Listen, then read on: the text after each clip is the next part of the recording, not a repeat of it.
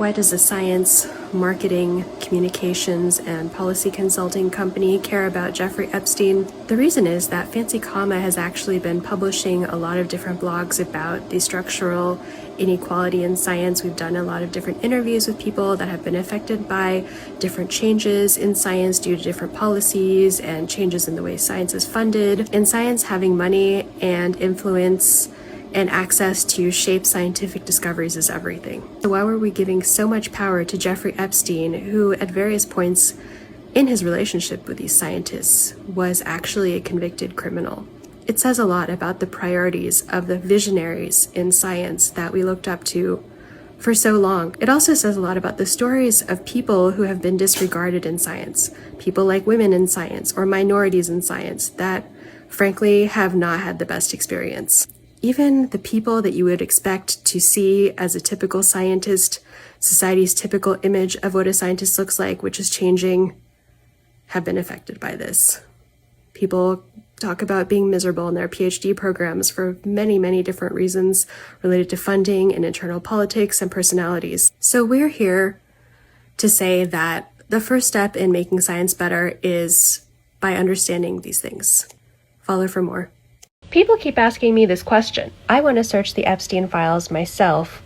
How can I do that? Well, today I'm going to share a little bit about how exactly to search the Epstein Files, and I provide 2 different ways. And yes, I did just get done watching Lindsey Graham's funeral, and it is in the background. Washington Cathedral is so beautiful and scenic, and I have lots of good memories of Washington, and actually that area specifically, since it's right by my alma mater, one of my alma maters, Georgetown University. Anyway, so there are 2 major ways that I use to search the Epstein Files. The first is obviously the official DOJ website. It is basically a list of PDFs, and you can search the DOJ website, but the search is very, very limited. You can't do much with this search.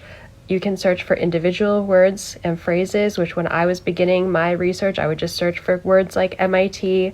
I would search for like at mit.edu, which is the MIT campus email ending part. To be honest, it's not a perfect website. It's very, very basic, and you really have to kind of play around with it and get a sense of how it works. There's a lot of trial and error. There's things like if you hit the back button on your search, it doesn't take you to the previous page that you clicked on. If it's a multi-page search, which it displays, if it has more than 9 or 10, it'll display multiple pages, but you really have to click around and get used to the interface on the DOJ website. But that's my go-to, because the other ones use different tools and language interpretation things that make it less accurate to know what was actually being said. If you see an email that I screenshot on here and you want to look it up in the Epstein Files, you have to type it verbatim, the phrase verbatim, and it will only return instances that have that exact phrase in that order. It doesn't do the thing like Google does, which has different keywords. But there is other tool you can use to do that, which I really like. JMail, it's jmail.world. You can search by person who sent it. You can search for non-consecutive keywords. You can actually even look at text messages separately. It's a really great website. If you're just starting out and you just want to look up someone in the Epstein Files, which if you are in the sciences, I highly recommend looking up all of your collaborators in the Epstein Files. You really never know. Here's where I realized that I actually know some of the people that started JMail, and now it all makes sense. Shout out to my fellow MIT grads. So there you have it. Now you know exactly what I do every time I publish a new reel about science in the Epstein Files. I'm Sheeva Ozma, neuroscientist and journalist, who for the past 6 months had been talking about science in the Epstein Files, so you don't have to, but now I've given you the tools to go forth and have fun searching the Epstein Files. Comment below and let me know what you find. It actually is a weirdly great amount of fun, at least to this journalist / neuroscientist / owner of a small science communications and policy consulting company. Follow for more. I found one of my professors in the Epstein Files, and then I found all these people from my institution and even my major. Let's get into the details. I searched the Epstein Files for MIT email addresses, and I was surprised to find that this one undergrad named Jeremy Rubin had been in contact with him. Seth Lloyd received money from Jeffrey Epstein. He's an MIT prof. Mark Trema used to teach at Harvard, and he was my professor, and he emailed extensively with Epstein. The father of AI, Marvin Minsky, offered to call Jeffrey Epstein. Sebastian Sung, an MIT professor, was making plans to visit the notorious island. A member of MIT's Board of Trustees, which makes important decisions, also was really happy to reconnect with Jeffrey Epstein. It's really not okay for someone that is that much of a criminal to have so much access to what I once considered the brightest minds of Boston and also the world, but it's clear that some people are more concerned with paying their bills and having money to do stuff than actually doing what's right. And that's really sad. Jeffrey Epstein was a lot of things, but one thing that he took pride in was being a science philanthropist. That meant that he liked to give money to scientists. And so it should be no surprise that in the Epstein Files, there's a redacted email of someone being so incredibly shocked that Elizabeth Loftus, the famous false memory researcher, was the expert witness chosen to one of the expert witnesses for Ghislaine Maxwell in her 2021 trial on her defense team. I have no real words, but just wanted to share more. Follow for more science-related insights into the Epstein Files. A new revelation in the Epstein Files reported by the tech MIT student newspaper shows that Jeffrey Epstein had named MIT one of his final beneficiaries, and that students, undergraduates, and graduates at MIT receiving financial aid could have benefited from the Jeffrey E. Epstein Fund. Can you imagine having your dream of attending MIT be financed by a literal pedophile because your university literally doesn't know better? Did Jeffrey Epstein, a notorious abuser who gave PTSD to many, many people interested in finding scientific cures for PTSD? I'm a former and current PTSD researcher, and I did some digging in the Epstein Files, and I was pretty surprised by what I found. William Spear is a man who approached Jeffrey Epstein for funding about PTSD. He wanted to build capacity for a program that involved working with PTSD in children who were traumatized by natural disasters and tragic events, and he had an initiative called Second Response to reduce PTSD symptoms to prevent what he called full-blown onset of PTSD. And he told Jeffrey Epstein, "We've seen remarkable results," and asked for $100,000 covering staff salaries and infrastructure, including for Michelle Wang Saidi, who he listed at the time as program manager for the San Francisco VA PTSD clinic. In this email, Spear says that he's known Jeffrey Epstein for 17 years and they met at Stephen Jay Gould's apartment. In case you didn't know who that is, that's also another really famous science person. Back before that, in 2010, Jeffrey Epstein emails his colleague Boris and says, lists some articles and clinical trials about the use of ecstasy for many different things, including post-traumatic stress disorder or PTSD. And he says, "In my mind, other substances are much safer." Anyway, back to Bill Spear.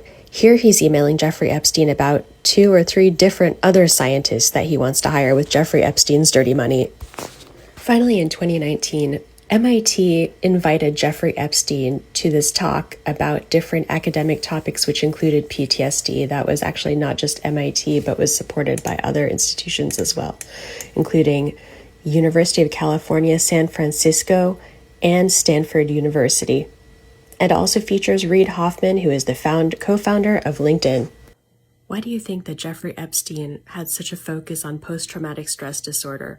Maybe he wanted to find a way to make his way of life more palatable and more normal for the people who were traumatized by it. Or maybe he just thought PTSD science is cool because it's really cool. Either way, it's really alarming, and the fact that multiple people have approached him, not just in PTSD, but in other fields, at different institutions, MIT, other places, is really concerning, and we should have never allowed this in science. I'm Sheeva Ozma, a neuroscientist and journalist, and here's what I found related to science in the Epstein Files today. It looks like Jeffrey Epstein was really interested in talking to Rita Colwell, and he does have this really sketchy text message conversation where he says, "Rita Colwell, no strings attached," And he also has this one part where he mails Rita Colwell a package, but she doesn't get it. It was mailed by FedEx, sent to him, to her, and also to someone at the San Diego Supercomputer Center and a few other places, and they didn't get their package either. So I wonder, what did they mail to Rita Colwell, the first female head of the National Science Foundation, and why?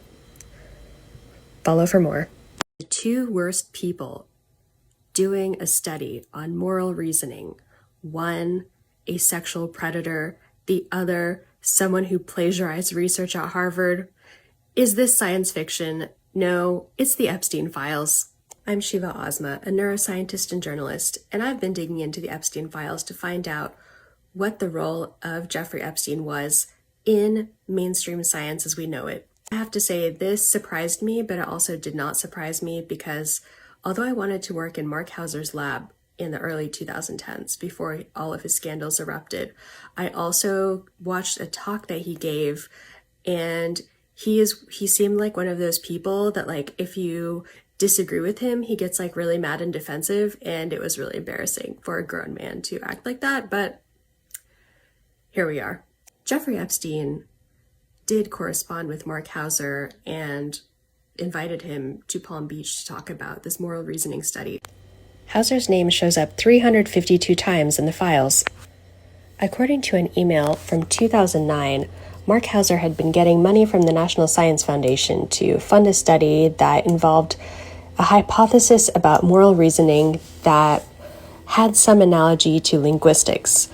And he tells Jeffrey Epstein, I don't think this is something that traditional funding will support as it is very large scale. And indeed, it's very ambitious. It includes looking at behavior, genetics, neurobiology, normal populations, patients with focal lesions, people with genetic mutations, children and animals, using transcranial magnetic stimulation, brain imaging, and virtual reality.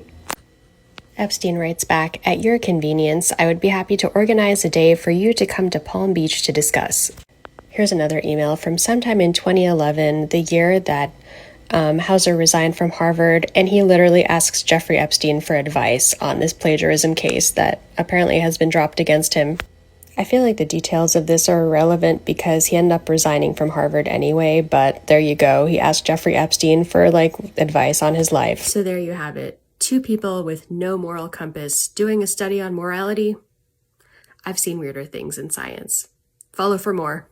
Should the Alzheimer's Association have solicited Jeffrey Epstein money to attempt to cure Alzheimer's?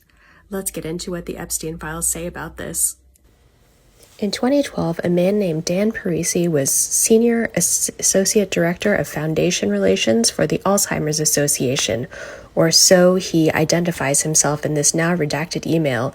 He says, I read with great interest about your support for cutting-edge science around the world.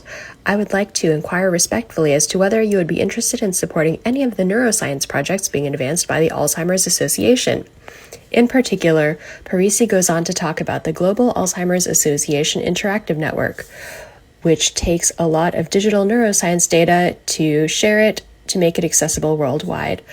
And it's been launched in partnership with the Laboratory of Neuroimaging at UCLA, the National Center for Alzheimer's Disease Research and Care at the Istituto di Ricovero e Cura a Carattere Scientifico in Italy, and Intel Corporation.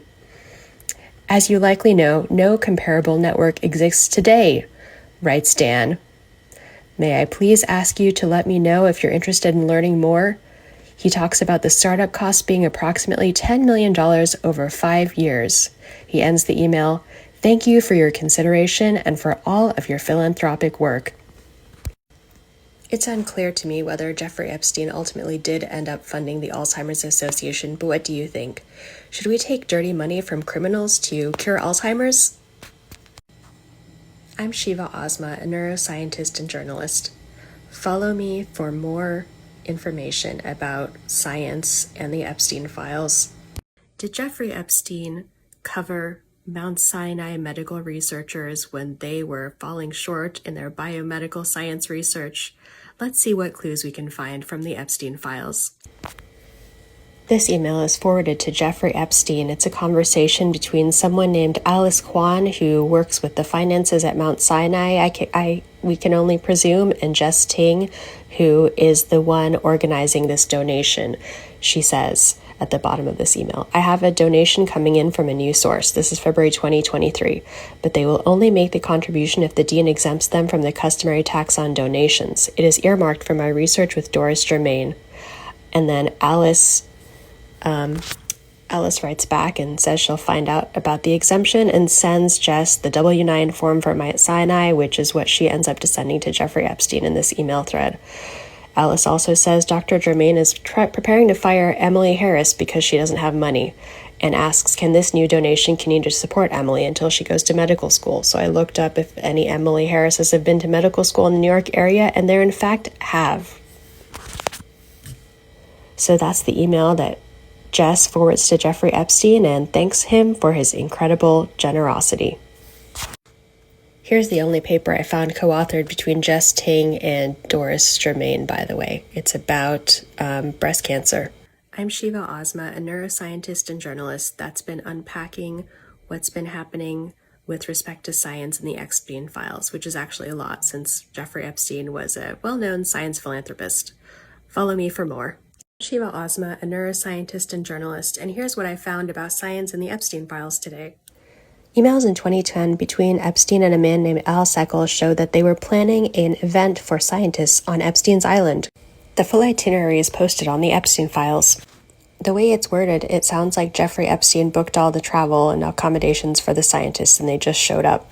The event was at the Ritz-Carlton, and then there was also some time hiking on Jeffrey's private island, and there were also one-on-one interviews that went on Jeffrey Epstein's website.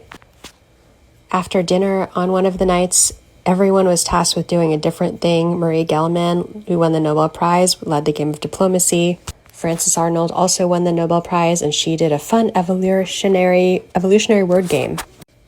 Gerald Sussman will bring an excellent telescope and lead a tour of heavenly bodies, but not the ones by the pool. Sorry.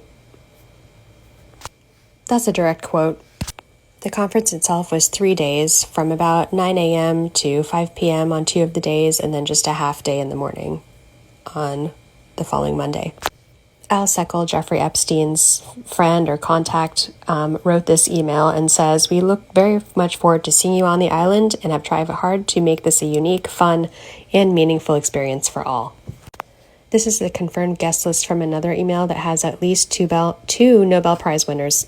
I don't know the other people. If you know them and have taken a class with them, let me know in the comments. Were they a total creep? Were they normal? Inquiring minds want to know. Do you think these people knew that Jeffrey Epstein was literally doing all of the different things he did when they went to do an academic conference and have fun on, I would assume, that very same island? It's not like these are not famous people. There's like 2 whole Nobel Prize winners on this list, so I'm really shocked. I don't know if you're shocked. Are you shocked? Also chime in the comments about that. Follow Fancy Comma for more. How not to fund your lab. Epstein Files edition. Kind of ironic that this one's about evolution, because I would say that now that it's been found in the Epstein Files, it probably should die out. Some backstory on Jeffrey Epstein's love of studying evolution. So he collaborated with this man named Martin Nowak, who founded something that its initials are PED. It stands for Program in Evolutionary Dynamics at Harvard. That is one of Jeffrey Epstein's stated research interests. This project that is run by David Sloan Wilson, who is an evolutionary researcher, who has this idea that evolution is the backbone of everything, is actually pitched by this other guy named Robert Kadar, or however you say his name. So the guy, let's just call him Robert, he's the founder and editor of this magazine called Evolution, This View of Life, and he wants to get funding for this evolution magazine that's like a breath of fresh air from popular media coverage of evolution, whatever that is. He says this project is under the umbrella of the Evolution Institute and the Evolutionary Studies Program, both directed by David Sloan Wilson. Eventually, we anticipate sufficient funding from the National Science Foundation, or NSF, to keep afloat on a long-term basis. Presently, we're surviving entirely on small donations from individuals like you who support what we do. He tells Jeffrey Epstein, "I encourage you to take a good look at the magazine. If you like what it's doing, please consider lending it a helping hand. Your assistance will be greatly appreciated." So what does Jeffrey Epstein say? Actually, it's the Jeffrey Epstein Foundation that writes him back and says, "Dear Mr. Kadar, thank you so much for your email. We will definitely take a look at evolution, this view of life. In the meantime, we wish you all the best with your endeavors." And that's the only email they have with Robert Kadar in here, is these two correspondences. And Jeffrey Epstein forwarding this from his regular email, I guess, to his vacation Gmail, which is also mind-boggling. Why does he have so many Gmails? It's really unsettling. After analyzing several of these little cases of scientists asking for money, it feels like the only people that have money to do anything are the people that are arrogant enough to basically beg Jeffrey Epstein for like $10,000 here, $1 million there. Follow for more science in the Epstein Files.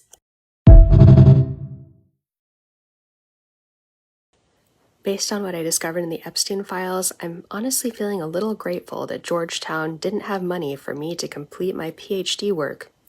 My name is Sheeva Ozma. I have a master's in neuroscience for Georgetown University, which was supposed to be a PhD until I ran out of funding.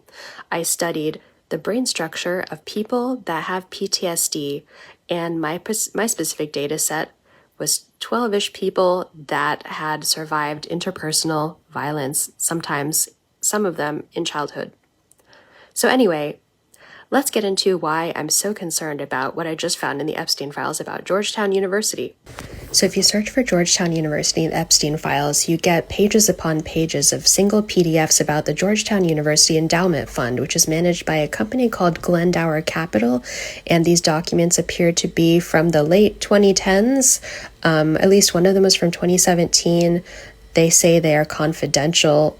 I graduated in 2013, so luckily I was funded by the National Institutes of Health, but of course we know that the endowment of a university is basically all the money it has to use for pretty much anything.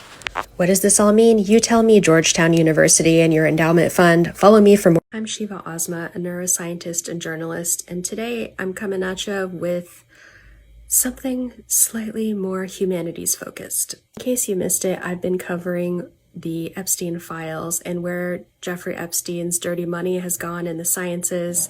And today I'd like to, upon the request of one of our followers, talk about Jeffrey Epstein's donation to Interlochen, I don't know how it's said, but it's a prestigious summer arts camp for students in grades 3 through 12 in northern Michigan. It's a busy Friday afternoon as I'm recording this. You're seeing this much later, but as I don't have much time, let's just get into the main point, which is that Jeffrey Epstein donated to this arts camp for young people.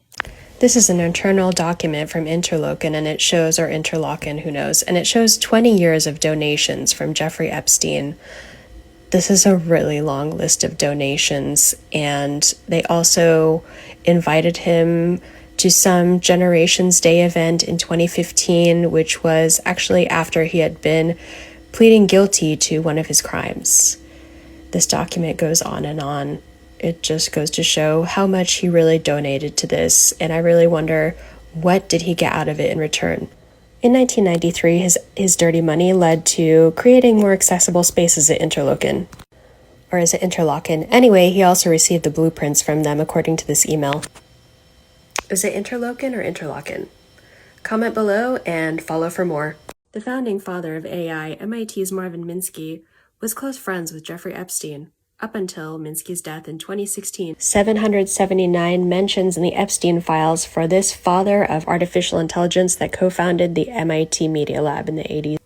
Minsky organized computer science conferences on Little St. James, which is Jeffrey Epstein's private island.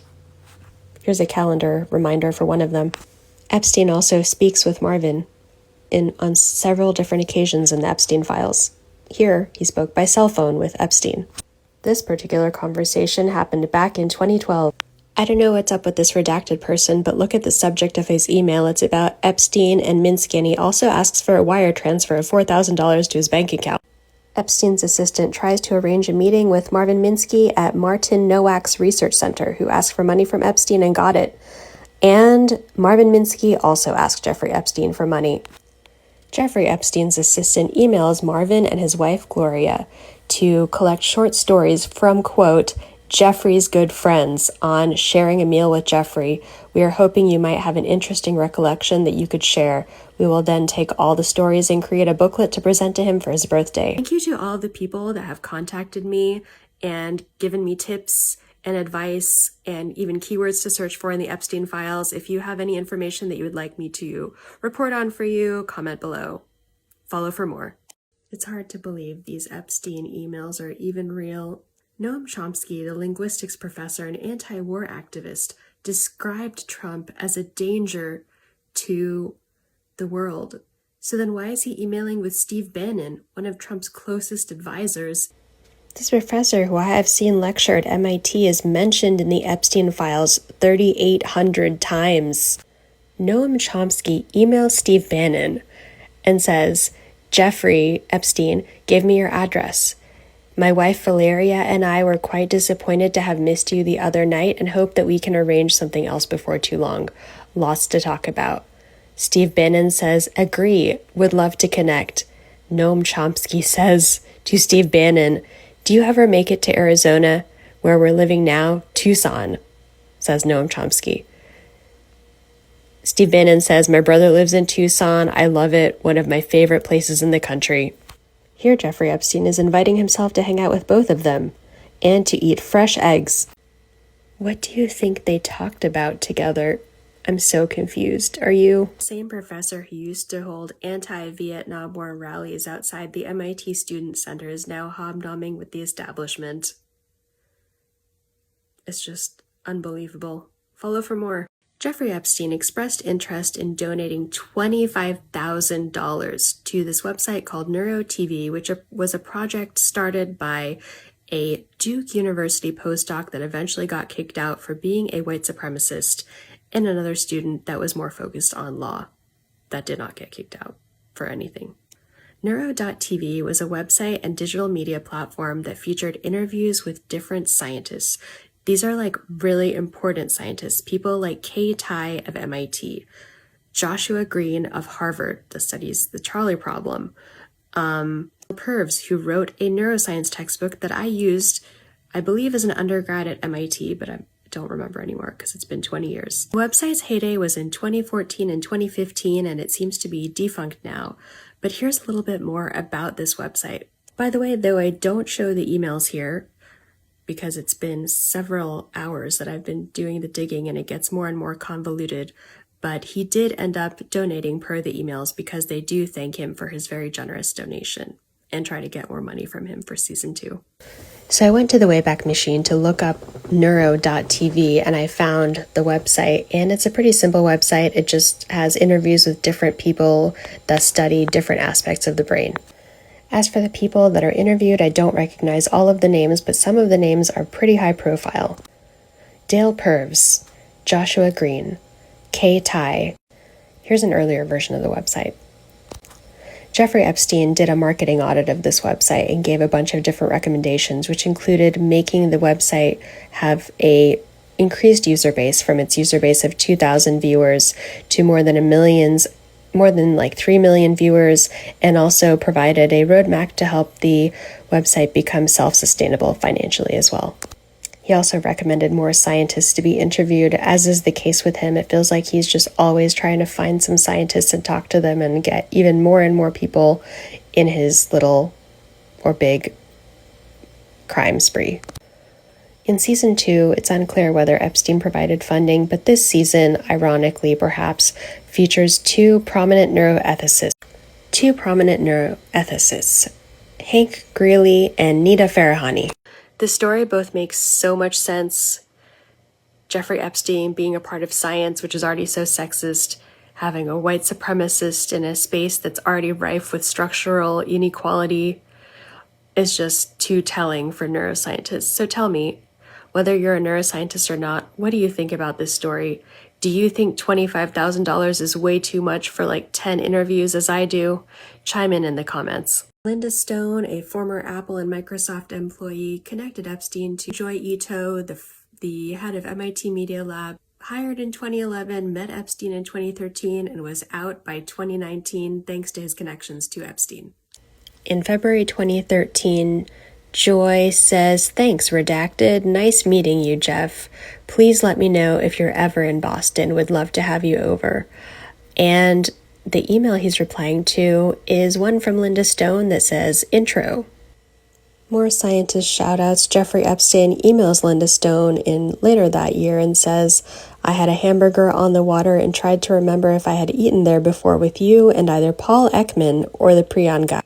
Paul Ekman's a famous researcher that studies facial expressions and emotions. Anyway, in this email, Epstein and Linda Stone were both in Washington State and they wanted to meet up. Back to Ito and Epstein being introduced by Linda Stone. MIT's 2010 report on their Epstein ties actually cites this exact same email, so we didn't really need the Epstein files to know this. The MIT Epstein report says Jeffrey Epstein visited MIT 9 times between 2013 and 2017, which incidentally starts the same year that he is friends with Ito. Put together this information and reporting based on a message I got from someone that was watching our series on the Epstein Files. Thank you for following along, thank you for paying attention, and thank you for helping me highlight the role of scientists in elevating and normalizing someone that terrible. I'm Sheeva Ozma, a neuroscientist and journalist, and here's what I found related to science in the Epstein Files today. So here in the Epstein Files, we have a conversation featuring Lawrence Krauss, who is evidently a physicist of some kind, but since I'm not a physicist, I have no idea who he is, and he's talking about women in STEM feeling marginalized, and he says, if you're feeling marginalized, maybe it's because you're not a good scientist. Is it any surprise that the Epstein Files contain such sexism? Personally, as a woman in STEM myself, I'm not surprised at all. Follow for more science-related insights into the Epstein Files. So telling about not only science, but also our world in general. Want to know what Jeffrey Epstein, a notorious abuser of women, said about women in science? John Brockman is a man that runs a foundation that basically hobnobs with really important scientists. He sends Jeffrey Epstein an invitation to this meeting at a resort in Washington, Connecticut called the Second Brockman Conference, and it's apparently really amazing. And actually, he doesn't mention diversity at all. But Jeffrey Epstein writes back and says, John, the old conferences did not care about diversity. I suggest you not either. The women are all weak and a distraction. Sorry. Through the Epstein Files, I keep finding my professors' names, but one thing I notice is that while the male professors correspond with Epstein, the female professors are mentioned as people that Epstein maybe wants to meet, but they actually don't really correspond with him. So is this why? I mean, there are some scientists such as Mrs. Arnold, who does actually talk to Epstein and visits his island or gets invited to go to his island for a conference. But for the most part, women are not really part of the conversation. So why do you, like me, think that Epstein's association with all of the prominent and mostly male scientists of our time is part of the motivating factor that there's so much structural inequality in academic science? I have a lot of thoughts on this. Leave yours below in the comments, if you want. Follow for more. In science, a lot of the work that is done comes from visionary people. These are people that we talked about at Journal Club, people that we might have even met, people whose labs we worked in. I'm sorry to say that today I found a handful of visionaries of neuroscience and related fields in the Epstein Files. So let me get to the list. Let's start with Eric Kandel. He has 86 mentions in the files. Here are some sample emails, correspondences, where Epstein was trying to set up meetings with him, trying to get dinner with him and Richard Axel, another Nobel Prize winner. Epstein appears to be very involved with Columbia University, which is where Kandel was a professor. And he literally wrote the book on neuroscience. Here, he's sitting next to Kandel at a dinner for Columbia. Richard Axel, who I just mentioned, 903 mentions. Epstein says in the emails he's known Axel for 20 years. Paul Greengard shared the Nobel Prize with Kandel and another person in 2000, and Greengard donated his prize money to set up a scholarship for women in science. 22 mentions for him in the files. In this email, Deborah and Leon Black, who are friends of Epstein, have a draft agreement of a pledged gift of $10 million to Greengard and another professor, specifically directed towards coming up with cures for OCD and depression. This redacted guy sure emails back and forth with him a lot about cool ideas to pursue. Ghislaine Maxwell attended this event with him. She's now in a federal prison. Gazzaniga has 36 mentions. John Brockman hobnobs with elite scientists and is funded by Epstein, and here he gets medical advice from Gazzaniga, Ramachandran, and Kandel, but all of the advice is redacted, so we don't know what they said. V.S. Ramachandran has 183 results in the Epstein Files. Here, John Brockman, the guy I just mentioned that got those redacted responses from the famous neuroscientists, is thinking of inviting Ramachandran, Martin Nowak, and Steve Pinker to an event. Steve Pinker has stated that he doesn't like Jeffrey Epstein, and after meeting him, just was not into the vibe. Unfortunately, he did help Alan Dershowitz with Jeffrey Epstein's defense case in 2006, according to Wikipedia. BuzzFeed reported this in 2019. Back to Ramachandran, here's what he says. He says in this email, "I don't have a problem with my lab being funded by Epstein so long as there's no UC connection. The Epstein crew mails something to James Watson, yes, that James Watson that got the Nobel Prize for Rosalind Franklin's discovery of DNA. The private research organization on Long Island shows up 57 times. Thank you to our followers for sending me information about people to research in the Epstein Files. If you have a name you'd like me to look into, comment below. Follow for more." What happens in Vegas stays in Vegas. Is it surprising that that phrase was found in the Epstein Files? But it wasn't talking about Las Vegas. It was talking about a long wandering nerve in our bodies known as the vagus nerve that Jeffrey Epstein and his friends were apparently obsessed with. I'm Sheeva Ozma, a neuroscientist and journalist, and I've been unpacking the science that's been found in the Epstein Files. Jeffrey Epstein was a notorious science philanthropist, and one of the things he took immense pride in was funding projects that other people, funding agencies, found, quote, woo-woo. And yeah, that's his own wording from the Epstein Files. Let's get into this whole vagus nerve thing. So to summarize what the vagus nerve actually does, the word vagus means wandering, and so the vagus is a wandering nerve that basically wanders throughout your entire body, connecting your internal organs with your brain. The vagus nerve controls things like heart rate, respiration, and body temperature.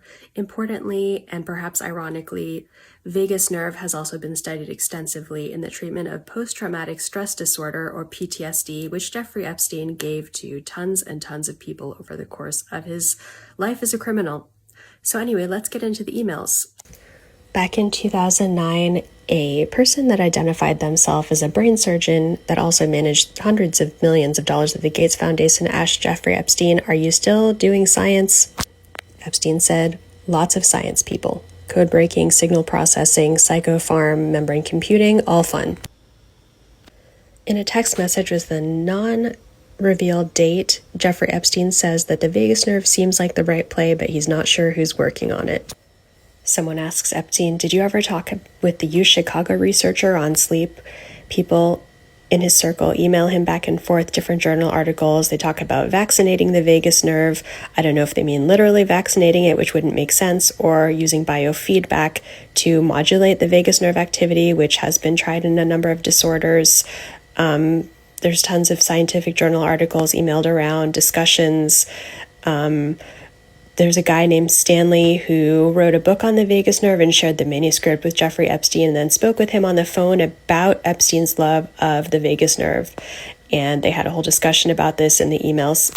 Here's where Stanley asks Epstein, "What are your interests in the vagus nerve?" And then he just writes back phone. So then Stanley emails back and was like, "Based on our phone conversation, you love the vagus nerve," and et cetera, et cetera.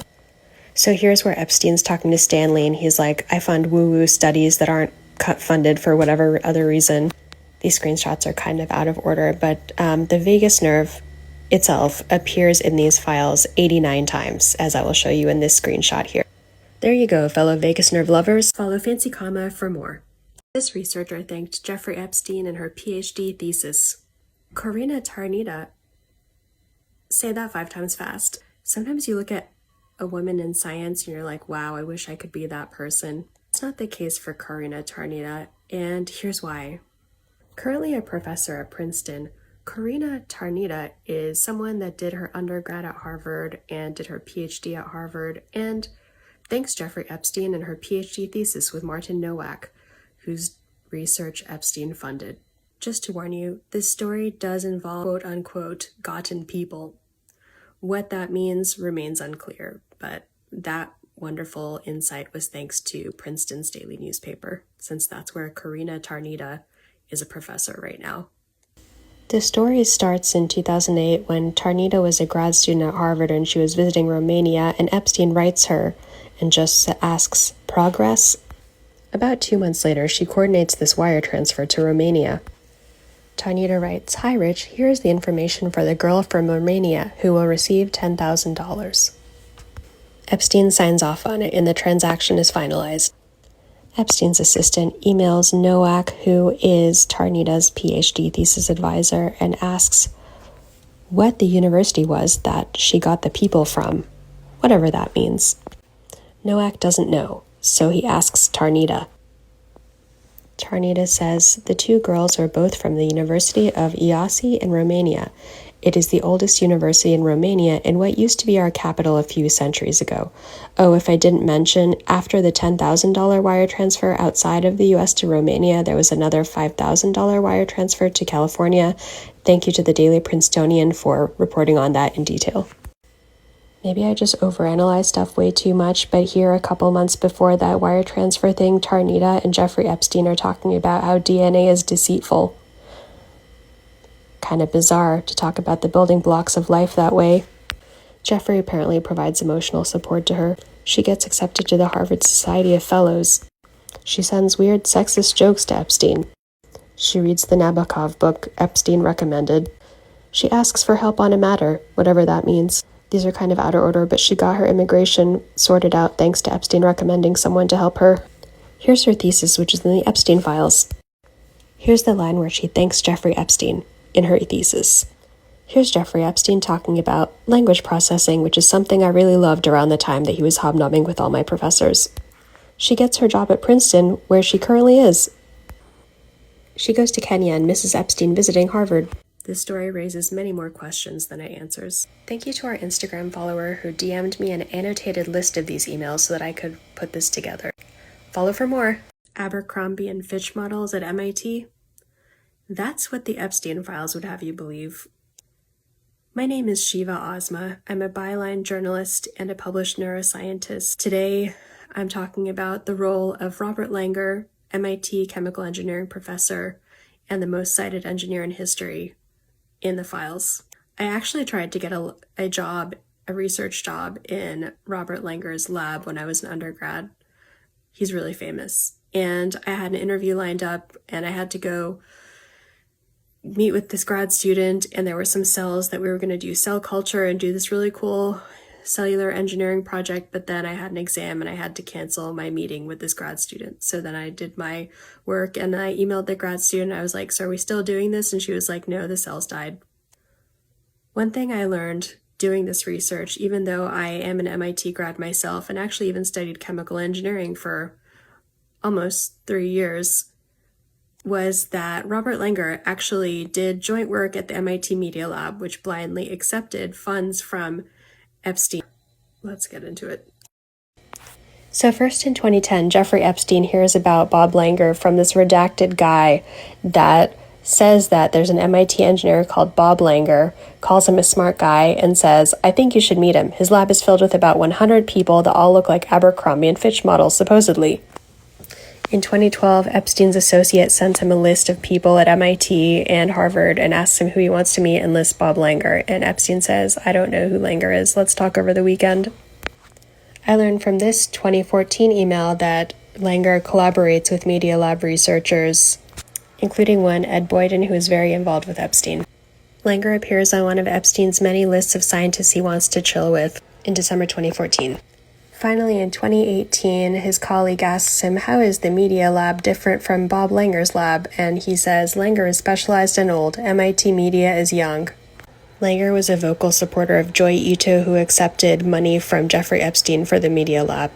However, Langer's name does not appear in the report concerning Epstein's interactions with the Institute. Follow for more. If there was anyone who knew about how the media would perceive you as a criminal, an abuser, and how to navigate that, it was Jeffrey Epstein.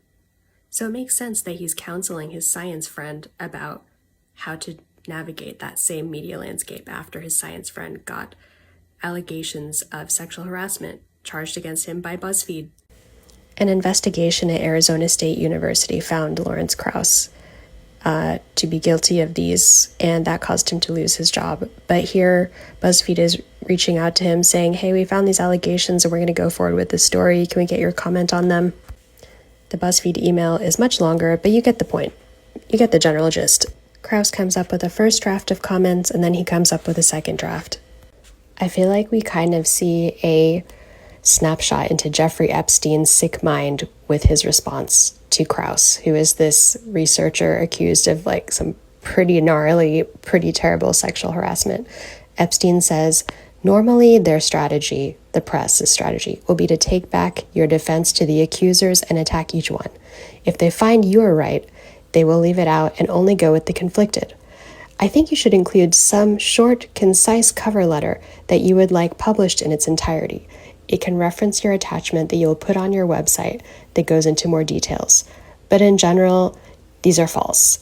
They were either investigated and found lacking or ignored, etc. Often they throw out the near publishing date merely to get you to answer. People keep saying, oh, I can't believe this. How is this possible? It's not just Larry Krauss. It's also Mark Hauser, who got kicked out of Harvard for plagiarizing data. It's also Larry Summers, who said women do not have the innate aptitude for math. And if we look deeper and introspect, we may find more things. Scientists can research anything and query anything and find answers. So why can't we find the right answers to help us move forward from the Epstein Files? Comment below with the answer and follow for more. Are successful men in American science too big to fail? Eric Lander, current MIT professor, former presidential science advisor to Obama and Biden, co-founder of the Human Genome Project, founding director of the MIT Harvard Broad Institute, coming in with 418 mentions in the Epstein Files. Lawrence Krauss, former professor at Arizona State University until he was found to have violated university policy in a sexual misconduct investigation, now president of the Origins Project Foundation and a filmmaker and author. 5,194 mentions in the Epstein Files. It feels sketchy that he just went into science communication, which reaches even more people after he got kicked out of ASU. The late Daniel Kahneman, 2002 Nobel Prize co-winner for his work in behavioral economics, also known as the grandfather of behavioral economics, 197 hits in the Epstein Files. Marvin Minsky, the late grandfather of AI, 779 mentions.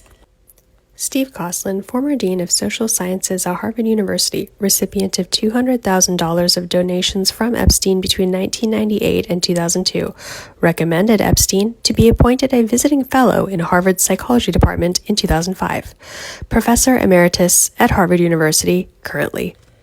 A surprisingly low 292 mentions for all of that in the Epstein Files. The late Murray Gell-Mann, 1969 Physics Nobel Prize, professor then professor emeritus at Caltech until his death, contributed to the Epstein birthday book with the notorious drawing by Donald Trump. Gell-Mann clocks in at a surprisingly low 122 results in the Epstein Files. Marcus Feldman, Stanford University professor, member of the National Academy of Sciences, and of the American Association for Advancement of Science and some other professional, really fancy places. Lifetime Research Achievement Award, Society for Molecular Biology and Evolution, 20 results in the Epstein Files. Many of these scientists are no longer living, but the ones that are still doing science and still have good careers. So many women in science are not famous, are never cited, and maybe don't even have their careers.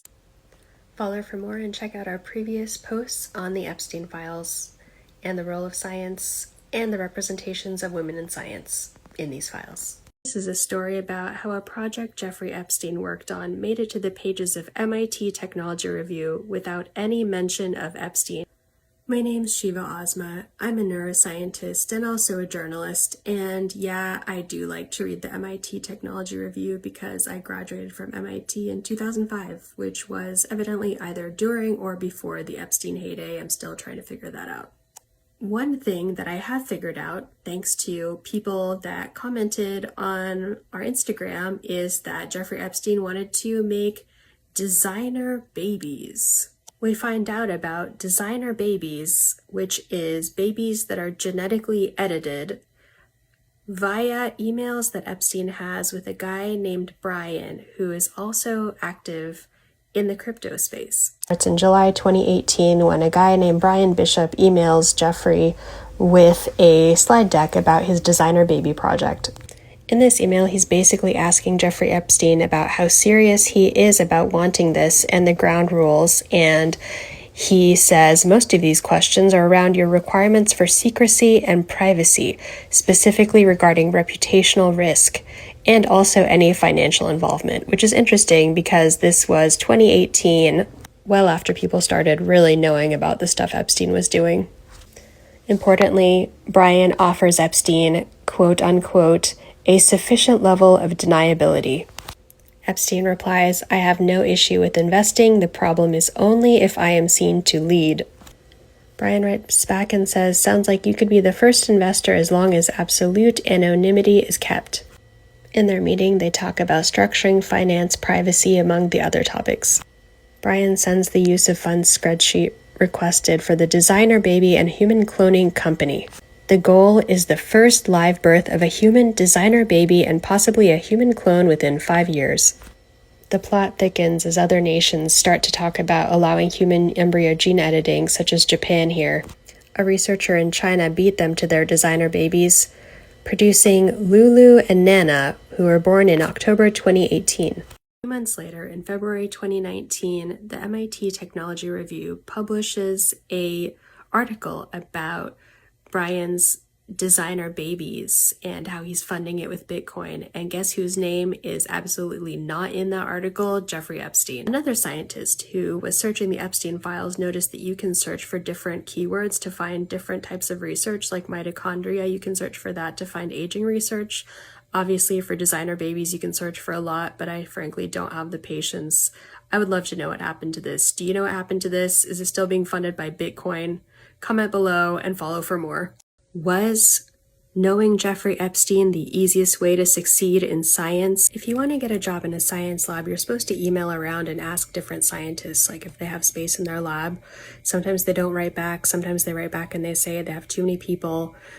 The Nobel Prize winning ones never write back because they're so busy. They might not even read their email, or an assistant reads their email, or they're always traveling.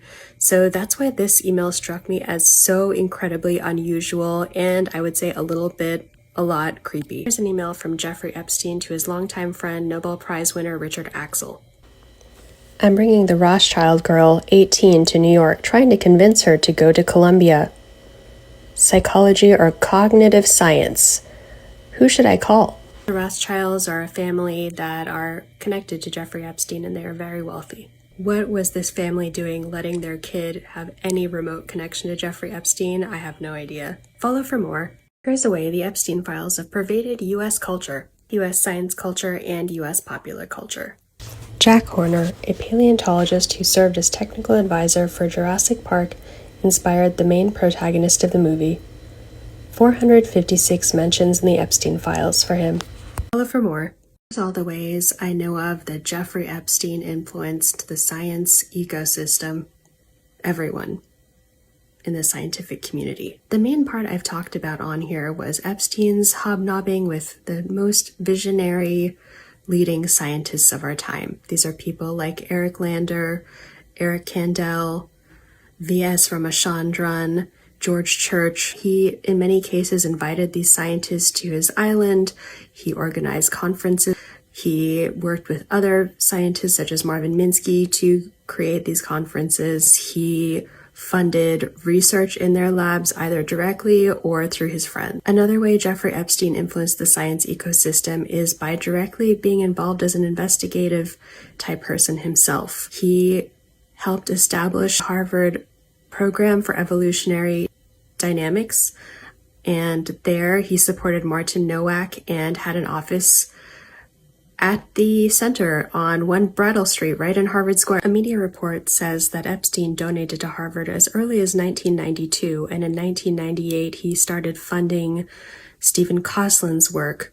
Stephen Koslin contributed to Epstein's birthday book, which is now notorious, and actually calls him a scientist there. And over in White Gravener Hall, which is where the Harvard Psychology Department is located, they made him an honorary researcher. Epstein was a visiting fellow in the Harvard Psychology Department in 2006. It really makes sense now that despite my best efforts as an MIT student interested in cognitive science and neuroscience, that I could really not get a single job in any of those Boston area fancy pants neuro places. Besides basically being part of the elite neuroscience and psychology circles in not only Boston, but also New York, because we didn't even get into his ties to Columbia and Eric Kandel, but he also served as a mentor and I guess role model to scholars like Corina Tarnita, a trainee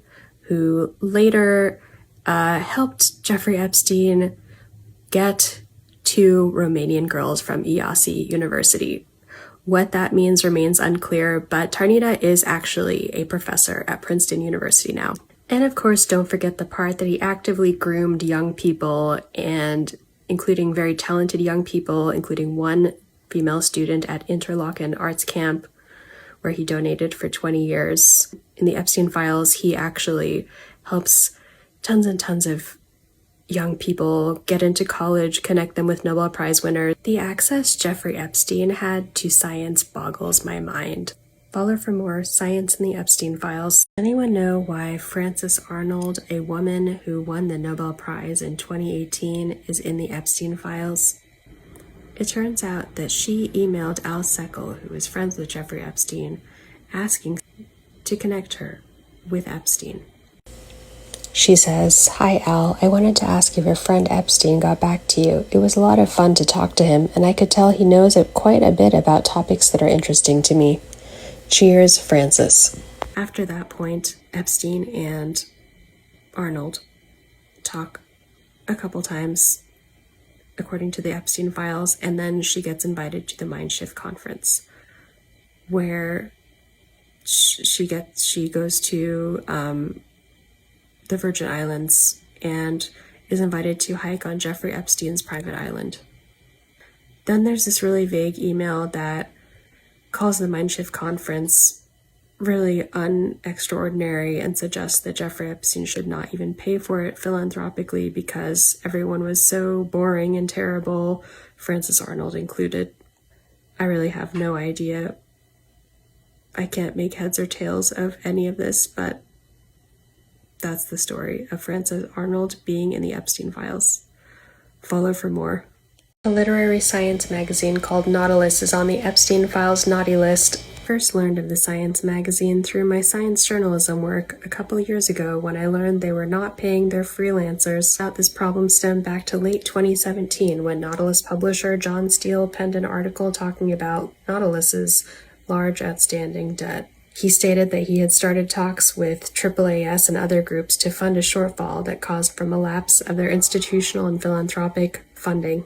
One of the people Steele hit up for cash was Jeffrey Epstein, starting in 2014. Before he published the article about Nautilus's financial woes, he had emailed Jeffrey Epstein and said, "Not sure if Larry mentioned it, but we've been in talks with Rush Holt for over 6 months about merging Nautilus into AAAS as a companion for science." Science magazine, in case you did not know.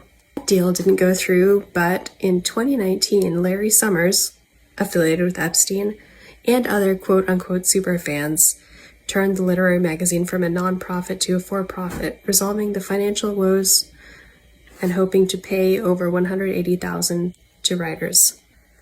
Jeffrey Epstein had called Nautilus a great magazine in 2017. "We think the predatory behavior of Jeffrey Epstein was abhorrent," wrote Nautilus in 2020. It's unclear whether or not they were aware of these emails with Epstein. Follow Fancy Comma for more insightful analysis and commentary and yes, independent journalism. Here are some research areas Jeffrey Epstein considered important in 2017. Plant biology, great experiments being done, rarely looked at before. Root communication, no, I have not lost my mind. If done well, you would get lots of press. Cutting-edge technologies for optogenetics, experiments that don't require IRB approval. It's very exciting. Do plants get an Alzheimer equivalent plaque? ALS disease, Parkinson's? Yes, it seems so. Most cancer drugs are plant derivatives. Lots of fun. In this email chain, he also says he doesn't want to do sleep research. He says, I have read quite a lot, and frankly, the subject is fascinating, but I see no real insights. Just more questions, and mostly the same ones that have been asked for years. Yes, its role in many processes are now becoming apparent, but I see no theories that can hold their own yet. It's like, who made you a sleep researcher, Jeffrey Epstein? Get out of town. For the non-scientists out there, the IRB stands for Institutional Review Board, and they basically review your research to make sure it's ethical. The fact that Jeffrey Epstein thinks that IRBs are just a bureaucratic waste of time is just another symptom of him being a terrible person. Jeffrey Epstein talking about how much he doesn't like IRB is everything that was wrong with Jeffrey Epstein funding so much science. A lot of people don't think that the Department of Commerce has any science in it, but there is. NOAA is a part of it, the National Oceanic and Atmospheric Administration. And so that's how today's story is related to science. Here's another story from Science in the Epstein Files. Howard Lutnick is the current Secretary of Commerce. Even though he was once neighbors with Jeffrey Epstein in New York City, he has stated that he did not have any real contact with Epstein. Well, the Epstein Files reveal a much different picture. Just to be more clear about what Lutnick said about his ties to Epstein, he said that he was never in the room with Epstein. The emails provide such a different story of this that it's honestly shocking. This quote is from an NBC News report, by the way. I am not making it up. And now let me show you the Epstein Files emails. First off, we have this email from Jeffrey Epstein's assistant that says, Hello, Mr. Lutnick. Jeffrey Epstein understands you'll be down in St. Thomas some over the holidays. This was in 2012. Jeffrey Epstein requested I please pass along some phone numbers to you so the two of you can possibly get together. Any numbers you wanted to pass along to Jeffrey would be great as well. About a month later, we have an email between Jeffrey Epstein's assistant and Howard Lutnick's assistant, I guess you could say. Howard Lutnick's assistant says, you can call me anytime. Howard's cell is redacted. Allison Lutnick is redacted. That is Howard Lutnick's wife, by the way. Okay, fine, I guess they're not in direct correspondence here, but there's more. I mean, they do look like they have a hard time reaching Lutnick. We don't know who this redacted person is in the Epstein Files, but they have a calendar invitation for May 2011 to get drinks with Howard Lutnick. Anyway, back to the efforts of the Lutnicks to have food with Jeffrey Epstein. Here is, I don't know who is writing this, it's so heavily redacted, but he's forwarding an email from Howard Lutnick to Jeffrey Epstein to plan for lunch on Sunday. Howard Lutnick has said, okay, lunch on Sunday, see you then. And he's replying to Jeffrey Epstein, who says, come Saturday or Sunday lunch, Little St. James on the map, behind Chrisman's Cove. If I'm not mistaken, isn't that Jeffrey Epstein's private island that Howard Lutnick is literally coordinating with Jeffrey Epstein to have lunch at? Lutnick's wife, Allison, says she actually looks forward to visiting Epstein. That tells you all you need to know about this. Follow Fancy Comma for more Science in the Epstein Files. Harvard and formerly Harvard-affiliated researchers are losing their jobs due to being in the Epstein Files. Some of the Harvard-affiliated researchers I have mentioned here that have been implicated in the Epstein Files, people like Mark Tremo, who was my professor when I took a music in the brain class as an MIT student cross-registered at Harvard, and Larry Summers, who served in the Clinton administration and also in the Obama administration. I'm sure he did a lot of other stuff, and he was president of Harvard in the early 2000s.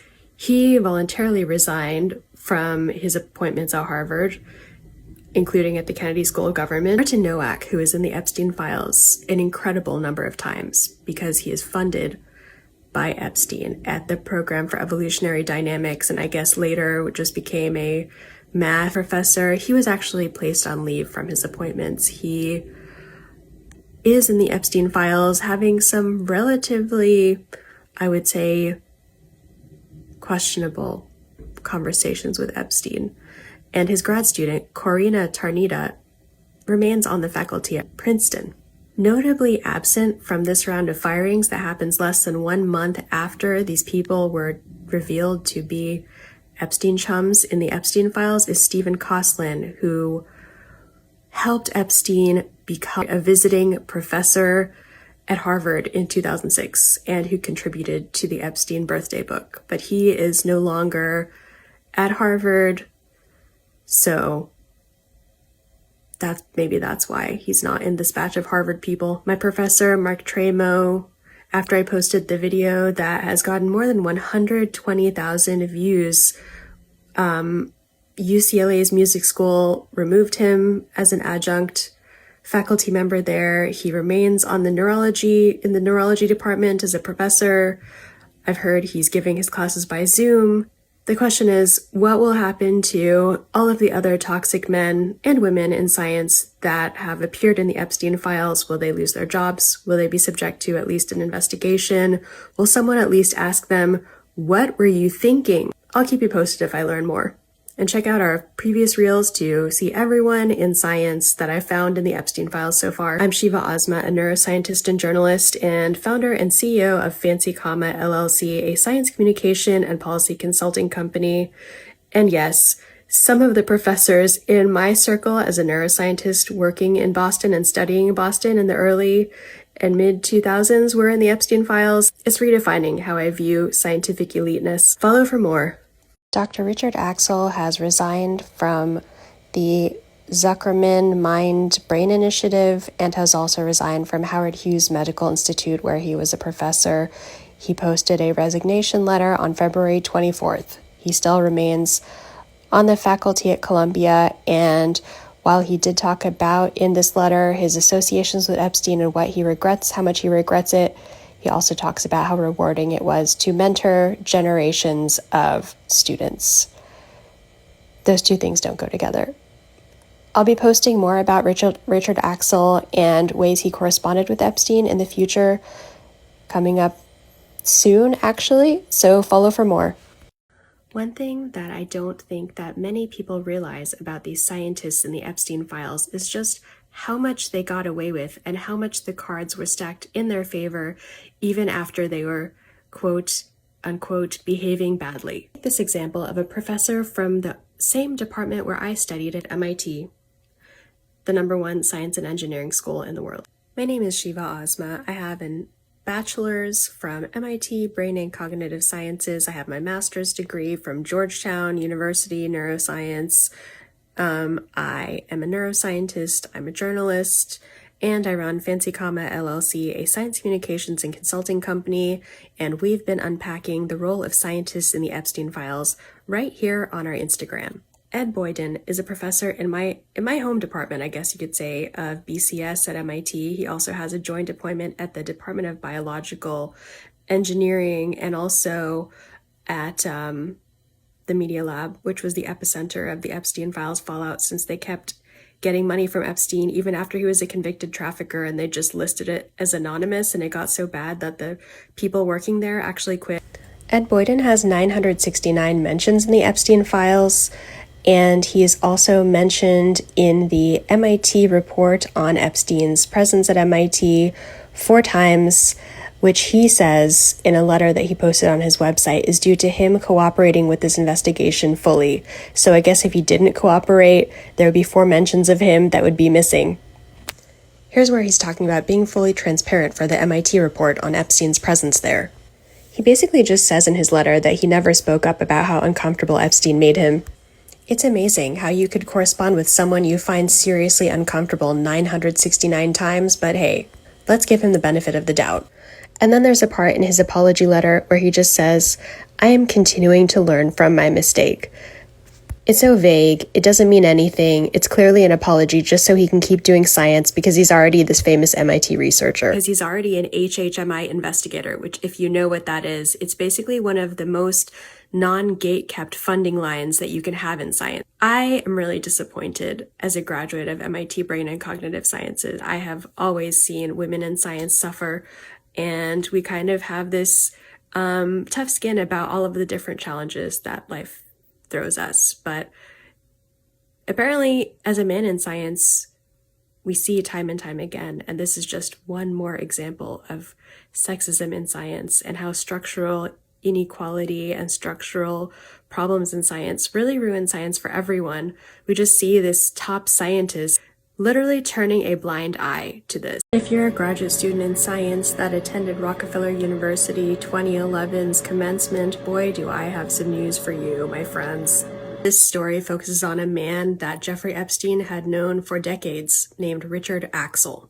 In case you don't know who that is, he won the 2004 Nobel Prize for his work studying the genetics of the olfactory system, which is our sense of smell. He shared that prize with Linda Buck. One thing he did not share with Linda Buck was these 933 mentions in the Epstein file.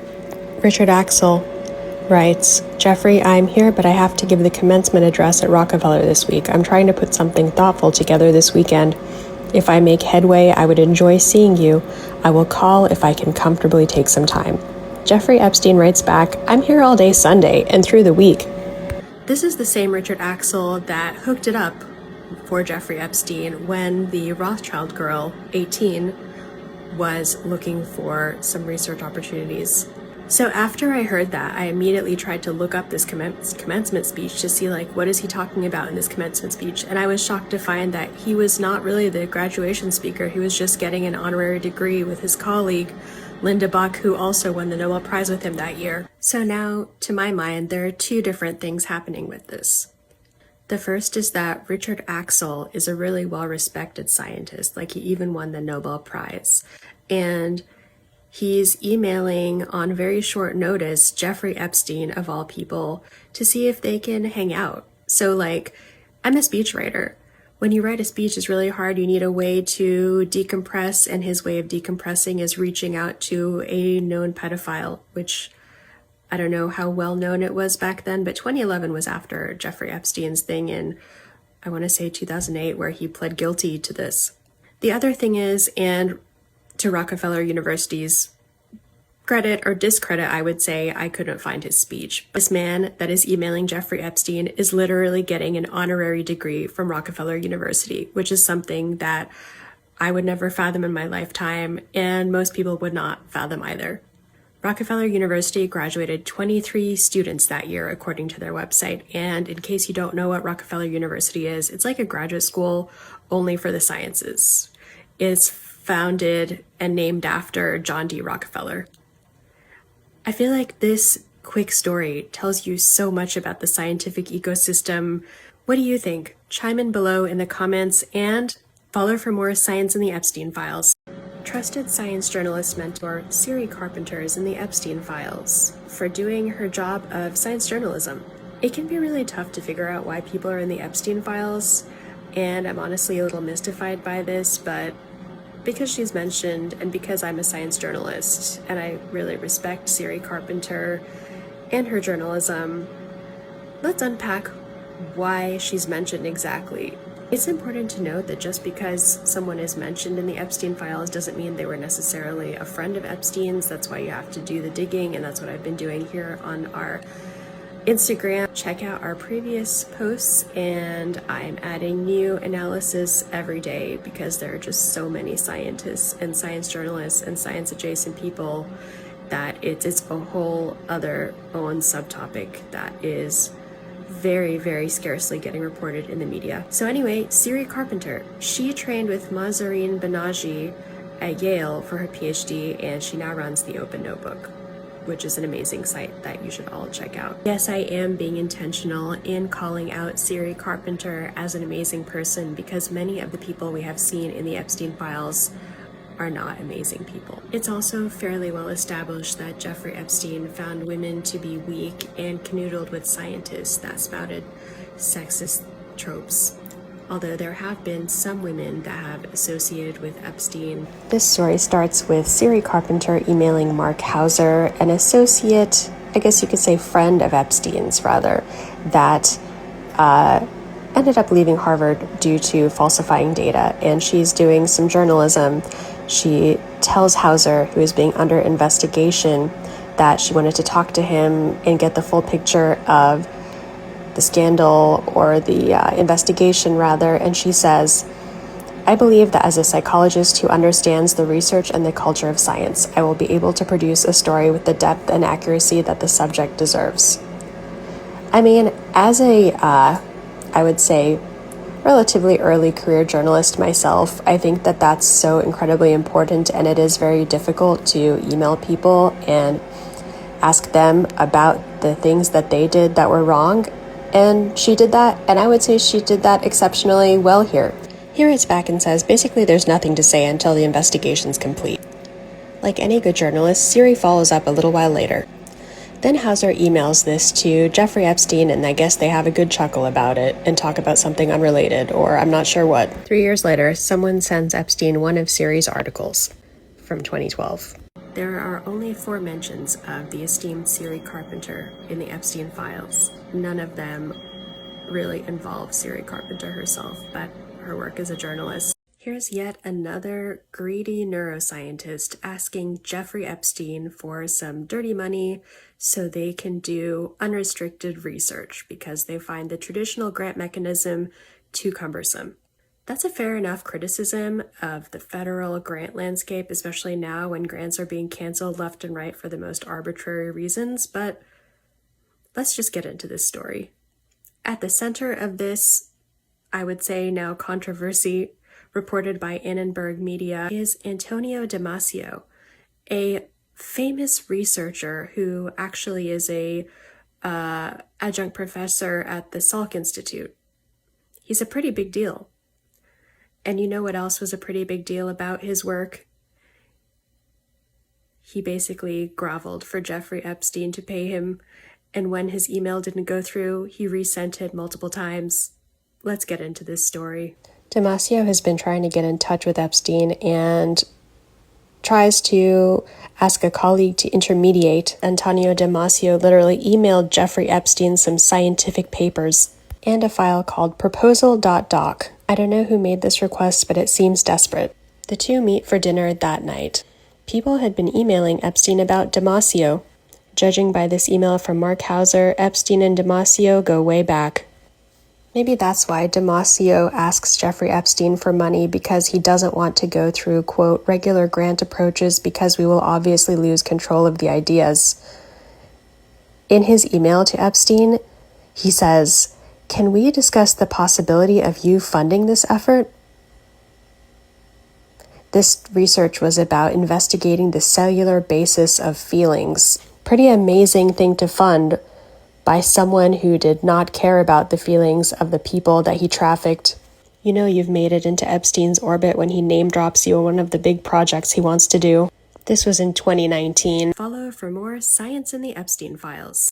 Men would rather lie about their affiliations with Jeffrey Epstein than go to therapy. Despite apologizing in 2020 for being affiliated with Jeffrey Epstein, Ed Boyden, a professor in the MIT Department of Brain and Cognitive Sciences and MIT Media Lab, is still on the payroll. There is a lot of talk of Epstein, quote-unquote, blackmailing these scientists, and I kind of get it.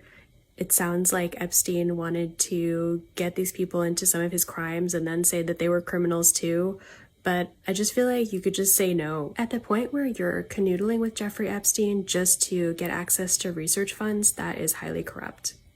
This is highly personal for me because I actually graduated from the MIT Department of Brain and Cognitive Sciences.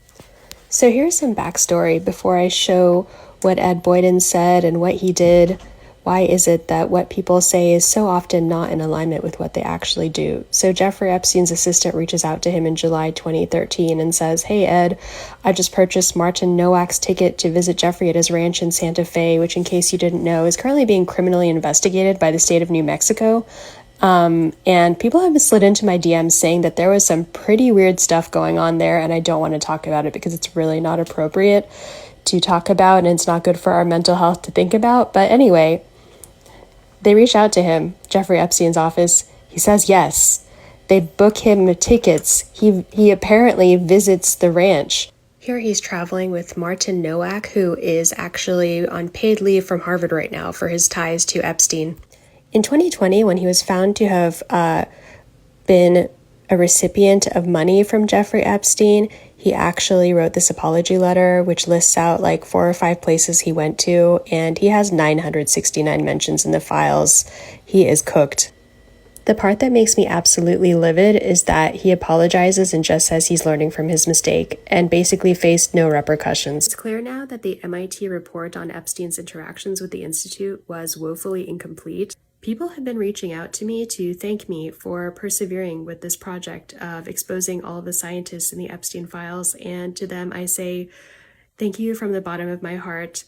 It is wonderful that people find my brand of investigative journalism useful to them. Follow for more science in the Epstein Files. Is it possible that the scientists in the Epstein Files and Jeffrey Epstein himself didn't think what they were doing was wrong, and in fact thought their morality was the best morality?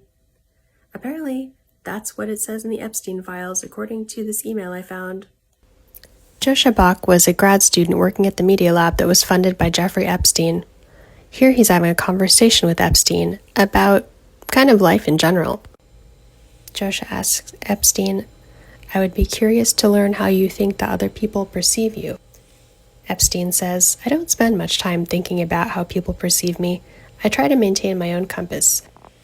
Epstein relates a story of meeting a very smart and, quote, very cute college student. He says he told her he would help with getting grants. She was insulted, and when pressed, said she couldn't be bought. Epstein says, "I rarely get insulted, so if you'd like to give me some of yours, feel free. Your funding is intact, no matter what." This is the part that surprises me. Joshua says the general public does not seem to be able to understand how morality is constructed, which of course would defeat the evolutionary and social purpose of morality, to keep the public in check, so they won't be able to see straight. If people are able to think outside of moralistic terms, they may simply mark you down as an ephebophile, but are bound to notice a few quirks. An ephebophile is someone that has a love of adolescence, let's say. Joshua seems to suggest not being very high profile about these relationships. He also suggests that Epstein is prone to exploitation by women. And he says, "In all these matters, the truth might be elusive and ultimately irrelevant, except in as much as it concerns personal pain." Reading this email is just like, what? He ends the email thanking Epstein for his unwavering support. It all just goes to show that the scientists in Epstein's circle were not always just scientific minds. They were sometimes direct enablers of Epstein's lifestyle. Follow for more. The Santa Fe Institute studies complex adaptive systems and is located in Santa Fe, New Mexico, not too far from where Jeffrey Epstein's ranch was. Back in 2011, Jeffrey West was a distinguished professor at the Santa Fe Institute, and he had been the president of the SFI from 2005 to 2009. Emails in the Epstein Files between Jeffrey West and Jeffrey Epstein show that they may have something in common besides their shared name of Jeffrey. The man has 230 mentions in the Epstein Files, and most of these are very high-level arrangements between their different assistants to get them to meet or to get them to chat. Here they're trying to arrange to chat in July 2012. West was to visit Epstein's ranch on August 9, 2012. In fact, most of the emails are just logistical planning emails. Here's a list of scientists from the Epstein Files that includes West. I've already talked about many of these people on my page. Creepily, the earlier part of that week, Jeffrey Epstein was invited to a seminar at the Santa Fe Institute, which was about 30 miles from his ranch. In 2009, Epstein mentioned West on a list of scientists he looked up to. So maybe they go way back. Lest you think this encounter between the two is unusual for SFI, Murray Gell-Mann is one of the founding members of SFI, and Jeffrey Epstein says about him, "I know him well.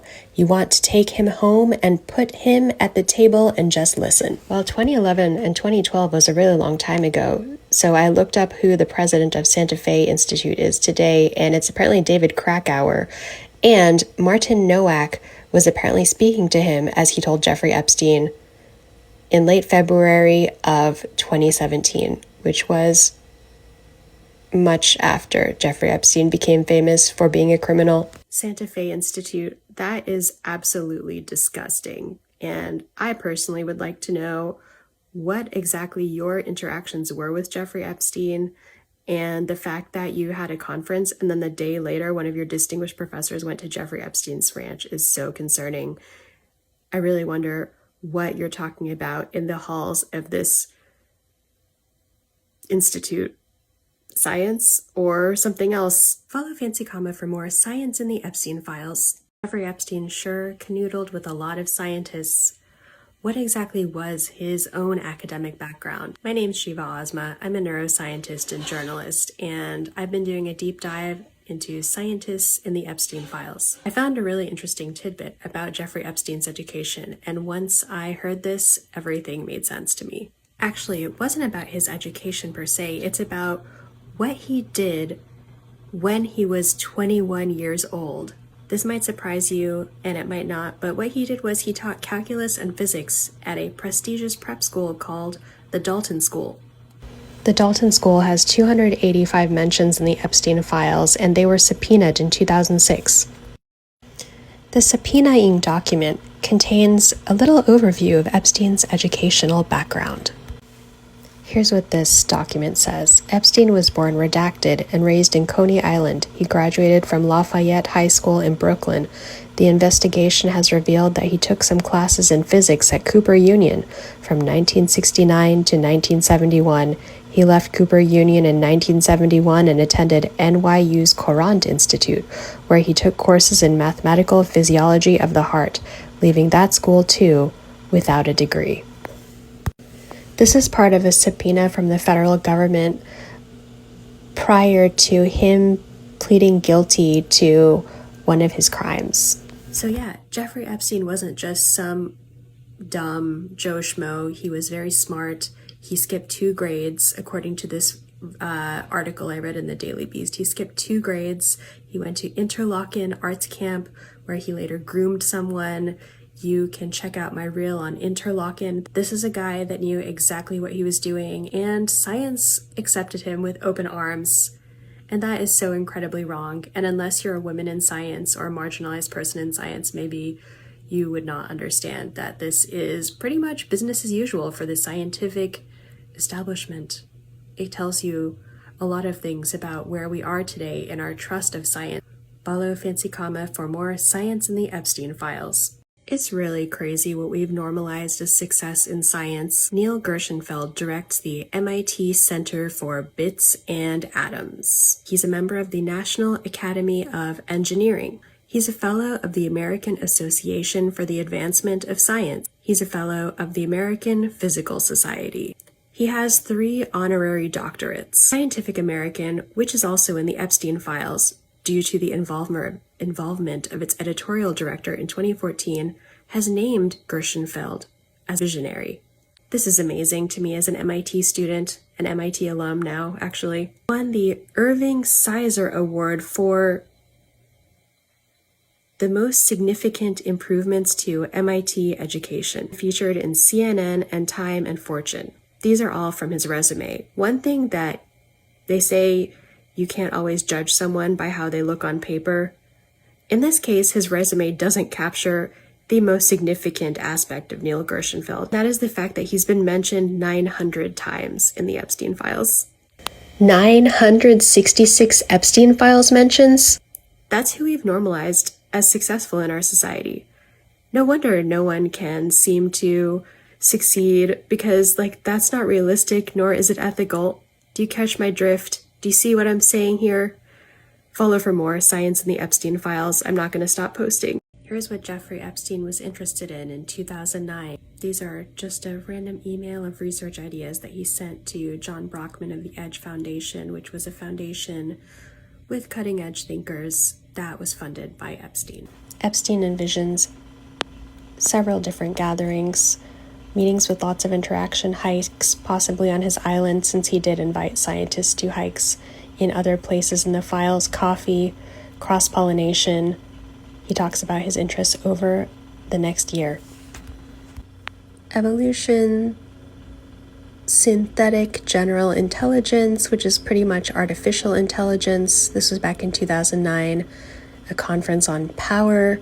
Its definition: political, financial, intellectual, physical, includes reputation, awe, trust, deception, reciprocity. How it is used, why it is sought, group selection, and behavior. Wow, that sounds diabolical and perfectly fitting for Jeffrey Epstein, given who he was. The world financial system, is it archaic? What is money? I think here he's sort of also alluding to his love and support of Bitcoin, which I have avoided creating a reel on, but let me know in the comments if you'd like some insights on that. Then we go from power to mathematical power and the power laws, and also why happiness is overrated, and of course music in the brain. This is clearly a nod to Mark Tremo, who is slowly losing all of his jobs thanks to his associations with Epstein. He's my former professor, and you can scroll back to watch the reel that I posted that has now gotten over 100,000 views. He lastly talks about the core participants. These are people I've talked about on here: Martin Nowak, Corina Tarnita, George Church, Eric Lander, Marvin Minsky, Larry Summers, many others, Murray Gell-Mann, Steve Koslin, and others. Follow Fancy Comma for more Science in the Epstein Files. MIT professor Seth Lloyd has a history of accepting money from Jeffrey Epstein. Seth Lloyd is an MIT professor that accepted donations from Jeffrey Epstein personally as early as in the late 2000s. Today in Science in the Epstein Files, Seth Lloyd is a MIT professor currently on the faculty who teaches mechanical engineering, and he's also affiliated with the Santa Fe Institute in New Mexico, which I always feel like I should point out now was only 30 miles away from Jeffrey Epstein's Zorro Ranch. Yes, it is one of my priorities as an independent science journalist and also concerned scientist and concerned citizen to figure out which scientists visited that ranch. But for now, let's just talk about Seth Lloyd, who I have no evidence of him visiting that ranch, but he is affiliated with that institute that is 30 miles away from it, which gives me the heebie-jeebies. In 2012, Jeffrey Epstein makes a discretionary fund donation to Lloyd, which gives him very great flexibility with how to use the money. This went through MIT to save tax dollars, according to the emails. Epstein donated to Seth Lloyd 3 times, not counting the personal donation. So what happened with this $850,000, it was never returned directly to Epstein, but it was donated to nonprofits supporting survivors of such violence. The 2005 or 2006 donation to Lloyd, it was donated directly to Lloyd and went directly to his bank account. It's unclear what happened with that money. The 2020 official MIT report on Epstein's interactions with MIT gets a little bit more nuance with these Epstein Files emails. For example, here official MIT offered to keep this funding source anonymous. Why did they do that? It's not clear. It's clear from the emails that Epstein's association with Lloyd helps Epstein gain clout in the scientific community. And finally, in case you're wondering what it looks like when an MIT professor begs for money from a pedophile, it looks like this.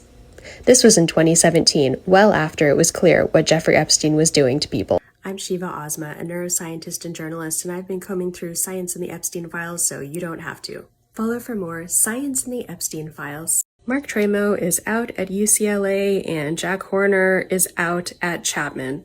Mark Tremo was my own professor, and I'm so excited that he is leaving his job molding impressionable minds, because how much did Jeffrey Epstein want to influence science anyway? He was just giving money to all of these effing people. We need new visionaries in science, people that aren't known for just publish or perish, but people that are actually role models, both in work and in the rest of our lives. There's a million people out there that are interested in the music in the brain, like Mark Tremo is. I know because I'm one of them, because I'm Mark Tremo's student, formerly. And I tried so hard to break into that field, and it's just so hard. There's many different barriers to studying music in the brain. It's really frou-frou, probably why Jeffrey Epstein liked it.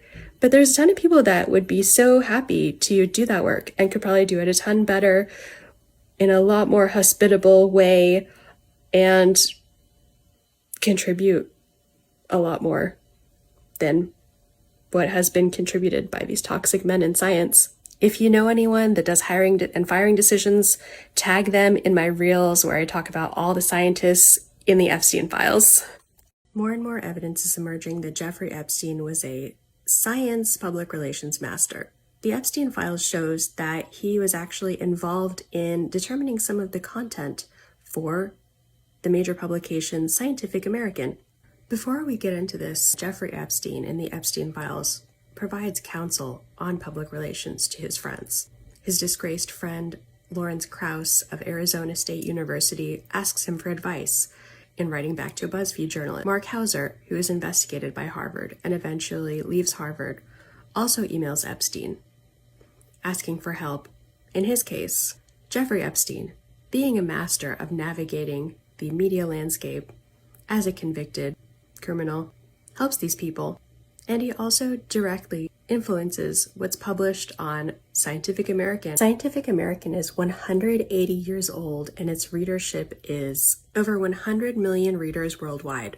I've already talked about on this page how Jeffrey Epstein met with Christina Di Pasquale, the editor of Scientific American, in 2014, and how she heaped glowing praise upon him.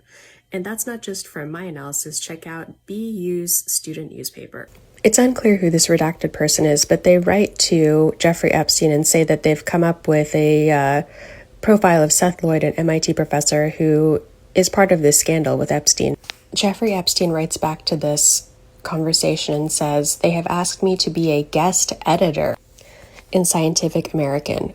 Is there something that would help more than other things, references inside article, etc.?" This man, Tyler, writes back and just says, "That is amazing. Is there something we can help you oversee?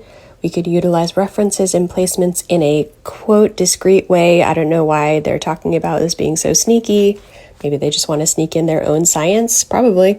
Redacted writes back and says exactly that they want to profile Seth Lloyd and Martin Nowak's work at the Program for Evolutionary Dynamics.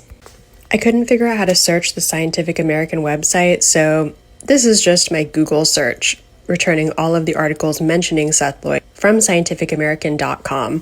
Look at all of this press for Seth Lloyd. Don't tell me this is just a coincidence. Martin Nowak and Karina Tarneda each have mentions in Scientific American as well for their science. I'm Sheeva Ozma, a neuroscientist and journalist, and I've been combing through Science in the Epstein Files, so you don't have to. Follow for more Science in the Epstein Files. These scientists plan to visit Jeffrey Epstein at the Zorro Ranch in Stanley, New Mexico. Our followers have been sliding into my DMs with detailed analyses of what the Zorro Ranch floor plan looks like. It is very complex and apparently has even like a physician. I know it has 2 defibrillators and it has like way too much ventilation and apparently has like an underground thing. Does anyone know about this? Why don't we know about this? Because think of all these scientists. I'm going to tell you the scientists that have been to this. We should ask them. Martin Nowak and Ed Boyden were scheduled to visit together. Joy Ito of the MIT Media Lab and Reid Hoffman, co-founder of LinkedIn. Physician and researcher Dr. Bruce Moskowitz. A guy named Barnaby Marsh. Professor Jeffrey West of the Santa Fe Institute, only a 40-minute drive away. Peter Thiel, apparently. Jack Horner, the guy who inspired Jurassic Park. These planning emails are truly obnoxious. I'm sorry, my brain hurts. Does your mind also immediately go to a very dark place once you see this list of names? Follow for more Science in the Epstein Files. Why is there a picture of a random young person sleeping on the MIT campus as far as I can tell in the Epstein Files. My name is Sheeva Ozma. I'm a neuroscientist and journalist, and sleeping on random couches is one of the things that MIT students do, and I've done a lot of in my day. If you're tired from studying too much, you could even fall asleep studying. That's probably not news to anyone, but what is probably newsworthy to some, I found this random picture of this young lady sleeping, and I was like, it was a redacted identity person, and I was like, sleeping on couches in the way that this person is a relatively normal part of the MIT experience, but why is this in the Epstein Files? MIT's architecture has changed in the past 20 years. There have been new buildings built, there have been entire dorms just demolished, but when I saw this picture, I immediately knew that it was in the MIT Student Center, and I asked some people to help me, and they agreed with me. Thank you to those people. None of these reels would be possible without the kind support of all of the other people that are vested in this, which is basically everyone. So anyway, I'll post the picture for you. Does anyone know who this person is or why they're in the Epstein Files of all places? Was Jeffrey Epstein just walking around taking pictures of random people? Why is this in the Epstein Files? There's no metadata for it. It just showed up for a search for MIT, and then I searched it again and I could not find this picture again. We need answers. So basically we have this female sleeping. Their face is redacted. They're lying next to an MIT Tech Review, which is the journalism publication that is affiliated with MIT, and they also have a Star Wars kite on the ground. My initial hunch was they were at the student center, and I talked to some other people and kind of crowdsourced this, and they confirmed what I said. And if you're an MIT person, you'll recognize this as the view from the student center back in the day. But still not as back in the day as when I went there. I never got hardly any sleep as an MIT student, and I became known to myself as a person that could sleep anywhere. And I did. Like actual sleeping. Get your mind out of the gutter. Follow for more science in the Epstein Files. Scientists, here's what it would look like to have Jeffrey Epstein at your lab meeting. Ed Boyden is an MIT professor that has won many international awards and talks shop with Epstein often in the files. The excitement of starting a new Google Doc about a new research idea with Jeffrey Epstein. Jeffrey Epstein mobilized all these researchers to get them to talk about deception. So that's what his lab mantra would be like if he was an actual investigator. There's even talk of a deception retreat on the island. Although he denied it in 2020, Ed Boyden had a very prolific intellectual relationship with Epstein and even has a ticket booked for him to visit the ranch. Does he actually visit the ranch? I wish someone would just ask him, because he's literally a professor on the payroll at MIT. If you had Jeffrey Epstein at your lab meeting, he would ask questions like, after college, how many women went on to do something remarkable compared to the men? Here's just one example of Ed Boyden and Epstein talking shop. You know who, as a woman in science, it's so hard to speak up in lab meeting? I would love for someone who actually understands this to tear it apart in the comments. Here's an email thread that lasts over a month about different theories that Jeffrey Epstein has, and Ed Boyden's trying to have a conversation with him about it, or I guess they're actually enjoying their conversation, but if you read it, it doesn't really make any sense. I would love for someone who understands any of this to also tear it apart in the comments. Can you imagine emailing a convicted sex trafficker and then going to a thesis defense, or mentoring your graduate student or your MIT research Europs, who are the research students that are usually undergrads? I find this so alarming. Don't you? Ed Boyden says he will meditate upon this in 2016. Jeffrey Epstein's ramblings. A study on pupil diameter, which, in case you didn't know, is a marker of arousal. Boyden pitches Epstein about his company. Epstein keeps tabs on Boyden's journey to learn more math. What Epstein's describing here would make no real difference. Name-dropping Paul Allen and Bill Gates in the same email thread. They co-invented Microsoft, and now Allen is the namesake of the Allen Institute. How about this one in lab meeting?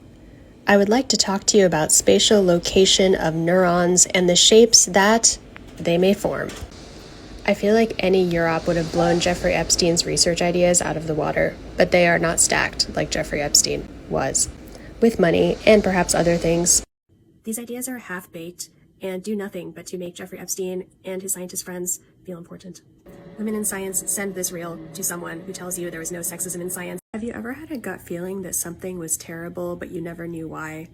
That is how I felt about Bitcoin for years, until I discovered these emails. Did Jeffrey Epstein envision a decentralized, anonymous currency so that he could, well, do the things he was convicted of doing?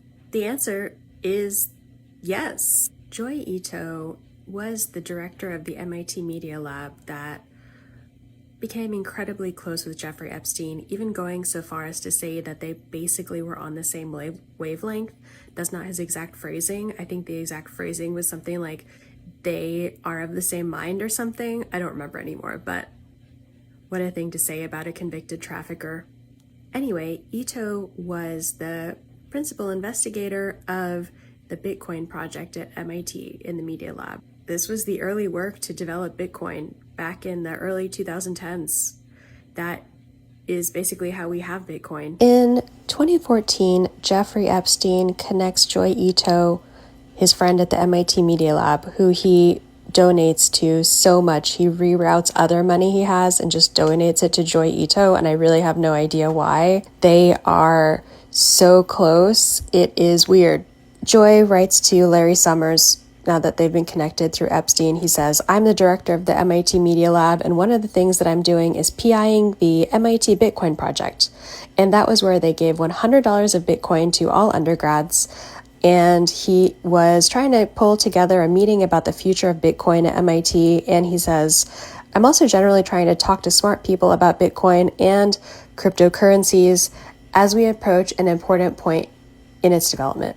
It would be great if I could get on your calendar and bring one of my kids, Jeremy Rubin, who was an MIT student at the time that ran the Bitcoin project. Here's another email from 2014 where Joy Ito writes and says, should I spend $120,000 of the money in the CCC account? Not sure what that is. Maybe it was some money that Jeffrey Epstein gave him. He gave them a lot of money. To fund the two kids who are running the Bitcoin Club, it will fund them for a year.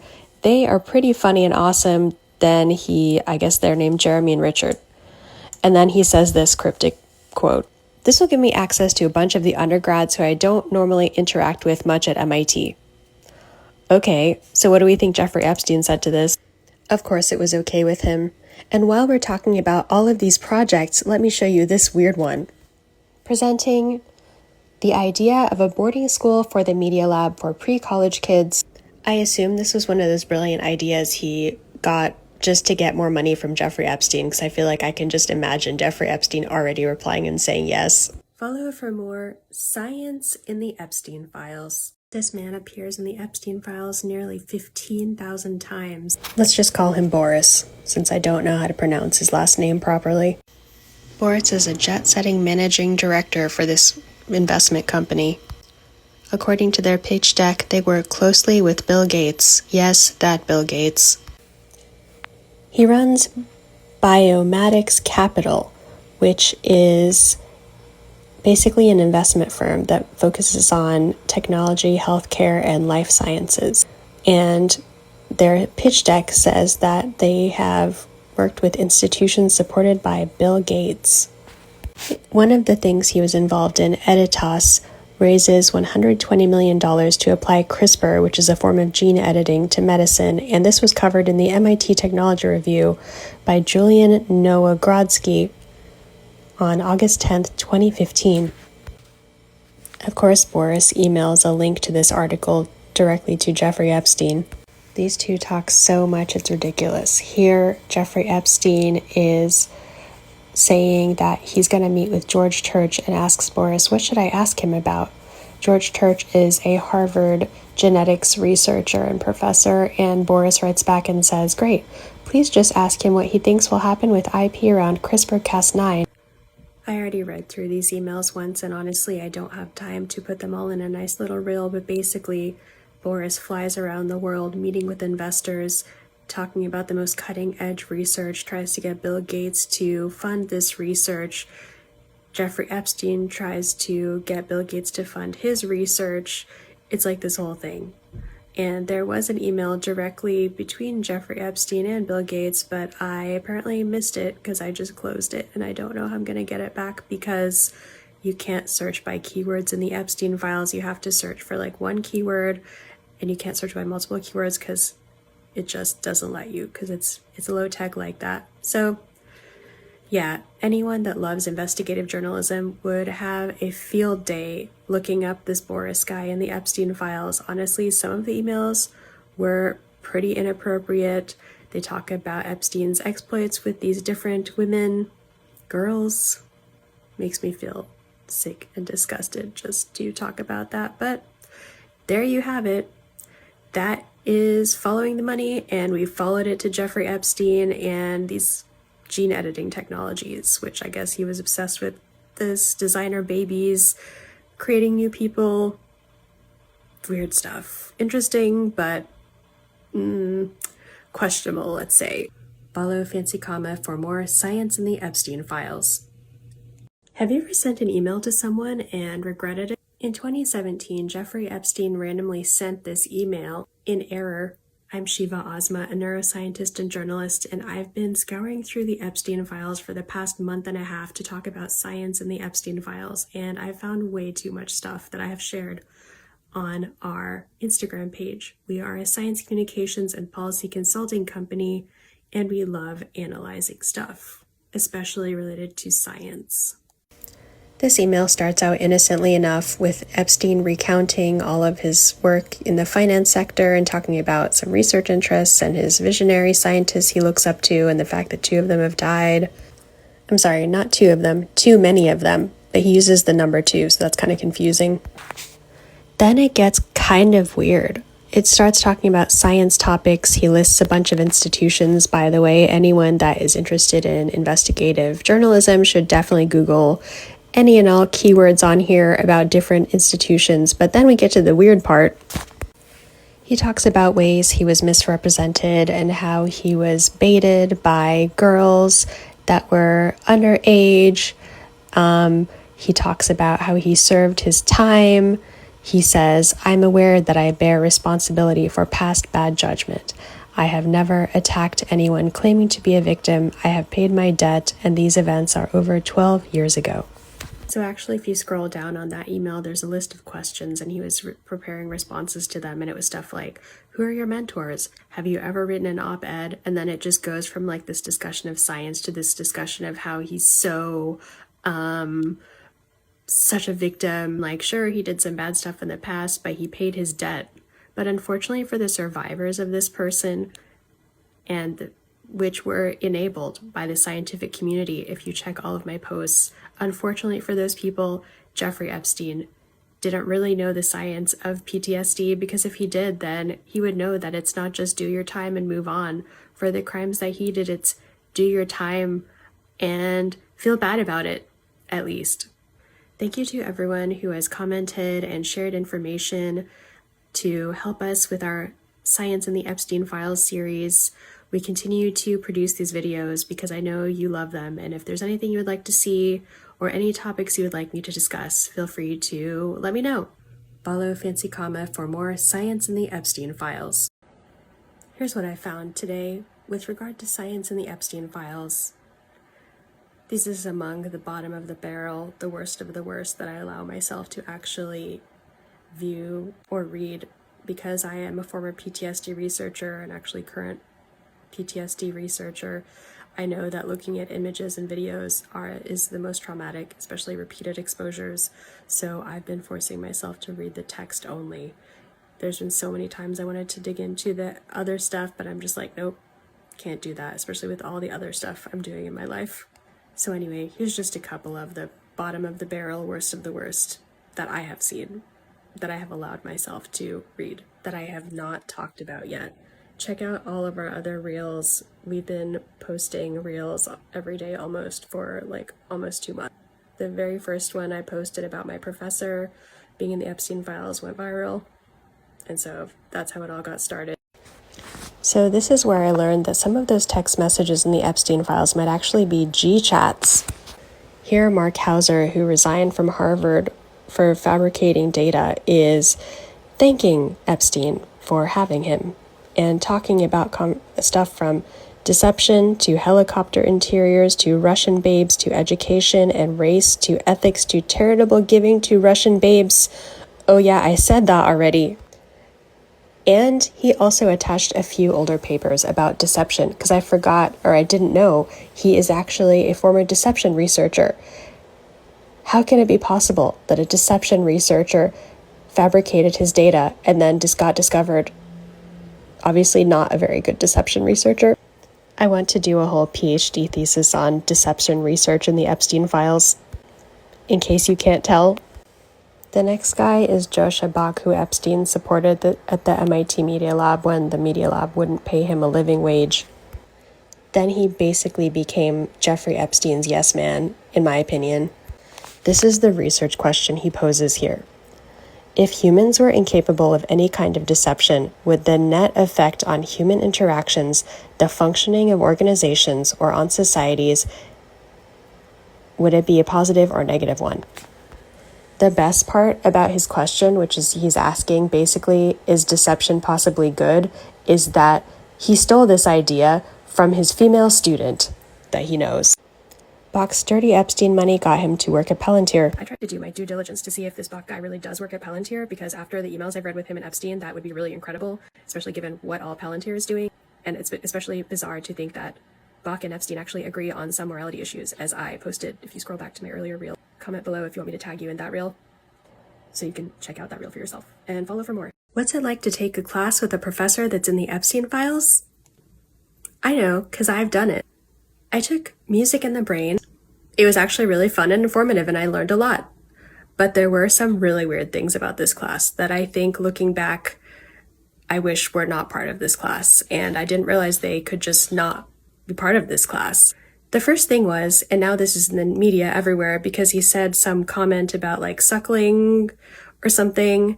I remember that he did make a comment that I found super inappropriate, and I looked at him and I looked at the class, and we were kind of like, what? And like the whole class was like this, and he didn't think it was weird.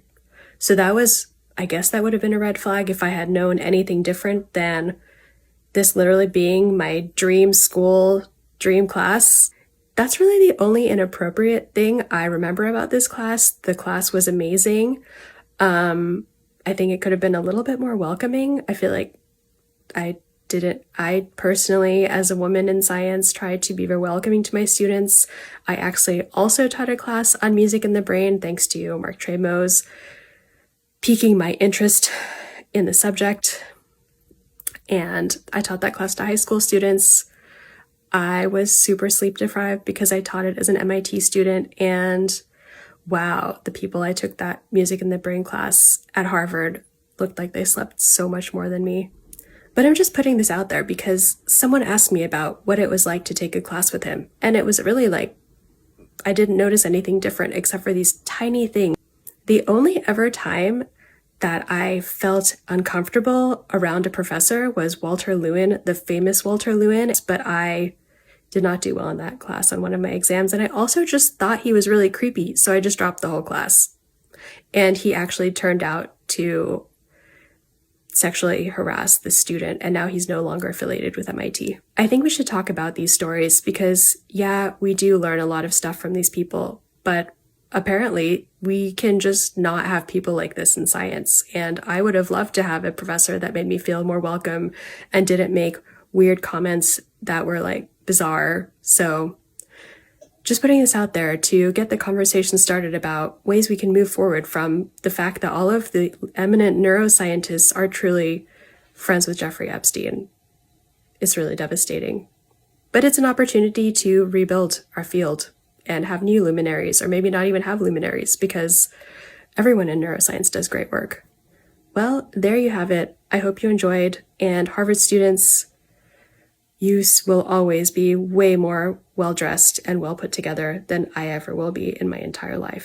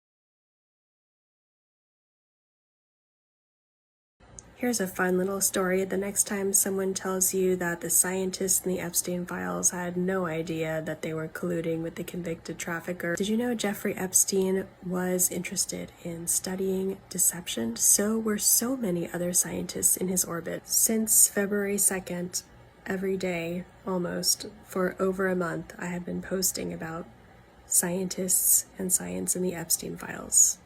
Check out our previous posts. Don't scroll away. Learn about deception research from the master of deception, Jeffrey Epstein. The word deception has 1686 hits in the Epstein Files, and not all of them are related to research, but many of them are. Ito in 2013 asks Epstein about deception and his favorite deception research resources, and so Epstein gives him a full list. Notably, Epstein calls the entire field of biology deceptive. Ito's session at Foo Camp went well. The amount of big names in these emails on deception is just ridiculous. Here is Reid Hoffman, the co-founder of LinkedIn, being interested in deception and talking to a self-deception researcher. Scientists exchange papers with Epstein on deception. Bob is a redacted man. Here he's telling Jeffrey Epstein that the anterior prefrontal cortex is involved in controlling deception. Can anyone else imagine Jeffrey Epstein buying his own MRI scanner just to test out this? Here Jeffrey Epstein actually says he's funding the work of someone, but it's redacted, and I wonder why the DOJ is protecting this person. Here's an insightful comment from Peter Thiel, of all people. He says to Epstein, he talks about deception and says, if there is a lot of deception in science, then there are a lot of fake scientists trying to get government grant money and thereby replace the real scientists. I think this is a pretty big phenomenon and seriously underestimated. Epstein liked deception so much that he wanted to organize a conference about it on Little St. James and invite a bunch of science superstars. I wish I had time to read all of these emails because I find this absolutely fascinating and very telling. Follow for more science in the Epstein Files, and feel free to comment or DM me if you would like me to talk about any topics that you found in the Epstein Files.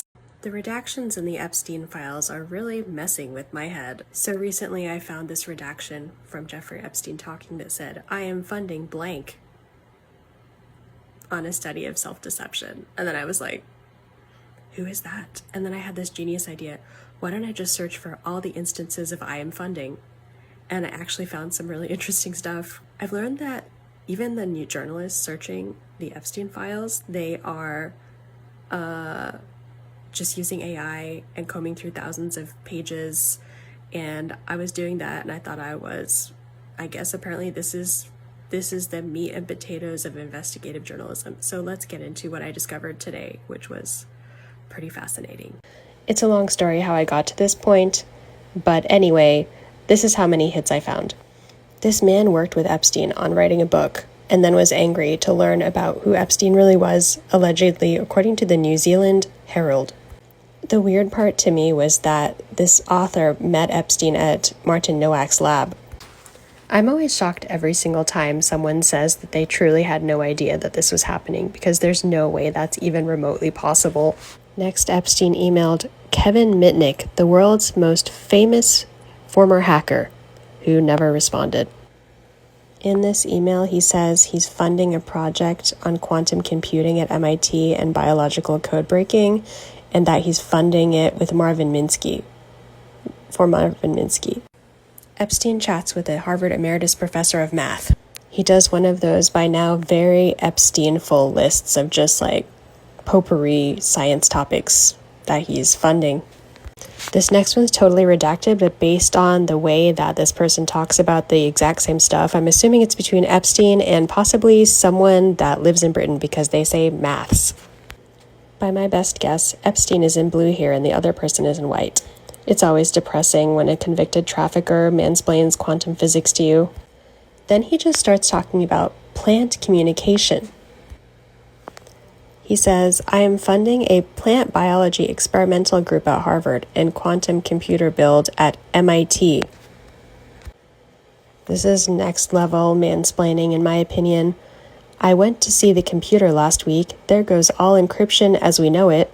Next level is quantum encryption, more like know what women want, smiley face. What? He never answers the guy's question about what the plant biology group does. It would be really helpful to know who these redacted people are. It honestly is so deranged for someone to be doing all of that trafficking and just randomly texting people about how great plant communication is. Like, wow. Follow for more. Pay to break the rules in life. A number of Epstein friends are famous scientists that actually are accused of different rule-breaking type things, to put it lightly. What separates honest people from not honest people is not necessarily character, it's opportunity. The surprising thing for a rational economist would be, why don't we cheat more? That is what Dan Ariely said to National Public Radio, as quoted in an article in the Chronicle of Higher Education. Andrew Gelman, the author of this article, has a few theories about that. His first theory is that these cheating researchers are both cheaters and researchers. Also, he says, scientific misconduct is often rewarded. I would add, until it's discovered. This part is just incredible, because we've seen this in the Epstein Files. Gelman says, maybe the kind of people who cheat in this way don't have the moral sense as the rest of us. I feel like he just does not know how right he was with that statement in this article. The best part is that this author ultimately decides that cheating researchers don't understand how science really works, and that's why they play the system, because they don't realize what science is actually about. Jeffrey Epstein was really interested in deception, and he and his colleagues, his friends, email a bunch of papers about this. Jeffrey Epstein, by the looks of his Epstein Files, wants to open a deception lab and just study it all day. With the Epstein Files, it seems like a bunch of cheating scientists have met someone that also has the same warped views on morality as they have. That's probably why many of these people are no longer in science, and why I argue should not be in science. Follow for more. Are you as shocked by this science in the Epstein Files finding as I was? To be fair, I didn't discover this on my own. It was all thanks to a wonderful follower. It turns out that Jeffrey Epstein and some of his friendos harbored racist thoughts about the cognitive abilities of different races. That's in addition to all of the sexist thoughts that he openly expressed. Let's get into it. Our follower wrote, there are conversations around the Epstein case that raise questions about science, DNA, and who was being studied or targeted, especially claims about marginalized communities. My son even brought up how some people believed certain groups were genetically different, which is disturbing if true. She told me to search for the N-word in the Epstein Files. So I did, and I got 54 hits. I mean, but that's not even, it doesn't even stop there. Look at these conversations about race between Epstein and his science friendos. Don't forget Epstein's ideas about eugenics and how he wanted to have a baby farm at his New Mexico ranch where he could just spread his own seed.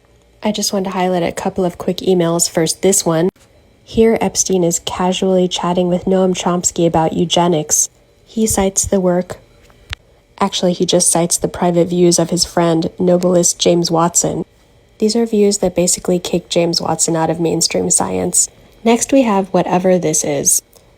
This dude is basically an Epstein yes man because Epstein funded his entire year as a senior researcher at the Media Lab. Here they're talking about racial differences. If you are interested, you can check and read the whole thread. I personally don't feel like filling my brain with that, so I won't. How does science become like this? It becomes like this when the only people that can make it to the top are a select few that don't understand why all of these other people are missing, and then they start trying to come up with reasons as to why there are no women in science, as Epstein does many times. A good scientist wouldn't look at society and immediately declare that everything is genetic that we see in society, because that doesn't make any sense. So that is the person we had funding millions and millions of science dollars, and that is hugely disturbing. It's sad to think that a person like this literally sat in the same room with a 2-time presidential science advisor, including to the first Black president. Barack Obama. I hope you learned something about science culture today and how easy it is for marginalized voices to be excluded and then shamed for being already excluded. Make it make sense. What are your thoughts? Comment below, follow for more, and let me know if there's something you'd like me to look up with respect to science in the Epstein Files. What can we learn about deception research from the Epstein Files? I'm Sheeva Ozma, a neuroscientist and journalist, and I looked up the science of deception that was mentioned in the Epstein Files, so you don't have to. Let's get into it. I posted a video about deception research and how Jeffrey Epstein was obsessed with it, and someone commented and said, I'd like to know more about those studies. So I looked them all up, and Mark Hauser did a couple of them, but since he left research due to falsification of data, and I thought his studies weren't interesting, we're just going to skip him and go with the studies of the researchers that have not been kicked out of science. Deception actually is a pretty interesting thing, I guess you could say, from a scientific perspective, because there's a million reasons why it could be useful in different organisms, like camouflage is a form of deception. I actually looked up these authors of these papers, and one of them is like kind of in the Epstein Files for them wanting to invite him to their deception conference on Jeffrey Epstein's private island, so he's out. So here's the most interesting paper. It's by German researchers, and I looked up all of the names of the researchers in the Epstein Files, and they're only in there because they were the authors of this paper. So let's get into it. This is the paper, and no, the Epstein Files peeps did not do any kind of email journal club. In case you don't know, journal club is when researchers read a paper and talk about it. It's kind of like a book club, but with a journal article. So let's create our own journal club for this paper. Let me explain it first. These researchers basically hypothesized that a region of the brain called the anterior prefrontal cortex, which anterior means the very front. So the very front of our prefrontal cortex is involved in moral cognition. And so they did this study using transcranial direct stimulation, which basically stimulates that part of the brain electrically to see what would happen while they did this one task, which I'll explain next. So unfortunately, this paper is paywalled, but they used 3 types of TDCS, which is this brain method to stimulate the brain. Cathodal TDCS, which kind of like inhibits that brain area, and then anodal TDCS, which actually like excites that brain area and stimulates it. And then they did sham TDCS, which is the control where they did no stimulation. The test they use is called the guilty knowledge test, and it's apparently now known as the concealed information test, and it tells you if someone is hiding some information about a crime. They found that inhibiting the activity of the anterior prefrontal cortex actually made people more deceptive. Do you think Jeffrey Epstein has an inhibited anterior prefrontal cortex as I now do? Chime in the comments with your ideas for this virtual journal club, and follow for more. Jeffrey Epstein was interested in funding telepathy research until he was not. According to iPaper, Epstein was in talks with London researchers to fund research into hyperscanning, which is basically this idea that one person's brain waves can influence others' brain waves. Of course, this idea is highly controversial and actually has a fair amount of critics towards it in the scientific community because it is not causal, as hypothesis-driven research tends to be.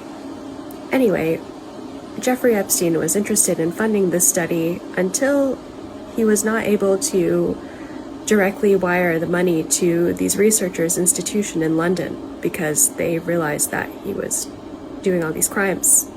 So then when the researchers found another way to get the money to themselves, Epstein was no longer interested. Jeffrey Epstein was interested in funding science research only when it was convenient to him and his own interests. That should be a surprise to no one, but there's your Jeffrey Epstein fact of the day. Follow for more, and please keep DMing me ideas and information that you would like me to talk about. There's so much I need to get through in so little time, but we persevere nonetheless.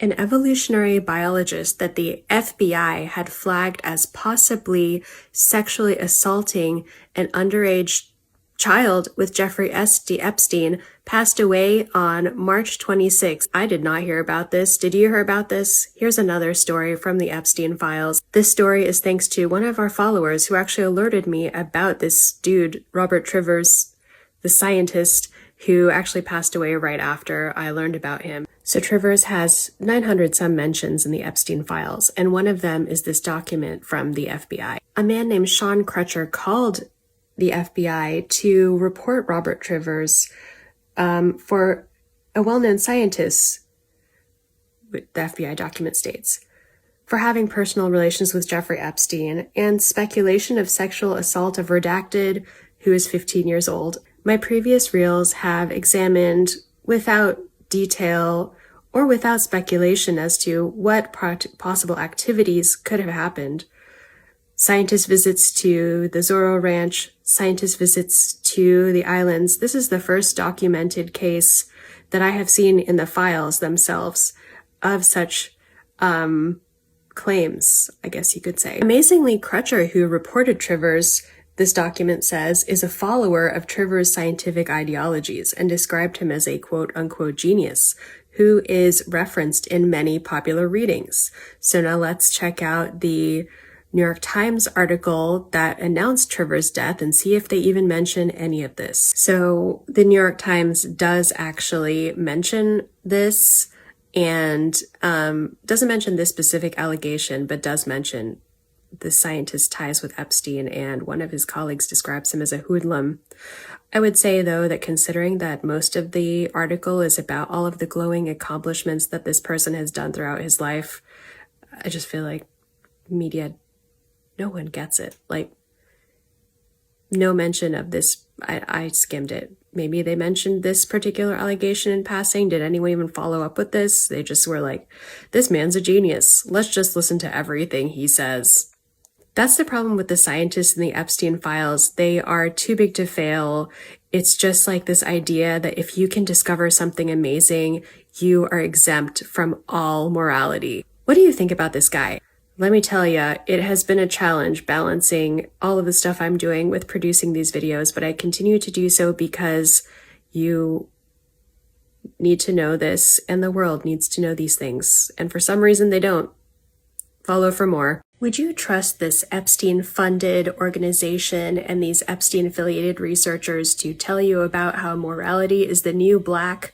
That just makes me wonder, what was the old black? It must have been something like cheating and being deceitful and deceptive. The Edge Foundation was one way that Epstein was able to link up with a bunch of famous scientists, including these scientists, who did a seminar entitled Morality is the New Black. Here's the Epstein file. That's an email from John Brockman, director of the Edge Foundation, announcing this event in 2010. Amazingly, the website for this conference is still online at the Edge Foundation's website. This conference is heavy on evolutionary biologists, and it actually mentions one of my personal favorite evolutionary biologists, the late, great E.O. Wilson, who I'm afraid to search up in the Epstein files because he's like my role model. Here's some of the copy or the text from this website. I'm just going to read it verbatim because in retrospect, this is absolutely ridiculous. Something radically new is in the air. New ways of understanding physical systems. New ways of thinking about thinking that call into question many of our basic assumptions. A realistic biology of the mind, advances in evolutionary biology, physics, information technology, genetics, neurobiology, psychology, engineering, the chemistry of materials are all our questions of critical importance with respect to what it means to be human. For the first time, we have the tools and the will to undertake the scientific study of human nature. Now, fast forward, this is 2010. Fast forward to 2026, and this is absolutely ridiculous. Like these scientists, one of these scientists, Mark Hauser, removed from Harvard's faculty over his scientific misconduct. Let's see, who are the people? Paul Bloom, Joshua Green, who studies morality, and he studies the trolley problem. You have a train. It's going forward. You can divert it, like, to avoid something, but then it will hit something else. He basically studies moral decision-making like that. Then we have the other ones are Sam Harris, Jonathan Haidt, and David Pizarro. I think this is the most bizarro morality conference ever. Like, it's the Edge Foundation was funded by Jeffrey Epstein. They're calling morality the new black, even though one of the people on the panel is like literally no longer in the faculty at Harvard because of scientific misconduct. I just feel like hypocrisy is just like, just this conference is so irrelevant now. What are your thoughts? Chime in the comments and follow for more. My childhood science role model is in the Epstein Files. I really enjoyed studying ant behavior when I was a young me. I did somehow as a kid learn about this scientist named E.O. Wilson, who was an evolutionary biology professor at Harvard. And he was part of the reason that I became a scientist, because I wanted to be as cool as him. This is 100% a true story. However, here is the rest of the story that makes me feel a little bit physically ill. E.O. Wilson, who is actually famous, you might have heard of him. He has 54 mentions in the Epstein Files. This email absolutely broke me. It says, it's from 2012. It says, it's from Jeffrey Epstein. I fund quite a bit of brain research and have established an evolutionary dynamics institute at Harvard. Controversial last paper with E.O. Wilson. Yes, that same E.O. Wilson. There's another email that Jeffrey Epstein sends in 2010 that talks about his favorite E.O. Wilson quote, and it is, Edward O. Wilson was once asked about human systems and the role of communism, and he responded, right concept, wrong species. Okay, so I did not know that E.O. Wilson is friends with Jeffrey Epstein. My whole childhood is ruined. Follow for more, and comment below if you've also tried to have an ant farm and are obsessed with animal behavior and like insect behavior. Sometimes I just like to watch birds and like watch animals behave. Follow for more science in the Epstein Files. These two important luminary scientists are both linked to Virginia Giuffre, one of the Epstein victims, through the Epstein Files, as well as independent journalism. Not from me, but I think I'm the first person I know that has linked these two scientists in a way other than science. Marvin Minsky is in the Epstein Files, and he is no longer alive, but he is the father of artificial intelligence. He's on a first-name basis with Epstein in the Files, who calls him Marvin, and Epstein's also friends with his wife. The other scientist is Stephen Kosslyn, not too far away from Marvin Minsky at MIT's CSAIL. Kosslyn is at William James Hall at Harvard Psychology Department. Let me tell you, I was shocked when I was searching up my email because I tried to get a job in Harvard in 2006 or so, and I actually have an email from Stephen Kosslyn in my inbox, but I'm not going to share it. Someone forwarded it to me about a PhD program in neuroimaging at Harvard and also the Martino Center where I previously worked. Kosslyn was one of the directors of that program, and wow. His email style does not change between writing emails to like random people that reach out to him and Jeffrey Epstein. Anyway, both Minsky and Stephen Kosslyn are linked to Virginia Giuffre in 2019 when some records are unsealed. As far as I can tell, nothing really happened with the allegations against Minsky, especially because he was no longer alive at that point. Stephen Kosslyn, on the other hand, denied the allegations. And when her unpublished manuscript, Giuffre's unpublished manuscript, had his name there, the judge deemed it a scrivener's error. And so the published version of the manuscript, which was published posthumously, does not include any mentions of him. As a scientist, and actually as anyone that uses like any AI technologies, because Marvin Minsky is literally the father of AI, that's the price. At least these allegations are the price of these technologies. And I don't really know how I feel about that. I don't think that's okay. It all kind of goes back to this idea I've been talking about that no one scientist is too big to fail, and they should be evaluated on what they do as a person, in addition to like what big, fancy, amazing research that they've done. And anyone can do big, fancy, amazing research, but not everyone can be a good person, apparently.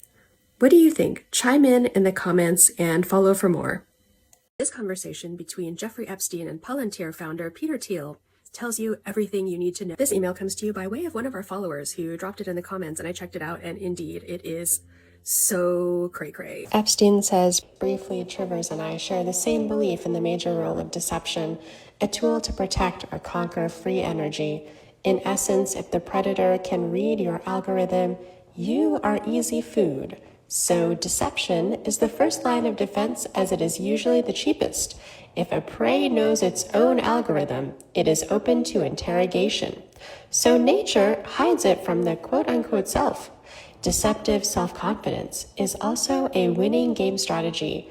Ants engage in the practice of mimetic camouflage, false direction, etc. To some extent, so do most viruses. That is, since HIV clearly masquerades itself as a unit of self. Your question regarding is deception increasing? Yes, as fast as methods of detection. Note, I assume you are awake. This is insane. Peter Thiel writes back and actually says that there's so much more to be said on this topic, but he says, I don't question that there is a line of evolutionary thinking under which deception is highly adaptive, and in this sense, it is quite compatible with the findings of science. I meant it more as a question of the sociology of science. If there's a lot of deception in science, then there are a lot of fake scientists trying to get government grant money and thereby replace the real scientists. I think this is a pretty big phenomenon and seriously underestimated. Then he says, the related question of whether the amount of deception goes up or down over time is not about evolutionary biology, since I assume our evolutionary nature doesn't change that quickly, but more about politics and technology. Thus, if there are better ways of detecting deception, then there may be less taking place. The cost-benefit calculus just shifts. And perhaps conversely, if there is a stronger government, then perhaps it will be able to get away with more deception. Think fascist/communist propaganda, or Orwell's 1984. And we'll find it easier to pretend that it is solving problems than to solve problems. This is the ultimate in the Epstein Files. On one hand, you have a man, Jeffrey Epstein, talking about biology and the way that life works and saying that it's all deceptive and everything's like so deceptive and everyone's hiding everything from each other because he's hiding all this stuff that we are now learning. And then we have Peter Thiel talking about 1984 and how good versus bad governance, and he's the head of Palantir, which has all these different, founder of Palantir, which has all these different contracts with our government right now. And it's almost like, I don't know. What do you think? Comment below and follow for more. Thank you so much to our followers who have reached out to me about this topic of savant syndrome. I hope you enjoy this video. The famous Deepak Chopra and V.S. Ramachandran of the University of California approached Jeffrey Epstein for a study on savant syndrome. Savant syndrome is like, there's an example of one of these kids, a woman emails Deepak Chopra and talks about her son that's like crazily good at doing like mental math and like all this stuff. Wikipedia defines savant syndrome as a phenomenon where someone demonstrates exceptional aptitude in one domain, such as art or mathematics, with such aptitude often coinciding with some form of social or intellectual impairment. In the emails, there's a woman named Carolyn that emails about her son Ramses, that is really good at memorizing numbers, and the neuroscientists email her and they meet her son and they're like, okay, we're going to set up some experiments.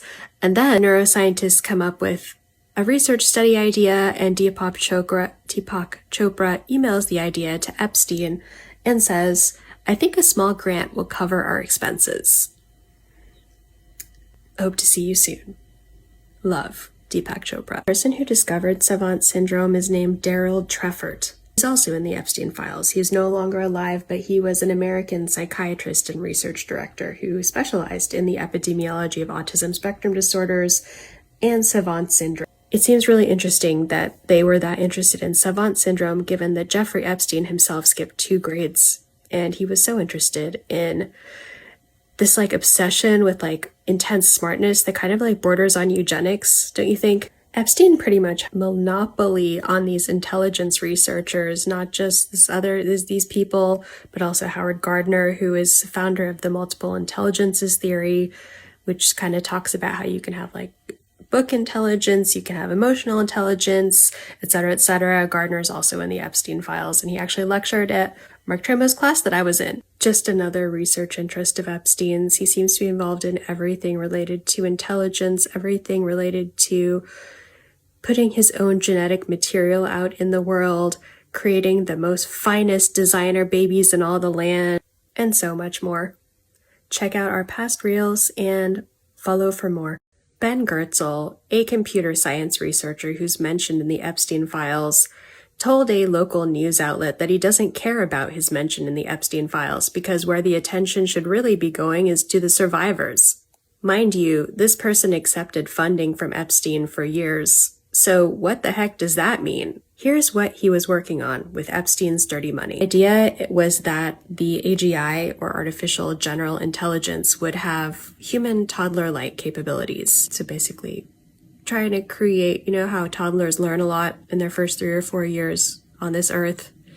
Same thing, but with a robot. There's a proposal for this project, and it's headlined by Ben Goertzel and Gino Yu, who Yu has 1,054 mentions in the Epstein Files. That's who's running this project to create an AGI toddler. OpenCog, which is the organization that this is all headlined under, also run by Goertzel.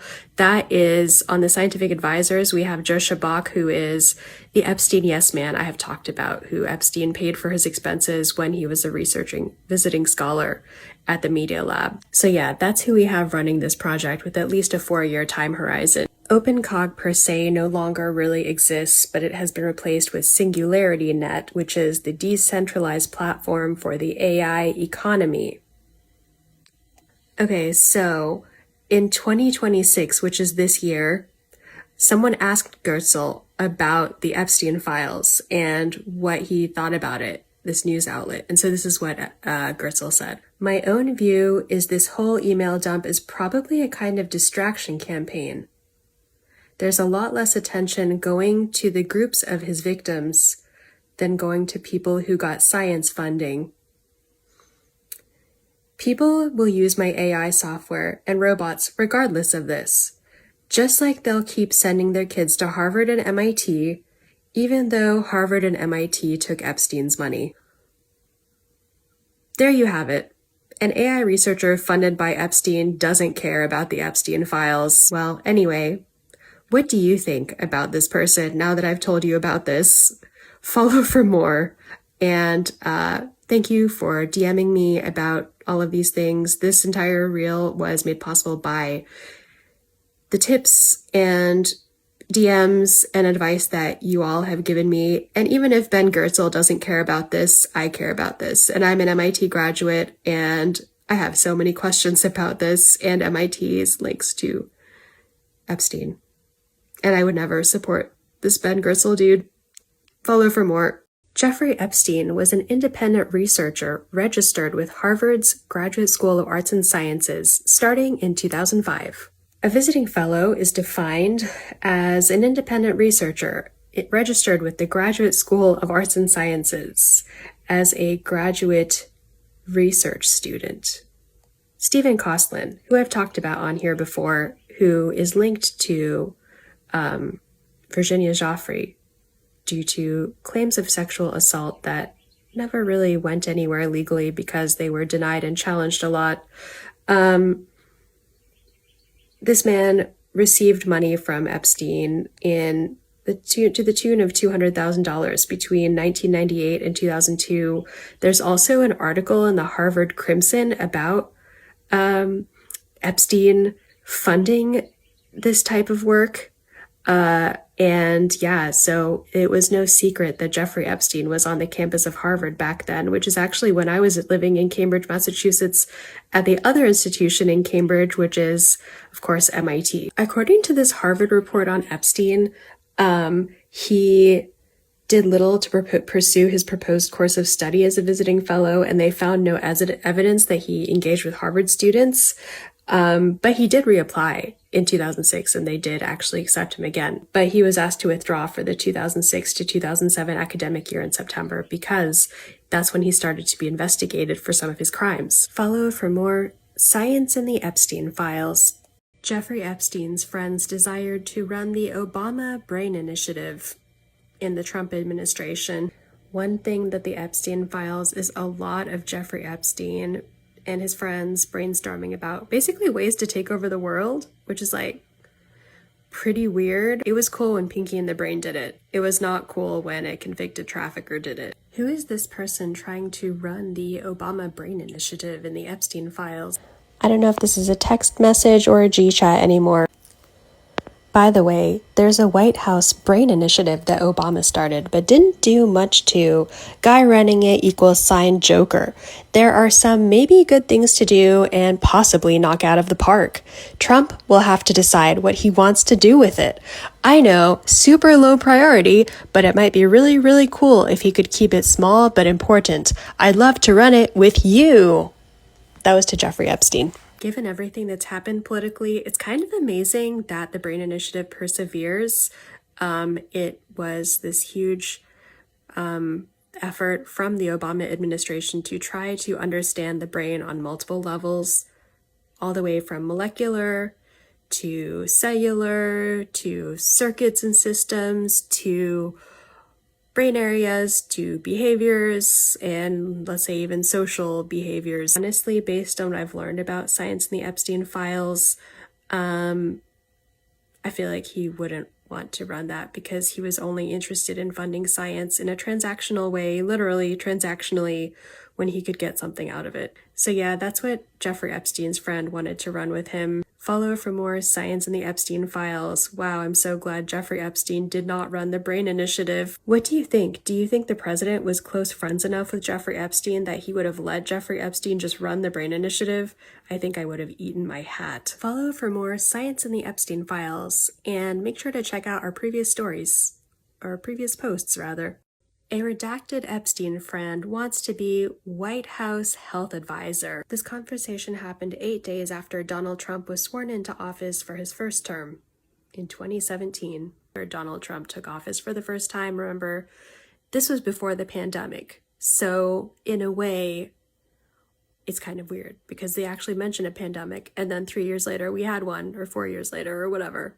Anyway, does anyone else remember when Donald Trump started, when he won the election in 2016 and then immediately started picking his people to advise him, and one of the very first people was Steve Bannon, who is heavily implicated in the Epstein Files. Here are some other Epstein friends that were kind of just brainstorming about what they could do in the first Trump administration. They also wanted to restructure the way that health roles in the federal level are organized. This is I want to say G-chat with Jeffrey Epstein and two of his friends. In fact, Jeffrey Epstein does not really chat on this G-chat, it's just his friends chatting. Unless one of the other accounts is another one of his Gmails. I really don't know who's talking, but here's what they said. So they're talking to this person, and it's not clear who this person is, but they have this chat and they say, says Surgeon General would be good if I could also somehow get the ear of Trump and help him on all the other health issues. We discussed a few really good ideas. These ideas are combine Undersecretary and Surgeon General roles. Right now, the Surgeon General reports to one of the Undersecretary for Health in HHS. That Undersecretary manages international health. He thinks I could do both roles, whoever this person is. Next one is try to be White House health advisor. The HHS secretary may block, but should try. I wasn't aware that that's how the HHS secretary worked.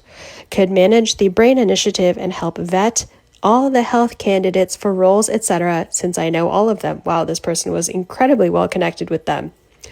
Try to be White House international health advisor. Focus on pandemics and vaccines, etc., but sneak in other stuff as able.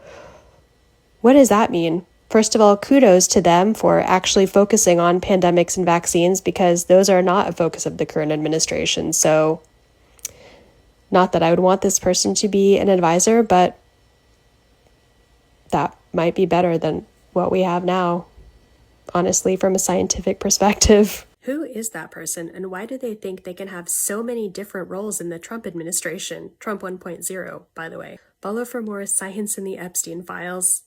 2013, Jeffrey Epstein had his skin cells sampled for a research study to make stem cells out of his cells.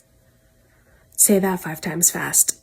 Jeffrey Epstein enrolled in George Church's personal genome project in 2013. The research staff figured out who he was and clamored for him not to get special treatment. According to Stat News, Church received funding from Epstein. Epstein also wanted his skin cells cultured for genome sequencing. In 2019, Church actually apologized to the world for having taken money from Jeffrey Epstein. He told Stat News that he didn't know how serious Epstein's crimes were. Stat reports that Church said, "I felt he had served his time and that was bad judgment." Yeah, George Church, it was bad judgment. But now no one knows what happened to Jeffrey Epstein's cell lines that were used in this study. Every institution that is named either doesn't know or has not responded to inquiry. When I saw this story on LinkedIn, the person who posted it only got 27 views. A story like this should not just be measured by its views, it should really actively be used to drive how we do science. Where are Jeffrey Epstein's genetic materials and what are they being used for now? These are really important questions that really transcend Instagram that we should be asking George Church, our lawmakers, scientists. We need to find these samples. My worst fear here is that someone is using Jeffrey Epstein's cells to do biomedical research. And what would that even mean for science? What do you think about this story? Have you heard about this story? This is new to me, but the researcher that posted about it on social media had this to say and said that I could tell you his quote. "It's stories like that that are extremely difficult to respond to meaningfully when science and academia are attacked externally. What are we supposed to say?" Yes, that's how it works. Hanging head emoji, closely followed by deepest regrets and most profound shame. Follow for more science in the Epstein Files. Are there no consequences for men behaving badly in STEM? On February 25th, the Harvard Crimson reported that Martin Nowak was placed on paid administrative leave for his affiliation with Epstein in the Epstein Files. If you check my previous posts, you can see different reels I did about him, such as his running of the PED lab about evolutionary program for evolutionary dynamics, him visiting the ranch, the Zorro Ranch with Ed Boyden, and him publishing a paper with behavioral and evolutionary biologist, the famous E.O. Wilson. On April 2nd, Nowak resigned from an Austrian academy amidst his scrutiny with the Epstein Files, but he's still a paid professor at Harvard. In fact, pretty much everyone else named in the Epstein Files that's a scientist still has their jobs. Unless they already lost it for behaving badly. Oh, and Jack Horner's also out. I forget to mention him in the next few parts. Well, some exceptions. Richard Axel, the Nobel Prize winner and longtime friend of Epstein, did resign from some of, but not all of his positions at Columbia University. Larry Summers also resigned from Harvard, and my former professor, Mark Tremo, resigned from his current institution, UCLA. There's a ton of scientists that are in the Epstein Files that are still not only doing research, but still very well recognized and appreciated. What does this say about our priorities as humans and in the scientific community? It says that people that do good science are invincible from being held accountable for their actions. Follow for more science in the Epstein Files. Brian Keating is a physicist that is named in the Epstein Files. He actually wrote a blog post about why he was named in the Epstein Files. Here's why Brian Keating says this happened. He says everybody else assumed someone had vetted Jeffrey Epstein, but no one did. He calls it a diffusion of responsibility. And he relates it to the same psychological mechanism that explains why people don't call emergency services when there are 30 bystanders. And that's the reason that he gives, is that everyone was just standing idly by and they did nothing. And like, that's a good psychological explanation, but I just don't think that really is a reason for someone to continue to be a scientist when they have affiliated with Epstein and actually hid it in many cases. But actually, Keating takes issue with people like me, and here's what he says. He says, "Now, I find the impulse to moralize from the cheap seats genuinely distasteful. It's very easy to look at this wreckage and say, well, I would never. Maybe you wouldn't. But you probably haven't spent a decade scrambling for funding while your lab's future hinges on a government panel that meets twice a year. Now, the problem I have with this statement is that people like Keating have opportunities that I as a woman in science would never have. So I don't know how I would behave if I was operating in that environment. It's impossible for many people to be in those same shoes. But here are the 3 reasons he gives as to why he affiliated with Epstein. The first was, as he mentions, this chronic underfunding and how there's no money and like all this stuff. But the second reason is actually status capture. He says, Epstein didn't just write checks. He hosted salons with Nobel laureates. He brokered introductions to powerful people. He created a ecosystem of intellectual flattery that Keating describes as intoxicating. And then the third was this thing that I already talked about. This idea that like everyone had done their due diligence about this, even though literally the second item on this list is just becoming more and more important and gaining clout. He's like, MIT and Harvard didn't do their due diligence, which they really didn't at that time. And as an MIT alum, I can say that I'm pretty disappointed in what MIT did with the Epstein Files.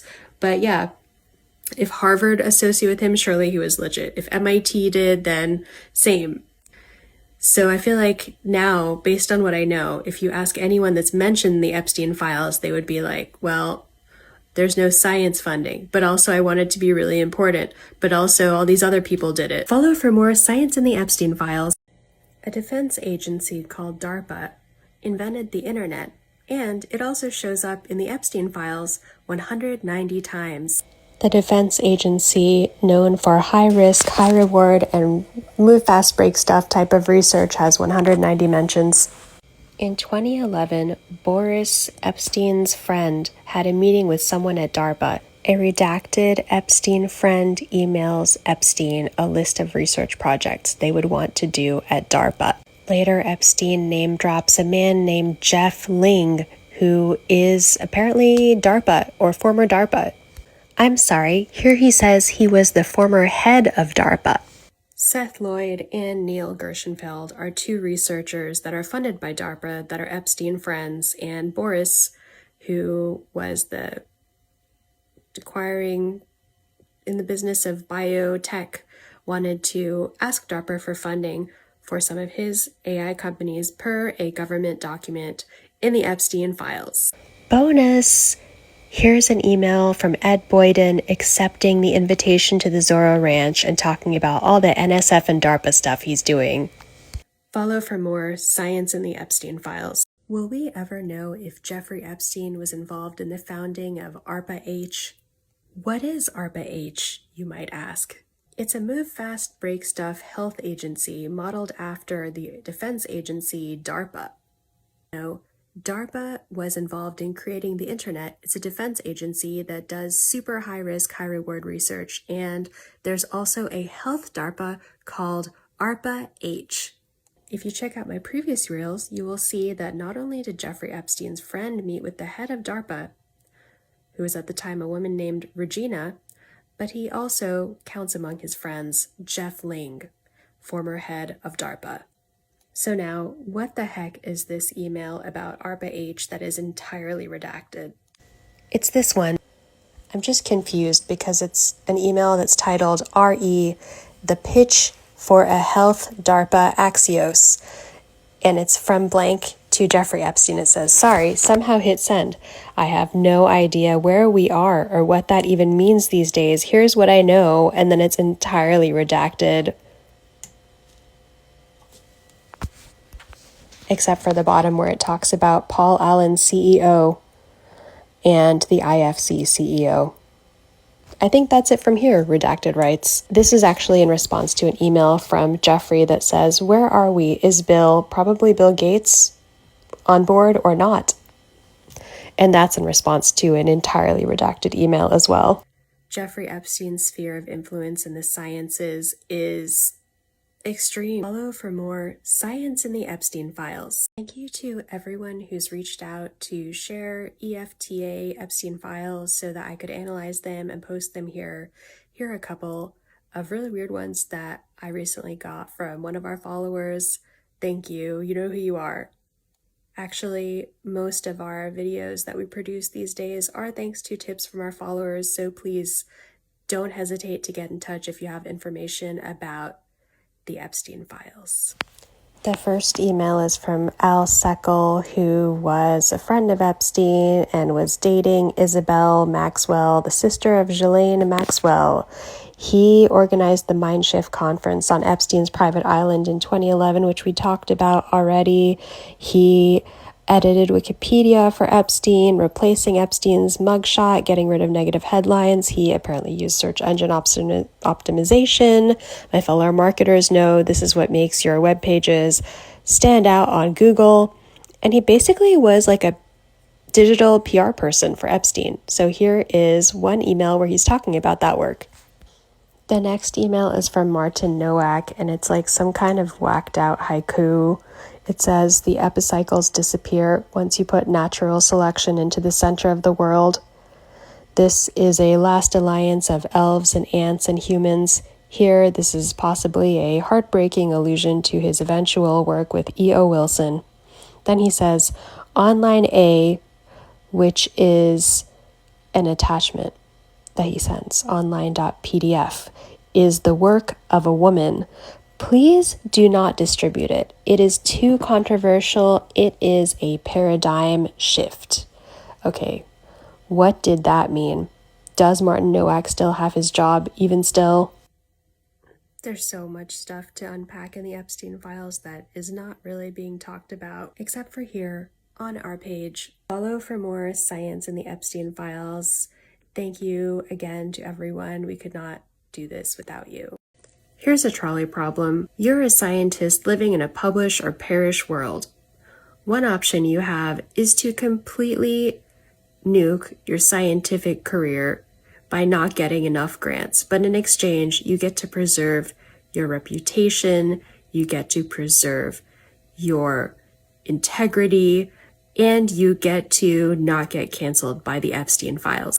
Or you could declare yourself tired of the bureaucratic mess of getting a scientific grant, email Jeffrey Epstein, get influenced by his bizarre whack job theories, and make it into the Epstein Files after you've established a legacy as a brilliant researcher. In case you didn't know, the trolley problem is studied by an Epstein Files scientist named Joshua Green, who presented at a conference called Morality is the New Black at the Edge Foundation, which was funded by Epstein.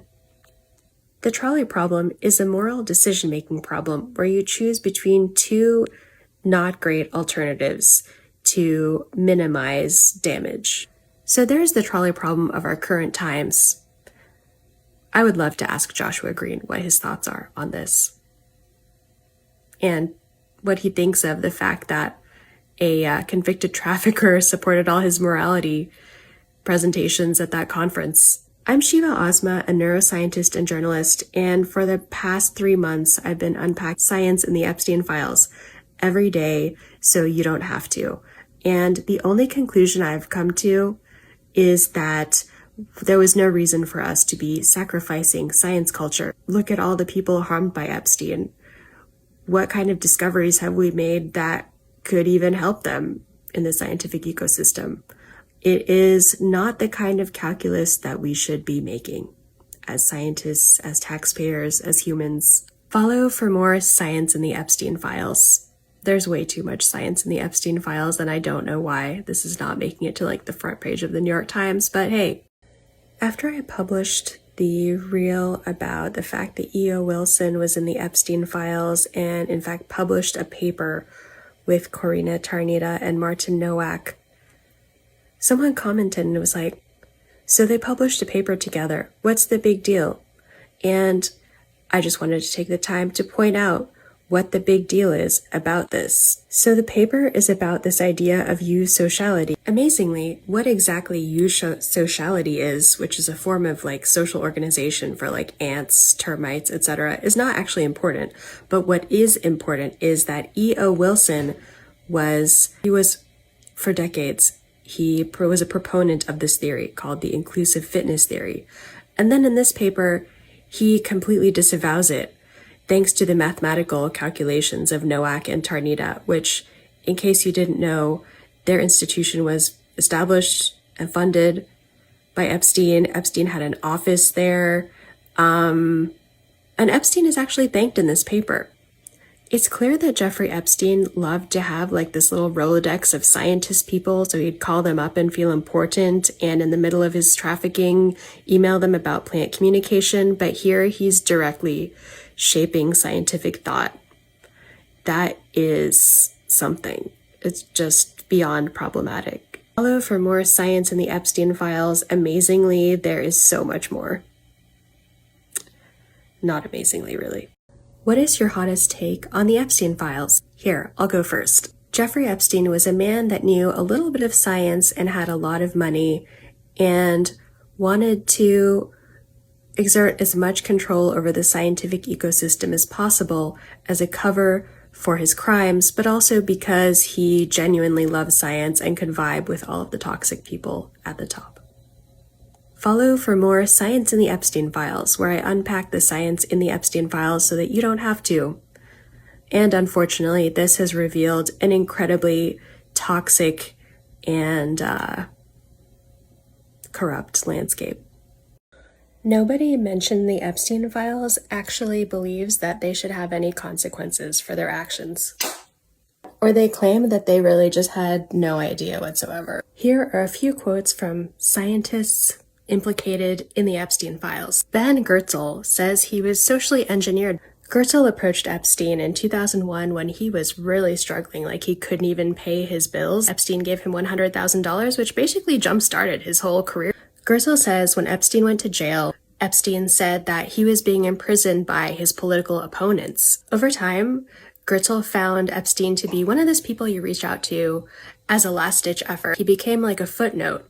Physicist Brian Keating wrote a whole blog about why scientists are in the Epstein Files. I've talked a bit about it before. He describes his affiliation as relatively mild, participating in some Epstein-funded activities, but he does say this really poignant quote, "Your need for money is the handle by which you can be grabbed." He describes being named in the Epstein Files as discomfort, but at least he says it's nothing compared to what the Epstein survivors endured. Nobel Prize winner Frances Arnold, who is actually female, was completely unaware of Epstein's activities when she reached out to Epstein's friend to literally get connected with him. She later attended a conference on Epstein's private island. The winner of the Largic Prize in Neuroscience, Ed Boyden, stated in 2020 that he continues to learn from his mistake. My former professor, Mark Tremo, said, "It's not fair to judge him." I guess not even for this pretty hard-hitting quote. Please remind Epstein that boys from the Bronx, even if they end up at Harvard, have long memories, know all about cops, stay true to their friends, through thick and thin, no less peccadillos. Neuroscientist Antonio Damasio states, "I was looking for a prestigious philanthropist, not a criminal." Seth Lloyd is an MIT professor and visited Jeffrey Epstein in jail. At least he states, "I disempowered Jeffrey Epstein's victims." I feel like this one takes the cake of all of the Epstein apologies. Richard Axel, a Nobel Prize winner and multi-decade friend of Jeffrey Epstein's, resigned, but not from everything, at Columbia, and said that mentoring generations of young students remains a meaningful commitment. The same person that mentored the future of science, women in science, graduate students, undergraduates, postdocs, the whole nine yards, was close friends with a convicted trafficker. And none of these people have faced really hardly any consequences except for their resignations to preempt being investigated. They resign from science with a rich legacy, and now another blip on their portfolio as just simply being affiliated with Jeffrey Epstein. Follow for more Science in the Epstein Files. Why did Jeffrey Epstein fund so much science anyway? Here are all the reasons Jeffrey Epstein funded science. Science helped Jeffrey Epstein gain clout, and that would make him seem really important. This one's pretty bad, but certain scientists were actually aligned with Jeffrey Epstein. Consider that a lot of the top scientists of our field, like of life sciences, like James Watson was like a Nobel Prize winner, but he was also famous for having like really sexist views. And mind you, him and Francis Crick stole Rosalind Franklin's picture of DNA and stole the Nobel Prize from her, which she wasn't able to even receive because she had died by then. Another reason was that the no-strings-attached nature of Epstein's funding appealed to scientists who wanted to have more creative freedom with their science because they didn't want to have to go through the NIH. I mean, Epstein himself didn't even really believe in having ethical principles of research, which is something that he has in common, unfortunately, with Nazis. The reason was that funding science improved Epstein's public image. Another reason was that Epstein gained a personal stake in science because he wasn't just throwing money at it. I mean, he was throwing money at it, but he also had meetings with these people. He suggested research ideas. He asked them questions. And the biggest double standard of all for males in science was Jeffrey Epstein had 0 degrees in science, but they trusted him and talked to him more than any woman with science degrees would have been able to vibe with them. And doing that made Epstein feel really smart. I've talked a lot about the role of Epstein and Ed Boyden's career. Ed Boyden won the highest prize in neuroscience, visited Jeffrey Epstein's ranch. But he also entertained all of these different questions that Epstein had about like plants and their nervous system of plants, which if you're a neuroscientist like me, you're like, huh?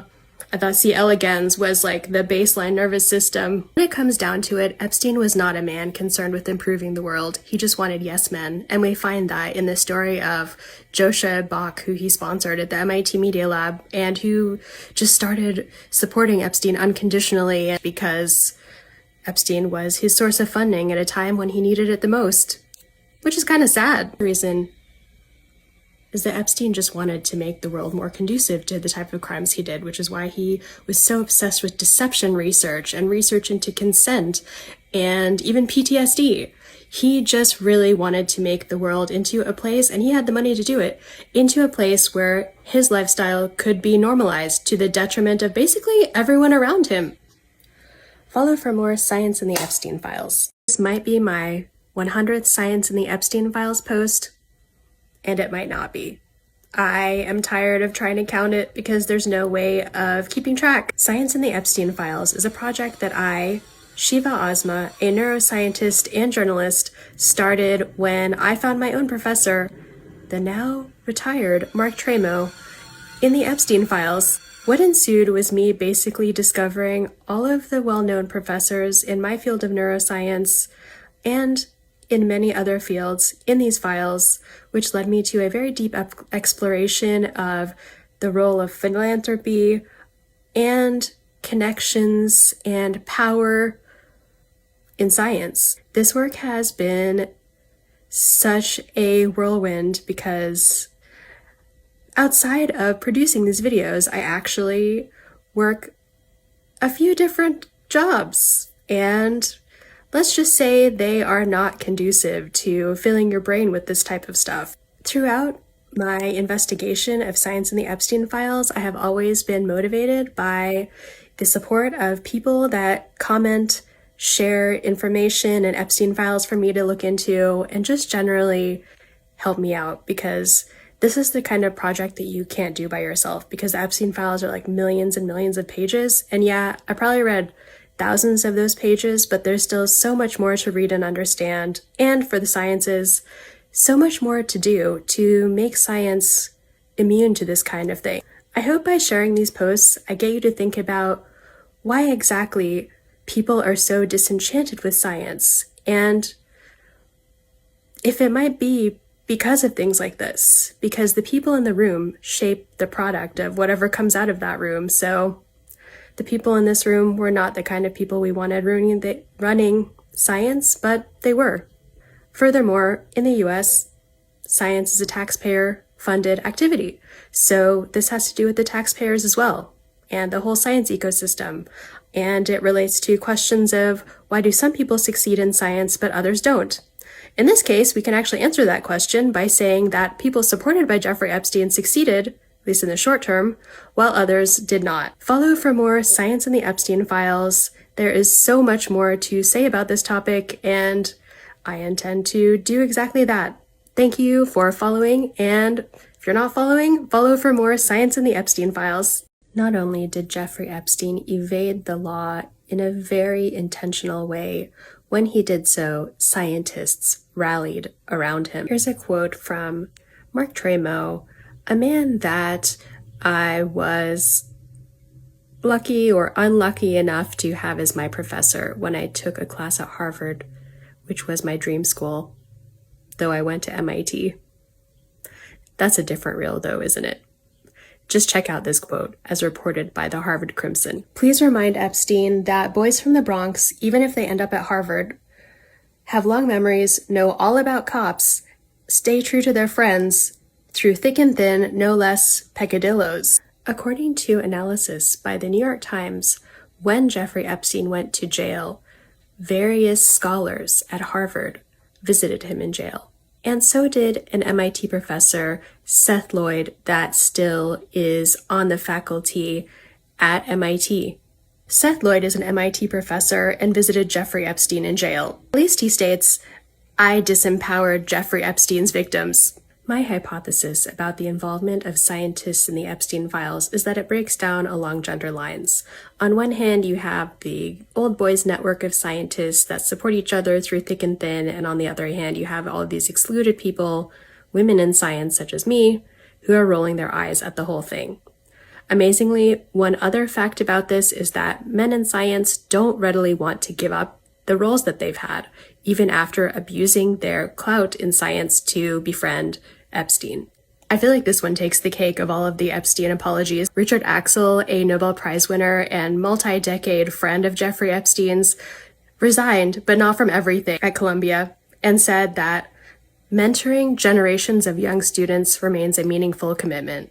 The same person that mentored the future of science, women in science, graduate students, undergraduates, postdocs, the whole nine yards, was close friends with a convicted trafficker. And none of these people have faced really hardly any consequences except for their resignations to preempt being investigated. They resign from science with a rich legacy, and now another blip on their portfolio as just simply being affiliated with Jeffrey Epstein. If you look at the details of Jeffrey Epstein's legal troubles, as I have, you'll see that almost systematically he is given so much leeway. His prison sentence allows him to work. He emails people during his jail time.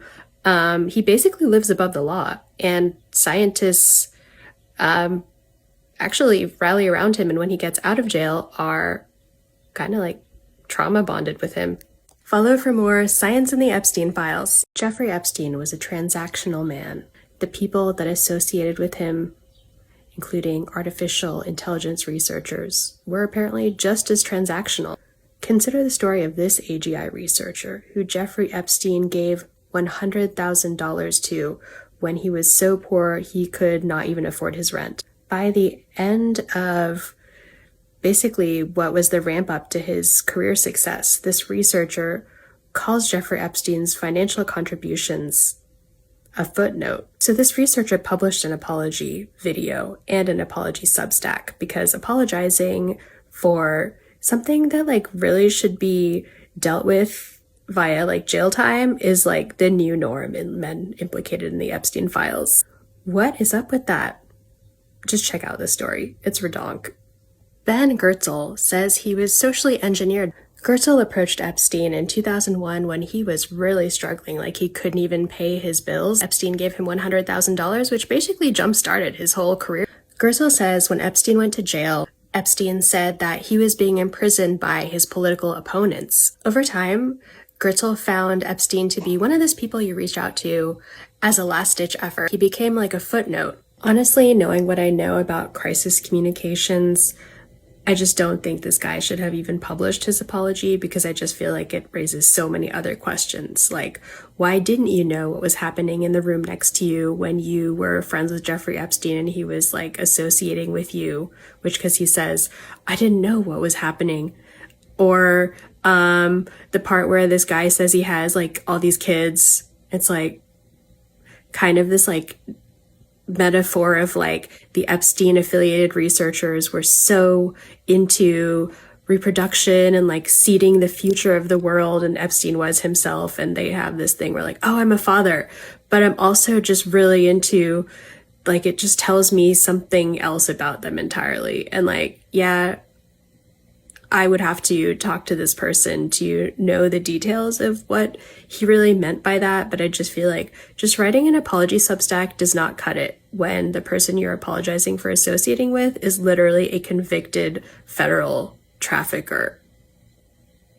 So what do you think about that? Do you know anyone in the Epstein Files? Have you worked with any of these scientists? Get in touch. I actually would really love to know.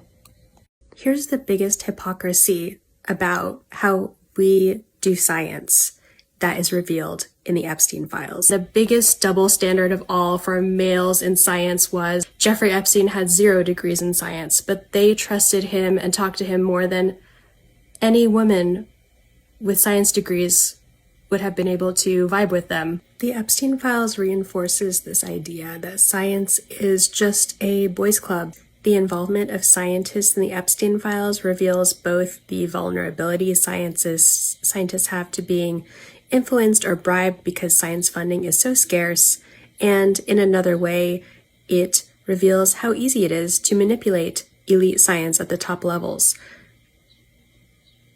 because all of those people are so unsavory, I would say. Of course, many of them have resigned by now, but the problem still remains. Follow for more science in the Epstein Files and check out our blogs on the topic, as well as our Substack. You can find all of those in our bio, and click the follow button for more. The new chairman of the Federal Reserve, Kevin Warsh, was narrowly confirmed by the Senate in a 54-45 vote, which CNBC describes as the closest Fed vote in our modern time. Kevin Warsh has 5 Epstein Files mentions. No, that's not a lot, but he is in the Epstein Files, and he is invited to some dinners and something that requires further investigation. If we thought that the Epstein Files release would automatically create change in our society, we were all so incredibly wrong, as evidenced by the fact that someone in the Epstein Files will now be running the Fed, which sets monetary policy. Basically, nothing has changed. In the sciences, some men that were implicated in the Epstein Files have chosen to resign from their academic positions, though not always from all of them, instead of being investigated. There should be a new law of physics that says that a person that is shown to have done wrongdoing will continue to do wrong unless someone stops them. And you don't have to be an MIT physicist to understand that. That is a universal law. What do you think that we've now appointed someone in the Epstein Files to lead the Fed, to set economic policy for the whole US at a time where economic policy is under heavy scrutiny given our rising inflation and rising costs of living? Comment below and follow for more science in the Epstein Files. The biggest irony in the Jeffrey Epstein debacle for me is that Jeffrey Epstein was a man with 0 science degrees, and scientists pride themselves on evidence and credibility, and they listen to this guy, these like MIT and Harvard level science people, professors, had scientific conversations with this guy where they trusted his insights, or seemingly so, more than someone with science degrees. What does that mean exactly? It means that they trusted this billionaire pedophile with science more than they would trust that low-level noob research assistant that everyone's like weirded out by because they're way too excited about science. It means they trusted Jeffrey Epstein's insights more than they would a woman in science, often with multiple degrees, just trying to effing make it in the scientific ecosystem, which many do not. Really, why is the scientific training process so complicated and tortured? It's like the worst thing I have ever experienced. So those are some of the people that actually have real expertise, and those are some of the people that these scientists overlook just to basically hang out with Jeffrey Epstein. And it's just like, why? Does this happen everywhere in science? Is it just that Jeffrey Epstein was a billionaire? Do they just trust Jeffrey Epstein over actual scientists? That is a question that every time I think about it, it honestly makes me so sad for science. So what do you think? Do you think the Epstein Files reveals some of the structural inequality in science and some of the ways that quote-unquote like merit-based scientific achievement happens? Like, do you think it's really merit, or is it just something else? I'm trying to figure out what it is other than I have no words. Chime in if you have any words in the comments, and follow for more science in the Epstein Files.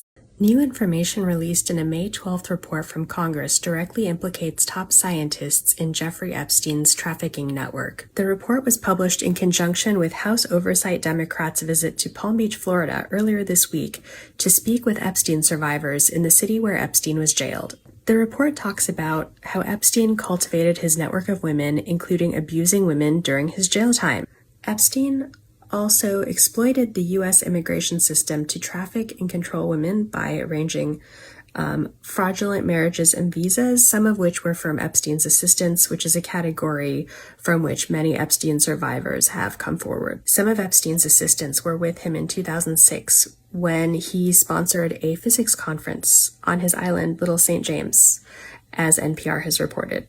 MIT professor Alan Guth stated and told NPR that he never saw Epstein without 3 or 4 of these assistants at that conference. The report also talks about the fact that Epstein connected women in his trafficking network to important men in the US and UK, including a Harvard professor and one AI executive. In 2012, Epstein and his friend Boris Nikolic, a physician scientist who worked in biotech venture capital, introduced an American woman in Epstein's network to Kimball Musk, who is Elon Musk's brother. Kimball Musk and the woman dated for 6 months. The woman later stated that Epstein forced her to go out with other men, his friends, but did not specify who. In January 2019, Epstein's assistant connected an AI executive based in Washington, D.C., named Neil Cerebriani with the phone number of an Eastern European woman Epstein had paid previously. Also in 2019, Epstein connected Harvard professor Martin Nowak with a woman in Epstein's network. By that time, Epstein had donated millions of dollars to Nowak's lab, even providing the founding donation for the lab, and had exchanged hundreds of messages with Nowak. Nowak had even visited Epstein's ranch by that point, per the emails. By the time Epstein introduced the woman to Nowak, Epstein had already paid the woman about $10,000 for her education and some other expenses in exchange for some explicit photographs. The congressional report also seems to indicate that Epstein could have paid for a trip for the woman to visit Nowak. Nowak is currently on paid leave from Harvard for the 2nd time. These new revelations show that scientists were not a side quest of Jeffrey Epstein. They were the whole story. Follow for more science in the Epstein Files.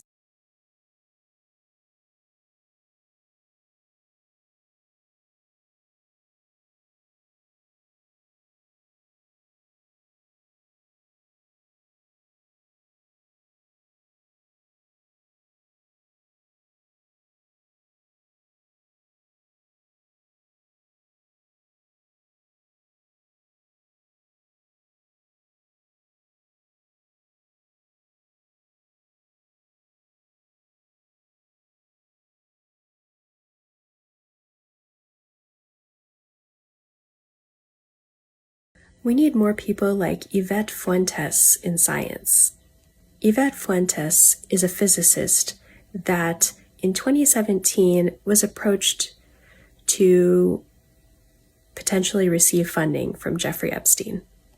Her connection was a man named Penrose, who had met Jeffrey Epstein at a 2017 talk.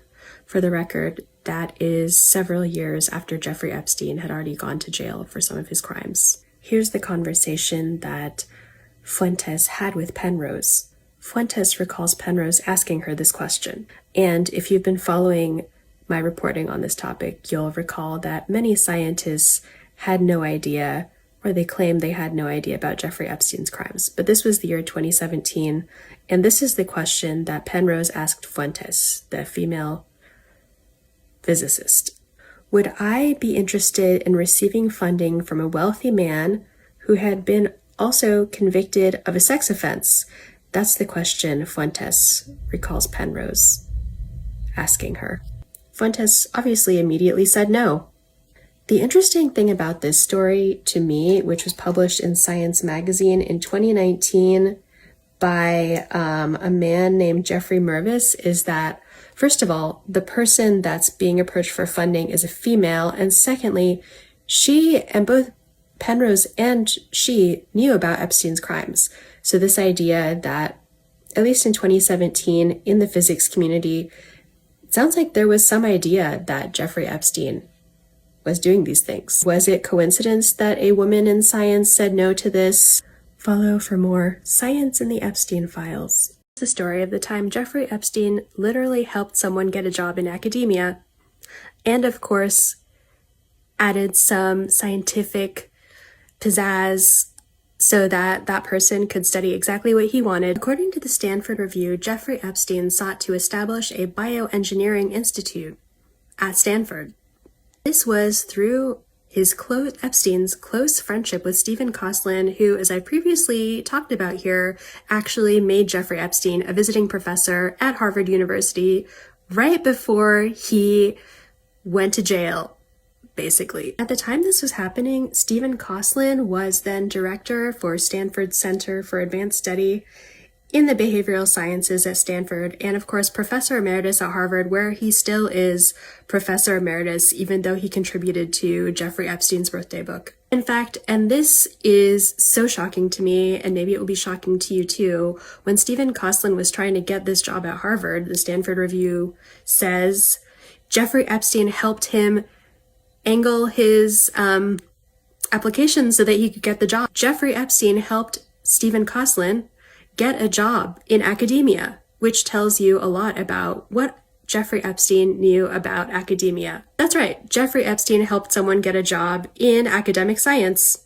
at Stanford, which is one of the top places for this kind of work, because Stanford is a good university that actually rejected me when I applied there for undergrad. No hard feelings, Stanford trees.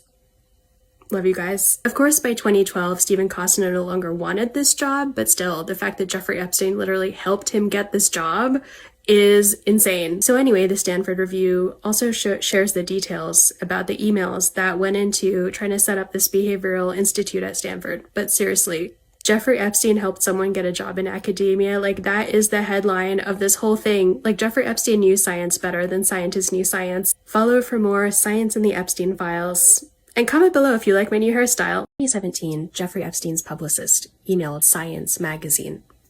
According to this article written by Jeffrey Mervis, the editors of Science were kind of surprised at why Jeffrey Epstein, who was becoming famous for being a convicted trafficker, why he wanted press. Science magazine, not wanting to miss out an opportunity to gather the news, I would assume, said yes to this interview. But there was one condition that Jeffrey Epstein had. The interview was 80 minutes, and Jeffrey Epstein asked not to publish any quotes without Epstein's explicit permission. Jeffrey Epstein died in prison in 2019, and the editors came back to this article and they were like, maybe we should publish some of these quotes. Believe it or not, in 2017, Jeffrey Epstein cited among the reasons he engaged in philanthropy the cuts to science from the Trump administration. The president has been implicated in the Epstein Files in multiple different claims.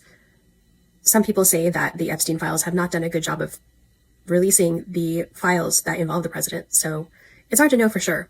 It's hard enough figuring out what scientists are even in the files, so I totally get how difficult it would be to prove anything conclusive about the president, especially with the main strategy of everyone being mentioned in the Epstein Files denying everything. Another thing Jeffrey Epstein literally told Science magazine is that he doesn't care about diversity of people.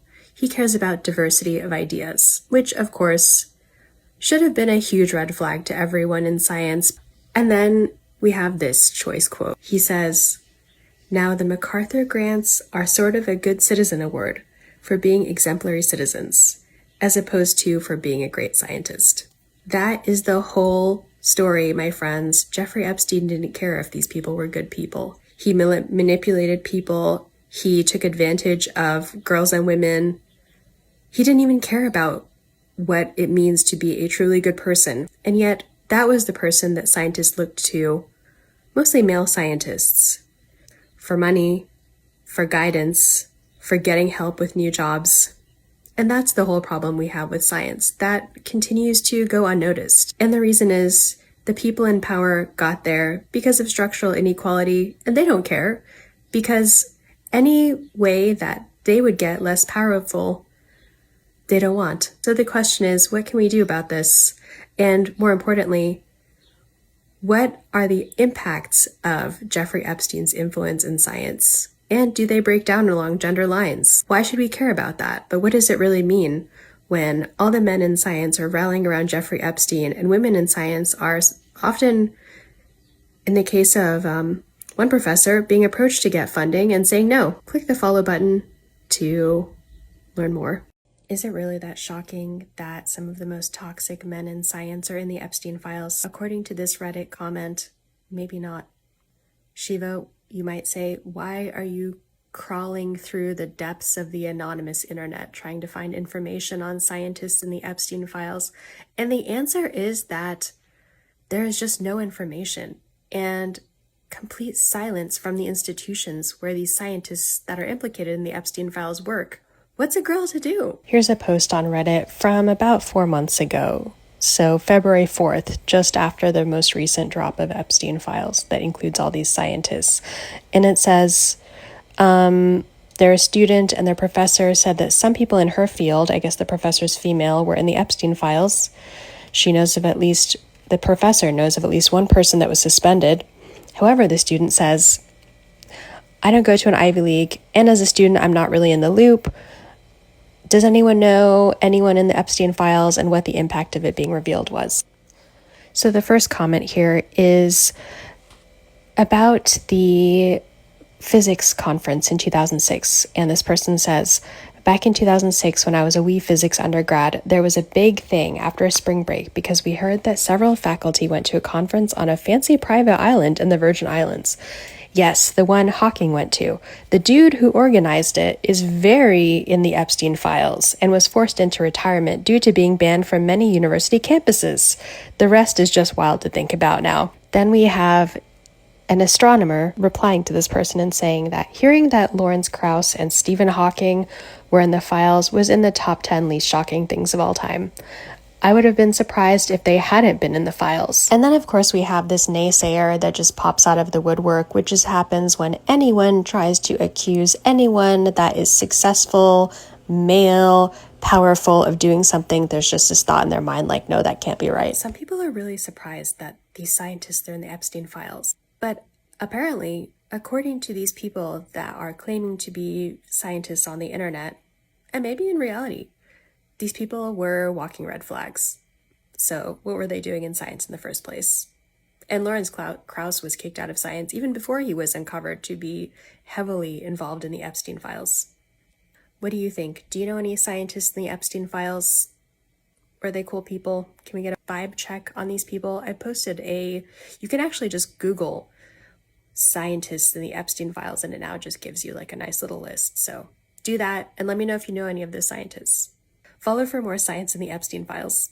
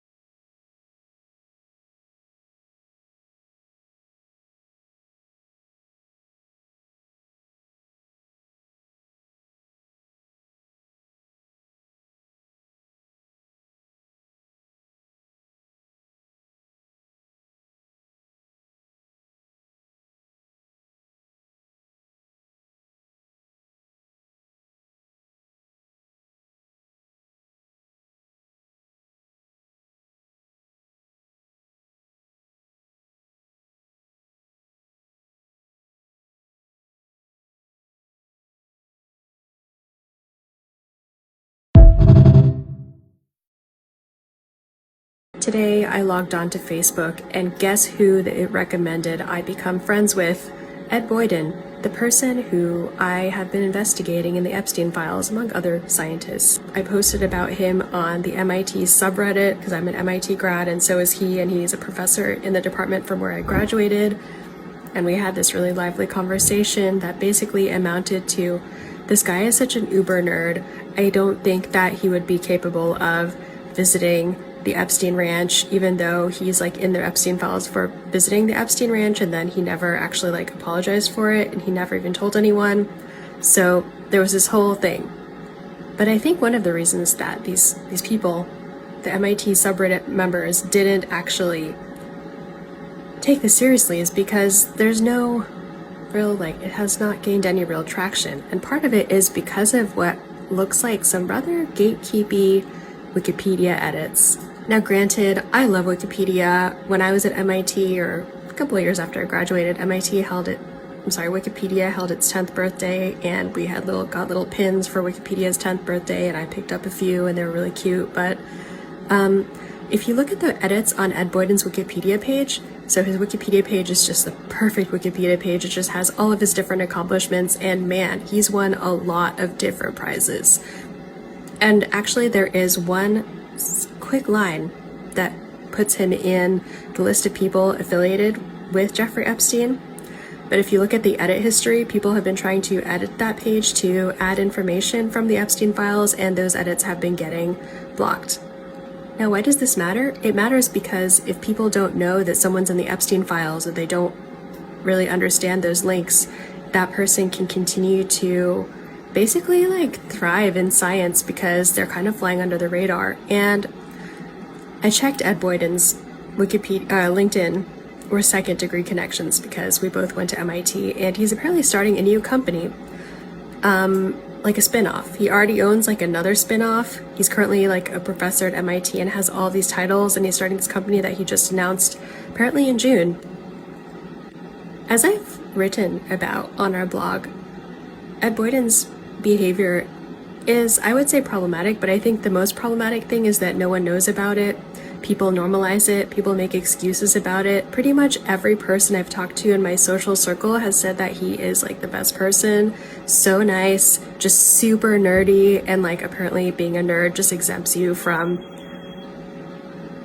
being evaluated on whether you're actually a good person or not. Follow for more science in the Epstein Files. Since I started the Science in the Epstein Files series, people have been getting in touch with me about topics that are really interesting to them. The first topic was transhumanism, and people were really interested in whether Jeffrey Epstein was interested in transhumanism. In case you don't know what that is using technology to basically improve one's life or even make it longer. Jeffrey Epstein was a huge fan of longevity research. He wanted to create CRISPR DNA edited babies, which Chinese researchers beat him and his friends to it, and I did a reel about that. Another way that Epstein supported transhumanism was through his collaboration with artificial general intelligence researchers such as Ben Goertzel, who, as I have talked about before, accepted money from Jeffrey Epstein when he was so broke he barely could even afford rent, and ended up kind of discarding Jeffrey Epstein when he got more and more famous. But one project that is in the Epstein Files is his desire to make an AGI toddler, which, as a neuroscientist, I have my own beef with, but let's move on. I should also mention someone asked me about Humanity Plus, which is a transhumanist nonprofit, and yes, Ben Goertzel is on the board, even now. I just checked 2 days ago, so there you have it. How do you feel about transhumanism? I have my own thoughts on it.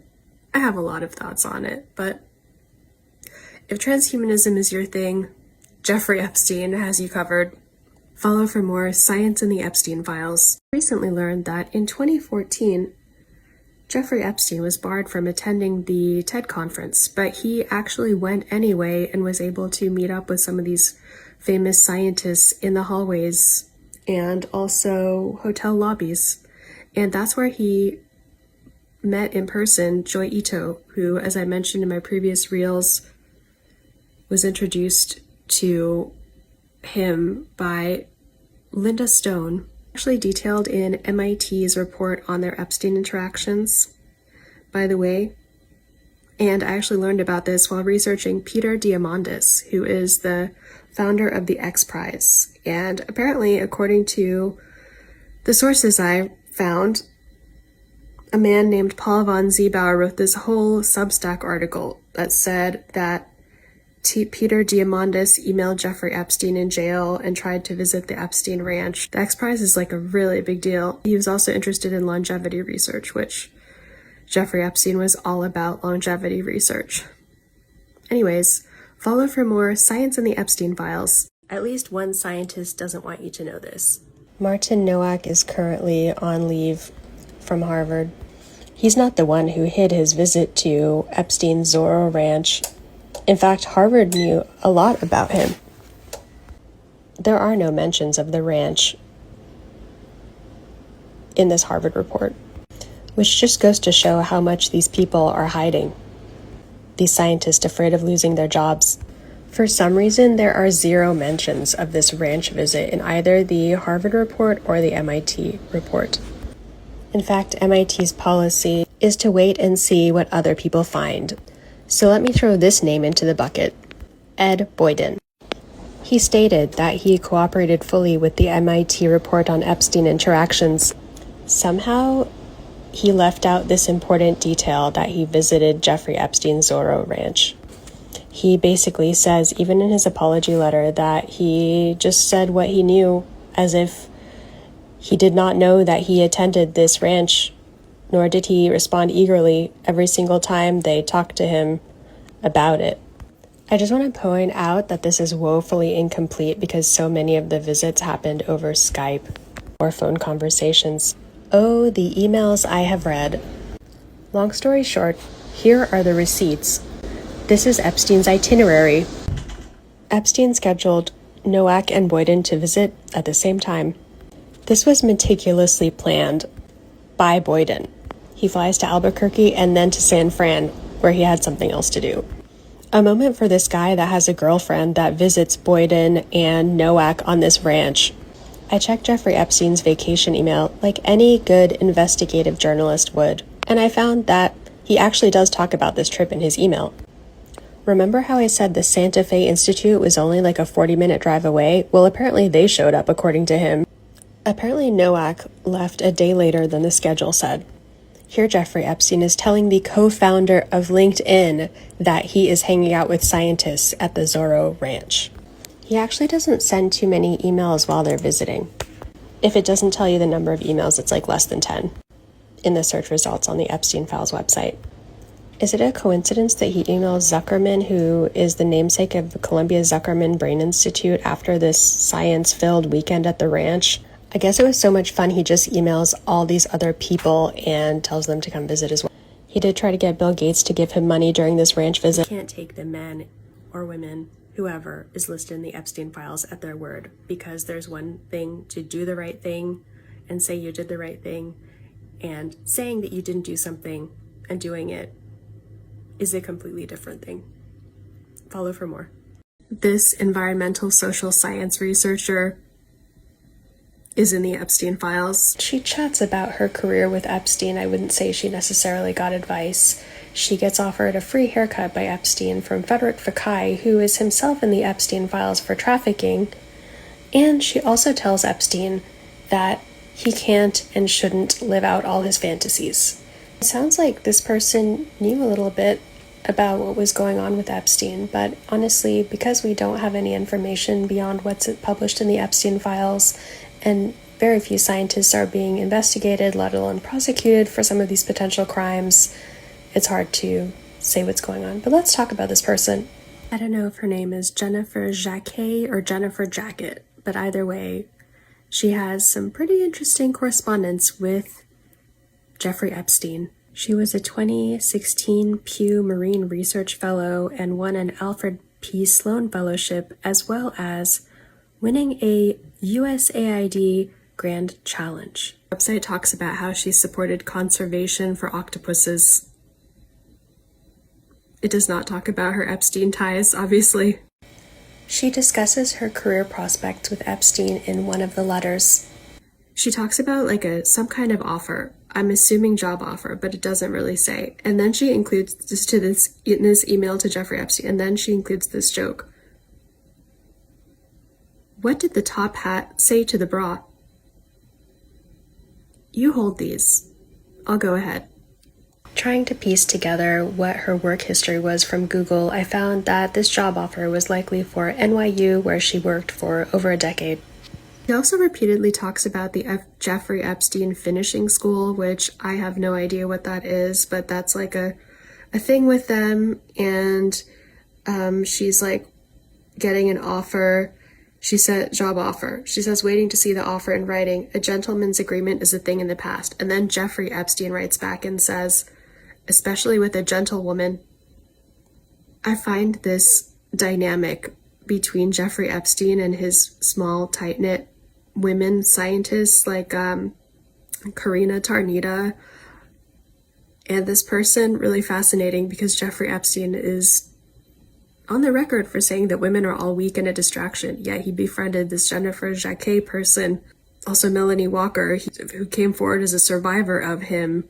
She was romantically linked to Bill Gates, and she used to work at the Gates Foundation. So, wow, that would be an interesting thing to learn more about if we had literally any answers about all of this.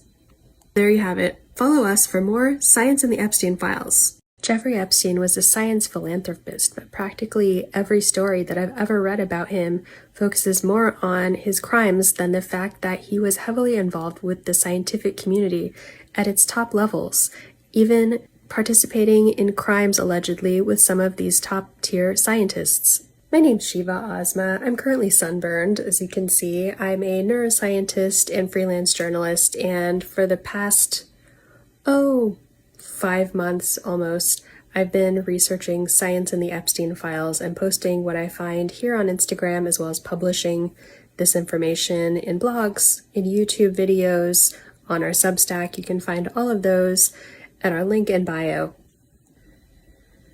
Let me be honest with you when I say that when I started this project, I thought that it would be in the pages of the New York Times. And also, I should add, it has not been in the New York Times. And I'm actually okay with that, in a way. In another way, I'm not okay with that at all. I mean, I subscribe to the New York Times, and I was really happy to get this DM from a follower that says, I'm glad you published your article on your blog rather than at the New York Times, because I would have not read it. So that's a good point. I don't read the New York Times as much as I read Instagram. Should I read the New York Times more? Probably. Follow for more Science in the Epstein Files. Jeffrey Epstein wanted to host a neuroscience, creativity, and innovation conference in Cuba.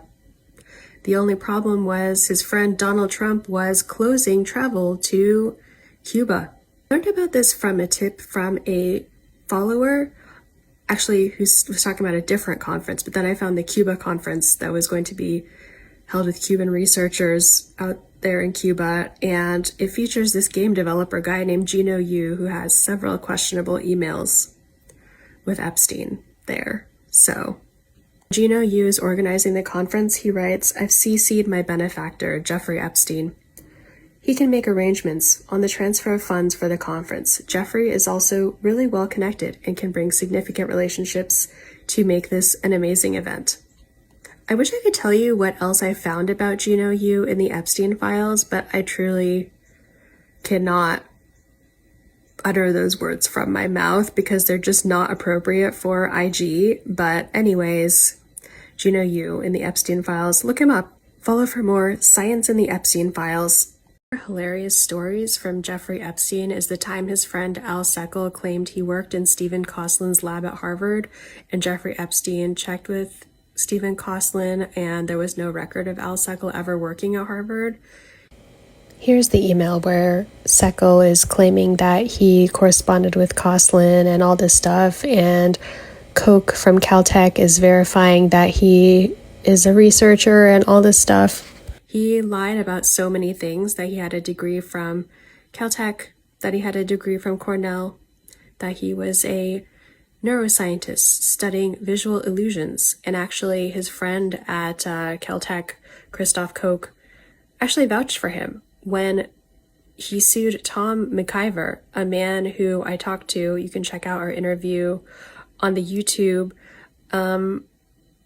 He sued McIver for basically uncovering these things about him. He was also the main guy that when it came to Jeffrey Epstein leaving jail and having a digital paper trail of all of these terrible news articles, he was the one that asked Jeffrey Epstein for some money and offered to help him clean up his digital footprint. It's like that saying goes, tell me your friends and I will tell you who you are. Follow for more science in the Epstein Files. Jones, PhD, is the founder, president, and chief executive officer of the Allen Institute, which is named in honor of Paul Allen, who co-founded Microsoft with Bill Gates, who recently testified to Congress on his Epstein ties. Jeffrey Epstein evidently visited the Allen Institute, per the Epstein Files. On March 22, 2014, Jeffrey Epstein writes to Alan Jones and says, "Thanks for the tour. I loved seeing the machines. Any plans for super high-speed cameras? I would consider cryptographers and at least algebraic topologists that are facile with 3 space." The Allen Institute is a neuroscience research institution, so your guess is as good as mine as to why cryptography would play any role in neuroscience in what Allen Institute does, which is basically understanding the brain. The brain doesn't, as far as I know, use cryptology, and I'm a neuroscientist, so that makes me feel a little bit gaslit. Not gonna lie. However, Alan Jones actually writes back really, really excitedly about this topic. Like, maybe someone needs to just sit down and explain this to me. Like, I am not saying I know everything about neuroscience, but like, Alan Jones, after this visit with Jeffrey Epstein, actually says he was going to discuss the cryptographers and topologists that you suggest with Christoph Koch, our CSO, who's still the CSO of Allen Institute. If you're ever back in Seattle, please let me know, as I'm sure you would both enjoy meeting each other.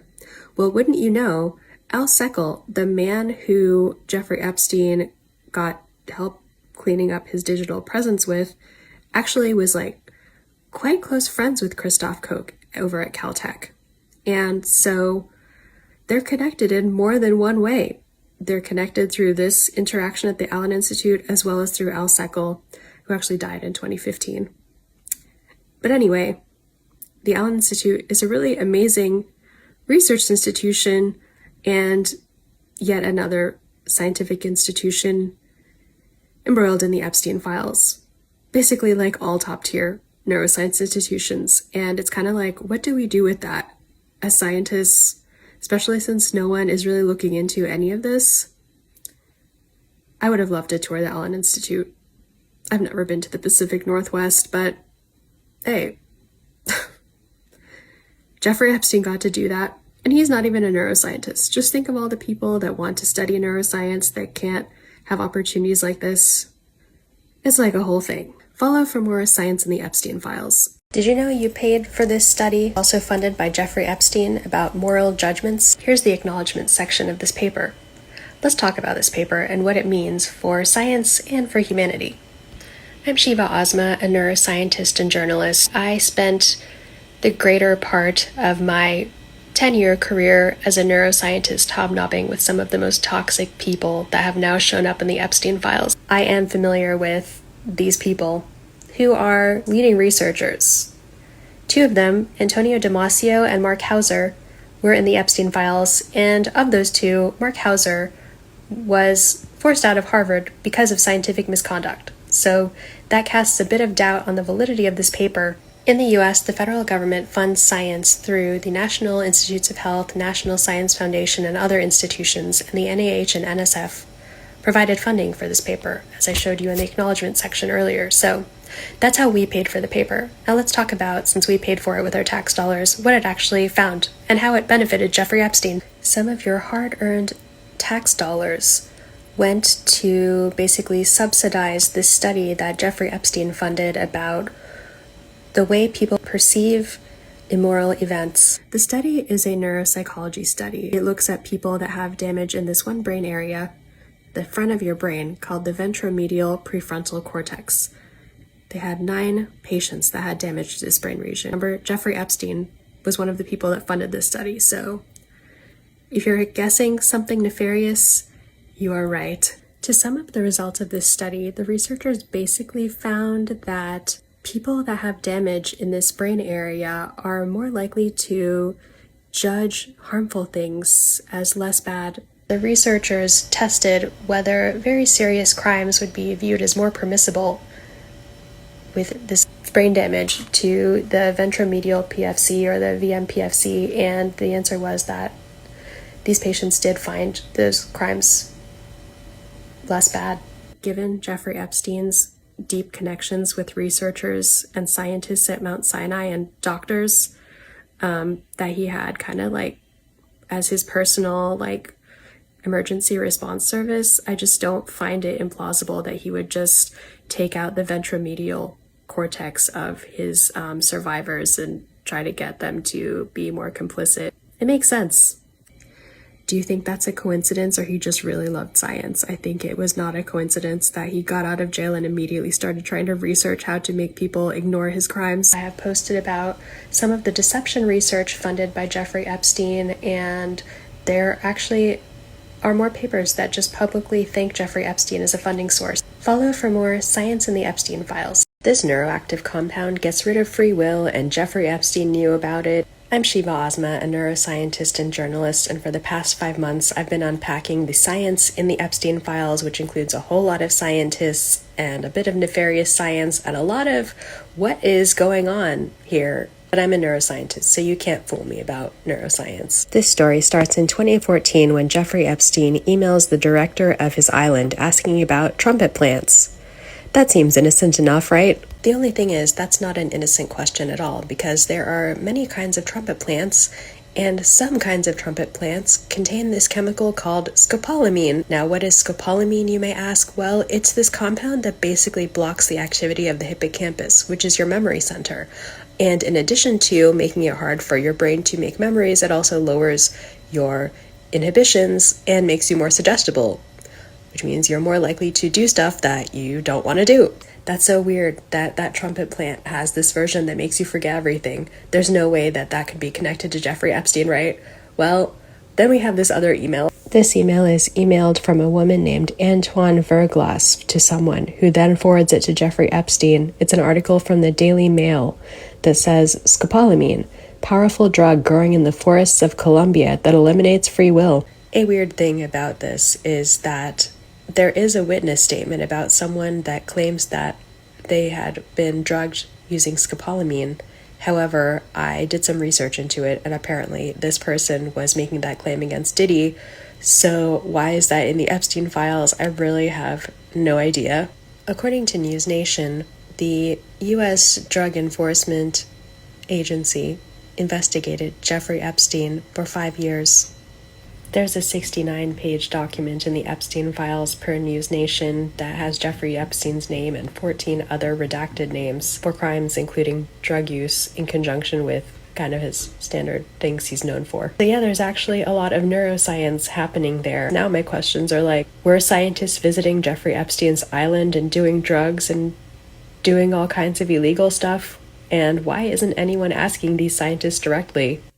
After we posted a reel that I'm going to share right there about how Jeffrey Epstein basically paid these researchers to study whether brain damage makes people more forgiving of serious crimes. Spoiler alert, it did. Someone commented on that story and was like, hey, didn't Jeffrey Epstein have these flowers that help people forget stuff on his island?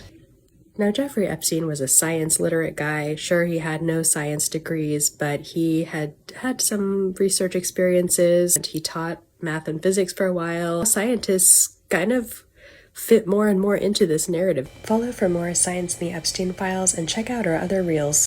This scientist in the Epstein Files that wanted to research what it means to be human apparently does not know how to be a good one. That quote is from an article that Ed Boyden wrote for this journal called Frontiers in Young Minds. The article just came out in June 2026, which is interesting because it makes me wonder if Ed Boyden has been reading my investigative journalism of him. I'm kind of starting to think that he is, because Facebook just served me up this friend suggestion.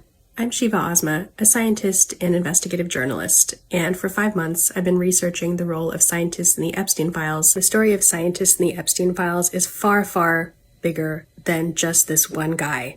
However, Ed Boyden has won the highest prize in neuroscience. It's called the Brain Prize, and he won it in March 2013, just a few months before Jeffrey Epstein visited him on the MIT campus. He's basically the father of this field called optogenetics, which allows you to control neurons using light. He was able to delete memories in the brain using that, which is actually incredible for people that are suffering from things like PTSD, but also really bizarre given the previous reel I posted, especially in retrospect, about people in Jeffrey Epstein's circle approaching him about ways to erase people's memories. I don't think it's right to talk about how great someone's research is when they may have stepped onto Jeffrey Epstein's ranch that he wanted to use for genetic experiments. But in this case, I think that Ed Boyden's contributions to science being so important and impactful are kind of giving people this halo effect, like including in members of the MIT community that I've spoken with that describe him as one of the nicest people ever. Boyden and 2 other scientists, another one from MIT who used to run the MIT Media Lab, and another professor at Harvard who's currently under his second Epstein investigation, have a kind of digital paper trail in the Epstein Files of their purported visit in mid-August to Jeffrey Epstein's Zorro Ranch. NBC News did some great reporting on the topic of the Zorro Ranch, which basically revealed it to be a trafficking operation and a place where many survivors of Epstein came forward from. Of the 3 scientists I have mentioned here, Martin Nowak is currently under his second investigation at Harvard, where he is a professor and used to run a center funded by Epstein and where Epstein had an office. Joy Ito, who used to run the MIT Media Lab and solicited donations from Epstein, is no longer heading the MIT Media Lab. Ed Boyden is still a professor at MIT, and he just launched a new business. MIT's wait-and-see approach to the Epstein Files means they won't investigate anyone until someone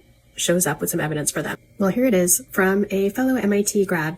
Go Beavers. Knowledge is power, so follow for more science in the Epstein Files. An MIT neuroscientist famous for his research on deleting memories has some explaining to do. What he said versus what he's done doesn't match up. A digital paper trail in the Epstein Files reveals that Ed Boyden, the MIT professor in question, planned to visit the Epstein Ranch, which NBC News has described as a trafficking operation. Although Boyden's planning and even his plane ticket to Albuquerque and subsequent shuttling to the ranch is in the Epstein Files, there is no follow-up evidence that he went there. Epstein was also a bit tight-lipped on his email.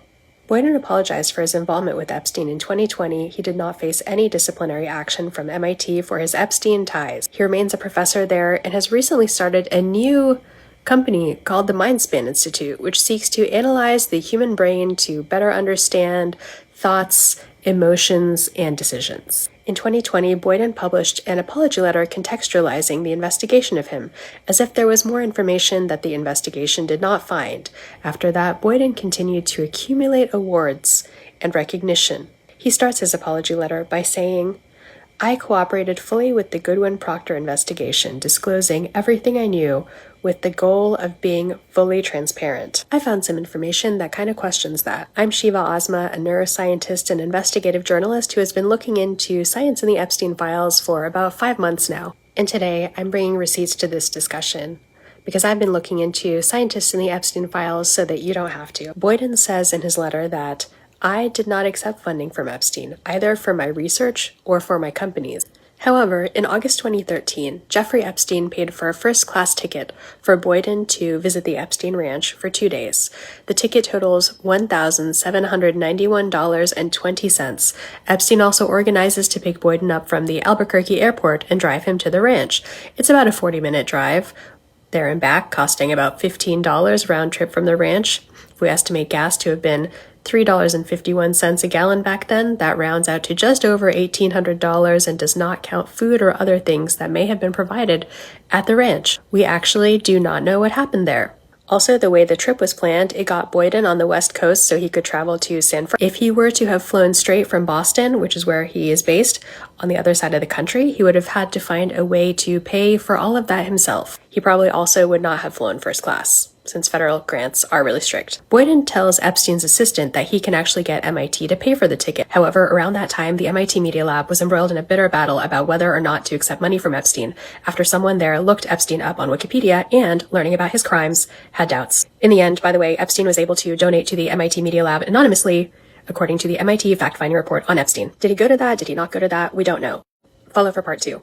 An MIT neuroscientist famous for his research on deleting memories has some explaining to do. A digital paper trail in the Epstein Files reveals that Ed Boyden, the MIT professor in question, planned to visit the Epstein Ranch, which NBC News has described as a trafficking operation. Boyden apologized for his involvement with Epstein in 2020. He did not face any disciplinary action from MIT for his Epstein ties. He remains a professor there and has recently started a new company. In 2020, Boyden published an apology letter contextualizing the investigation of him. After that, Boyden continued to accumulate awards and recognition. He starts his apology letter by saying, "I cooperated fully with the Goodwin Procter investigation, disclosing everything I knew with the goal of being fully transparent." I found some information that kind of questions that. I'm Sheeva Ozma, a neuroscientist and investigative journalist who has been looking into science in the Epstein Files for about 5 months now. I've been looking into scientists in the Epstein Files so that you don't have to. In August 2013, Jeffrey Epstein paid for a first-class ticket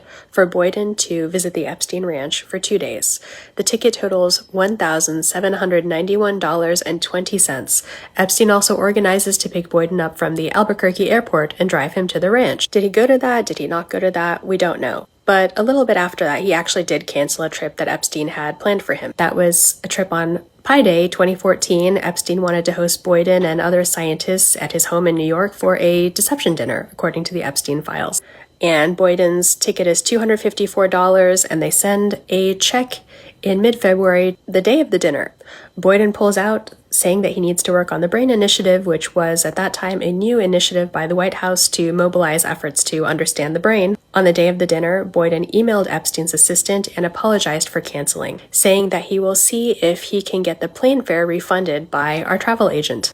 Knowledge is power. Follow for part 3. An MIT neuroscientist famous for his research on deleting memories has some explaining to do on denying the extent of his Epstein ties. I'm Sheeva Ozma, a neuroscientist and investigative journalist who has been looking into science in the Epstein Files for the past 5 months. The digital paper trail in the Epstein Files shows that the MIT professor Ed Boyden planned to visit the Epstein Ranch, which NBC News has described as a trafficking operation. In 2020, after a fact-finding investigation found Boyden involved in the Epstein debacle, he released a, quote, contextualizing apology letter. Boyden begins his apology letter by saying, "I cooperated fully with the Goodwin Procter investigation, disclosing everything I knew with the goal of being fully transparent." In parts 1 and 2, I talked about his denial that Epstein supported him financially. In this video, I wanted to talk about the fact that Epstein also visited him at MIT, toured his lab, and even collaborated with Boyden via Google Docs on a proposed research study on plant communication. On both June 28, 2013 and April 15, 2017, the MIT report states Epstein met with Boyden. He actually has many different appointments throughout MIT. On the June 28, 2013 visit, the MIT report says Epstein toured Boyden's lab. The report states that Boyden told the fact finders that he did not remember this or any other visit by Epstein to MIT's campus. The report also says that Ito described him as attending in an email sent around that time.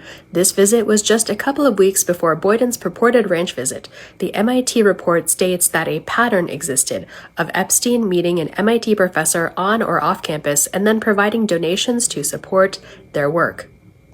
The MIT report also says that Epstein's campus visits often brought 1 or 2 of his assistants, which are a category from which Epstein survivors have come forward. The report discusses people at MIT's discomfort with the assistants, and they actually describe Epstein as both creepy and awful, which actually is a more strong way of saying what Boyden did in his letter, that Epstein made him, quote, uncomfortable, despite all of the interactions he had with Epstein. He says he just did it all anyway. On the April 15, 2017 visit, a professor named Caleb Harper said that Epstein visited the Media Lab on a Saturday and met with him, Boyden, and others. On April 23, 2017, Boyden replied to Epstein about a shared Google folder called Plant Neurobiology, saying, "Thanks, we'll read. What an exciting new nexus of interesting biotech and computational insight." The MIT fact-finding reveals that Epstein had wanted to donate money to support research by Harper into whether plants think and communicate, but that did not happen even though MIT signed off on it. So Boyden's story of, quote, "I did not accept money from this person for research," unquote, gains a lot more nuance. Follow for more Science in the Epstein Files and check out parts 1 and 2. People keep asking me this question. Who is Ed Boyden, the MIT neuroscientist with 968 mentions in the Epstein Files who purportedly visited the Epstein Ranch and brainstormed new plant communication research with the disgraced financier and trafficker? Boyden is a professor at MIT where he has numerous appointments in various departments. He's also been funded by the U.S. Department of Defense to study how to use a technique he co-invented called optogenetics to treat fear and anxiety. He's like a real-life Tony Stark, except he is also in the Epstein Files. Growing up in the Dallas area, he skipped a couple of grades in K through 12. He told CNN in 2013 he was a workaholic from age 10 onwards. That same article recounts his winning a statewide science fair in Texas at age 12. He enrolled at MIT at 16, opting to live in Baker House, MIT's most social dorm, to, quote, try and learn how to interact with more people. After his MIT undergraduate degrees, he also did a Master of Engineering at MIT, then earned his PhD in neuroscience at Stanford. That's where he invented optogenetics with his colleague Carl Dezeroff. After that, he returned to MIT as faculty and was granted tenure, so he's a professor at the school where he got his undergraduate degree. At MIT, he triple majored in physics, electrical engineering, and computer science just a year or two before triple majors were banned at MIT. I know because I also went there. People who have chatted with me about him describe him as a very nice guy and absurdly smart but lacking common sense. Quote, "I can absolutely see him being so unbelievably intelligent and yet simultaneously kind of oblivious, especially when it comes to social dynamics," one person told me on the MIT subreddit when I posted about him. It seems like Boyden likes to come up with new ways to image the brain. He apparently has also invented something called expansion microscopy, which is where one makes biological tissues bigger to be able to look at them on the nanoscale. He's won a ton of awards for his work. He's even won the highest prize in neuroscience, the Brain Prize, in 2013. In 2020, Ed Boyden, however, published an apology letter after an MIT fact-finding investigation found him to have ties to Epstein. These ties have been brought to the forefront again after he netted over 960 mentions in the Epstein Files. Does being super smart give you a free pass in other aspects of life? I'm Sheeva Ozma, a neuroscientist and journalist who has been studying the role of scientists in the Epstein Files for over 5 months. Check out the 3-part Ed Boyden storytime on our page and follow for more. This research institution in the Epstein Files had not one, but 2 whistleblowers in September 2019. I'm Sheeva Ozma, a neuroscientist and journalist, unpacking the science in the Epstein Files so that you don't have to. At MIT, the Media Lab was the epicenter of MIT's Epstein ties thanks to not one, but 2 different whistleblowers, essentially blowing the whistle on the same thing in different ways. Signe Swenson was a development coordinator at the Media Lab who provided evidence to the public that former director Joy Ito and other top MIT officials hid the extent of Epstein's financial donations to hide his ties to the university. Swenson's revelations, which were published in a New Yorker article, forced Ito to promptly resign and led to an independent investigation and subsequent publication of the MIT report on its Epstein ties in 2020. A second whistleblower came forward just a few days later related to scientific misconduct, Dr. Babak-Babaki-Nejad, who had been contacting MIT through internal means, publicly exposed the Open Agriculture Initiative's scientific misconduct and environmental hazards a couple weeks after the Epstein donation revelations from Signe Swenson. Dr. Babaki-Nejad discovered that the project was engaging in illegal dumping and that the Open Ag Food Computer project was misrepresenting its successes to donors and had falsified data. In fact, Open Ag had a fake setup that they used for the food computer that they used to show people that it quote-unquote worked. Even though Dr. Babakeenejad was ultimately fired, these disclosures received so much media attention that MIT shut down the Open Ag project entirely. And actually, Dr. Babakeenejad's whistleblower report was more focused on scientific misconduct than Epstein ties, but because Swenson and Babakeenejad's whistleblower reports came out around the same time, they were frequently lumped together in media reports. A researcher named Caleb Harper was the director of Open Ag before it got shut down due to these media reports and investigations by journalists. Caleb Harper has 162 mentions in the Epstein Files. Harper was a collaborator with Ed Boyden, the MIT neuroscientist who has purportedly visited the Epstein Ranch per the Epstein Files. Lest you think that Jeffrey Epstein's tendency to associate with scientists openly pursuing scientific misconduct was limited to one side of Cambridge, Massachusetts, in 2011, Jeffrey Epstein's friend, Mark Hauser, was basically kicked out of Harvard for falsifying data, aka scientific misconduct. Knowledge is power, so follow for more science in the Epstein Files. Jeffrey Epstein said scientists non-invasively deleted his short-term memories. No, that's not science fiction.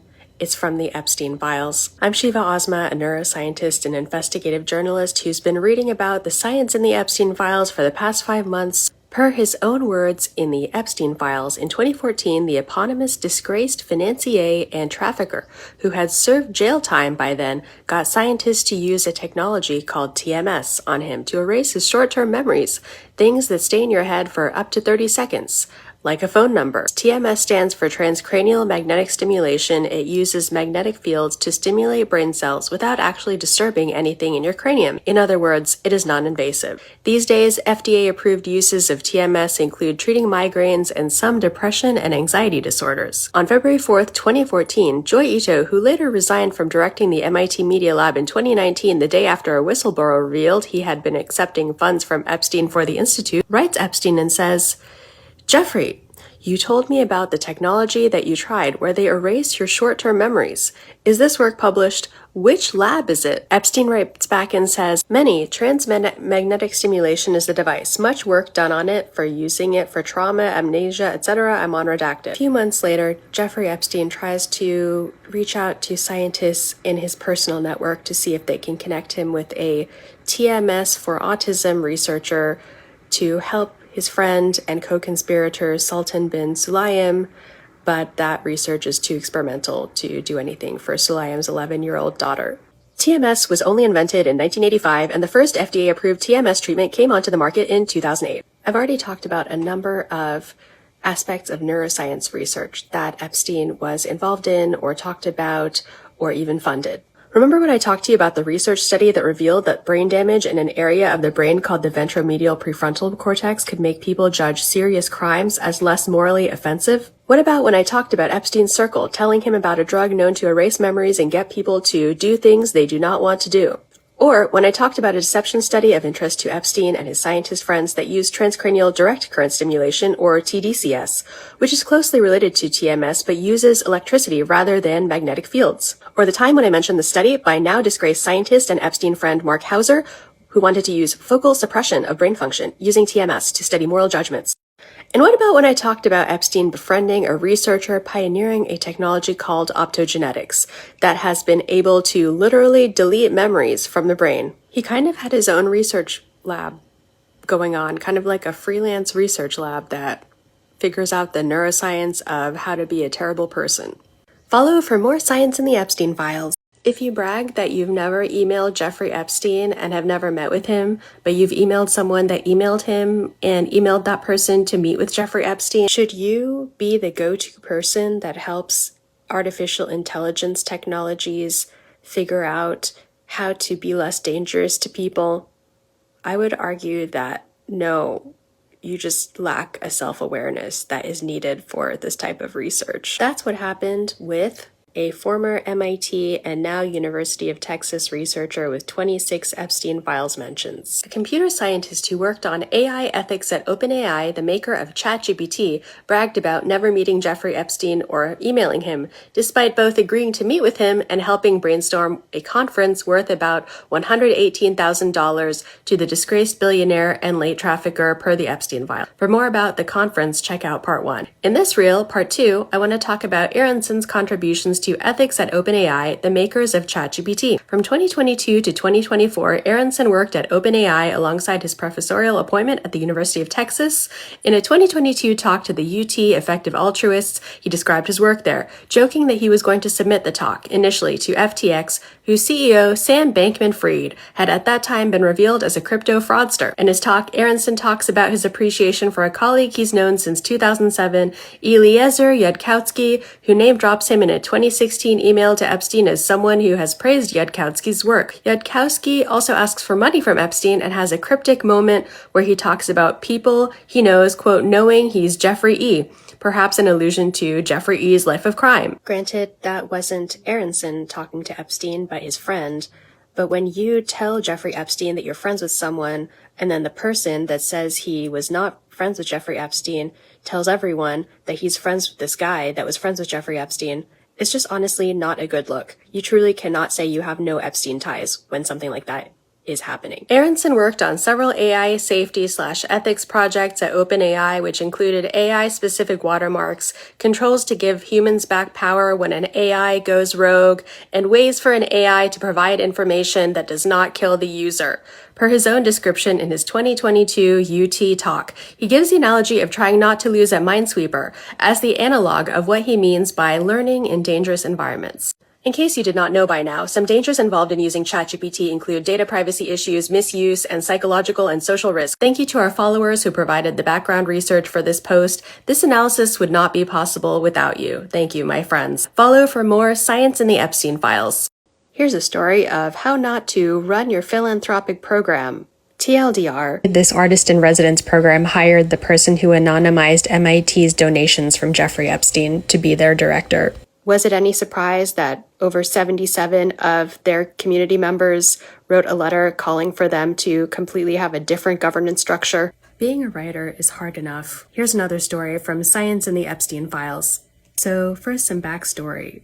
Richard McMillan was a man who advised MIT. He was the senior director of philanthropic donations to MIT from 2009 to 2019. In 2013, MIT's Media Lab was embroiled in a pretty bitter dispute about whether or not to accept funds from Jeffrey Epstein. Ultimately, they did, and they just anonymized them. Guess who was in charge when they anonymized them? This guy, Richard McMillan. So fast forward to 2019, McMillan leaves MIT and joins the Fine Arts Work Center in Provincetown, Massachusetts. It is the premier artist in residence for creatives. It's kind of like a dream opportunity, right? Except it was not a dream opportunity for these artists and writers. In fact, almost 80 of them signed a petition that basically called for the FWAC to completely change their governance. The board of the FWAC unanimously approved Richard McMillan, the man who oversaw the anonymous donations from Jeffrey Epstein at MIT, to join the executive board. In other words, P-Town's FWAC welcomed with open arms the person who had made it possible for Jeffrey Epstein to gain clout at MIT by donating money. Anonymously, because donating on the record would have been way too gauche. My friends, corruption begets corruption. And if you're starting to feel like this is completely maddening, well, it is completely maddening. I'm Sheeva Ozma, a neuroscientist and journalist, and for the past almost 6 months, I've been connecting the dots on scientists in the Epstein Files, science in the Epstein Files, and trying to figure out how everything became so corrupt. I was an MIT student in the early 2000s, and a lot of these people that were in the Epstein Files were not just my role model, but the role models of people that I knew. Now that we know better, we can do better. We don't have to stay stuck in the old narratives of, oh, look at these wonderful people that are just amazing. These were not wonderful people. These were predators embracing a predator. Follow for more Science in the Epstein Files. Jeffrey Epstein used science as a cover, as a way to network with smart people, to gain clout, and as a way to learn useful things about manipulating people. One of Jeffrey Epstein's last pet projects was a study on whether plants could think like humans. I don't know why he did this study, but I suspect it was because science is fun, science is really important, and scientists like to talk to Epstein about science, even though they knew he was a criminal and they even visited him in jail while he was assaulting women, which made him feel powerful and legitimized, and possibly that all scientists know that finding out new things about the world is a great way to compartmentalize and disengage from your own life falling apart, not that we scientists would know or anything. So let's get into this story, and it's kind of a long one, so this is a multi-part series. So I'll start this story with a plant metaphor in the Epstein Files in April 2017, when Epstein met with MIT Media Lab researchers to kick off a study about plants. 2 months later, he sent his collaborators this creepy plant joke. "Why do we plant our dead?" Jeffrey Epstein emails his two MIT researcher friends. It's an eerie email in retrospect because these two men have also, per my research, the digital footprints in the Epstein Files have visited Jeffrey Epstein's Zora Ranch, where women are allegedly buried. Joy Ito, the now disgraced former head of the MIT Media Lab, wrote, "To push up the daisies." Ito once said he was of the same mind with the disgraced financier and convicted trafficker. Next, Ed Boyden wrote back and said, "Environmental metaphor for eternal life." He is an MIT professor and Media Lab person who had been bouncing science ideas off of Epstein. They had been bouncing ideas off each other for 2 or 3 years at that point. Now, Ed Boyden is still on the faculty at MIT, and he had been bouncing ideas they had been bouncing ideas back and forth for at least 3 to 4 years by this point. Epstein had told Boyden, "My guess is biological hash function." One example of them chattering about science is when Epstein wrote Boyden and said, "My guess is biological hash functions exist." And Boyden wrote back and said, "Absolutely." Before embarking on a project looking at plant communication with Boyden and Ito and eventually others, Epstein had kept up with Boyden's efforts to learn about math and computer science. When he went on sabbatical in 2016, Epstein wrote him to ask, "Did you start your algebraic geometry lessons?" "Not yet," Boyden had replied. Follow for part 2. This is going to be a long one, so follow for parts 2 through I'm not sure yet at this point. And follow Fancy Comma for more Science in the Epstein Files and science and technology analysis with good vibes. Jeffrey Epstein told his scientist friends this is going to be fun, regarding a study about how plants think and communicate like humans that he had been chatting with MIT faculty for several years about. This story features 2 scientists that I've talked about a lot here, Joy Ito, who used to direct the MIT Media Lab, and Ed Boyden, who currently sits on the faculty in the Department of Brain and Cognitive Sciences at MIT, a whole bunch of other places, and is also faculty at the MIT Media Lab, where Ito was director until he resigned the day after a whistleblower exposed his ties to Epstein. This story also features Caleb Harper, a man who directed the Open Ag project at the MIT Media Lab until not 1 but 2 whistleblowers came to the media with facts and caused MIT to dismantle this project. On April 15th, 2017, per the MIT report on its Epstein ties, Ito, Boyden, and Harper met up at MIT. It was a Saturday. It seems that the meeting happened earlier in the day and that Epstein left before the scientists did. Ito writes Epstein, "We stuck around a bit, planning next steps. We'll work on this as a collaboration with Ed and Caleb." I wish I was making this up, but it is documented in the Epstein Files. In that same email chain, Epstein celebrates the new research direction that they came up with. This is going to be fun. A couple weeks later, he tells another one of his friends to study plant biology because, quote, "If done well, you would get lots of press." What happens with this project is not as covered in the MIT report on Epstein ties, but relatively well documented in the Epstein Files themselves. A redacted researcher writes Epstein a long email about plant biology early on April 20th, 2017. He says plants don't have nerves per se, but they have cells that behave in a similar way for similar purposes as our nerves. Plants do use what we call neurotransmitters, catecholamines like dopamine and norepinephrine. They have tons of acetylcholine and the same degradation pathways and even the same glutamate pathways and receptors humans do, and more. The researcher goes on, I've collected nearly 100 papers in the literature. We will have to connect all the dots because none of the plant scientists are thinking about human science and vice versa. Tonight, I'm curating the papers and putting them into a Google Drive that you can click on anytime. When the redacted researcher shares the Google Drive around that same time, Epstein forwards it to Boyden and Ito. Boyden replies, "Thanks, we'll read. What an exciting new nexus of interesting biotech and computational insight." Boyden and Epstein get to chatting over email in the ensuing days, and they agree that, in Boyden's words, mapping out the ways plants communicate would be fascinating. Perhaps we can write down the words and rules akin to a language. This story has multiple parts. Check out part 1 and follow for, I'm not sure how many parts they're going to be, but this story is wild. Follow for more science in the Epstein Files and more insightful science and technology policy with good vibes.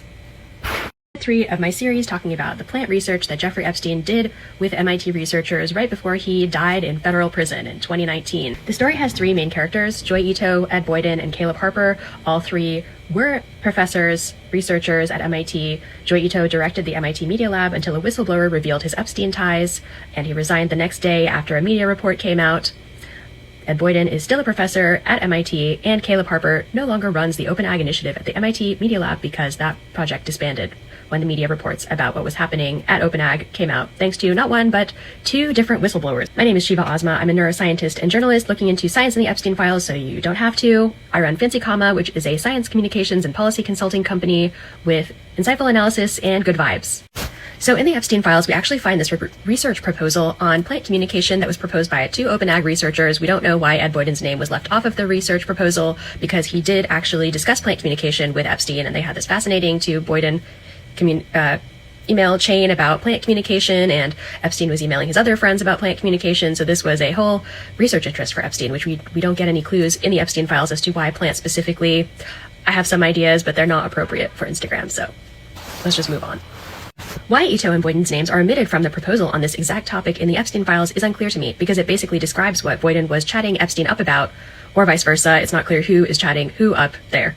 This research proposal in the Epstein Files, dated September 22nd, 2018, reads, "At MIT's Open Ag initiative, we have a rare set of tools, unique thinkers in plant science, and unparalleled engineering skills that will allow us to develop a comprehensive inventory of plant signaling, a plant dictionary for human understanding. And as we work to unveil exactly how plants communicate, we will be able to understand the extent of plant intelligence translated into the human concept of sentience." The researchers listed here are Caleb Harper and John De La Parra, who ended up losing their jobs after the Epstein links to the MIT Media Lab were uncovered and the Open Ag project was shut down thanks to media coverage of the whistleblowers and journalists' investigations. Among the unique thinkers they brought on to help with this project was, in fact, Ed Boyden, who brainstormed research ideas with Epstein not only in April 2017, but also on June 22nd of that year, where he says, "I'm thinking more and more about how we can screen molecules produced by plants for interesting health benefits or computational network properties." On July 20th, 2017, Boyden writes Epstein and Ito about plant research he is undertaking in his own lab.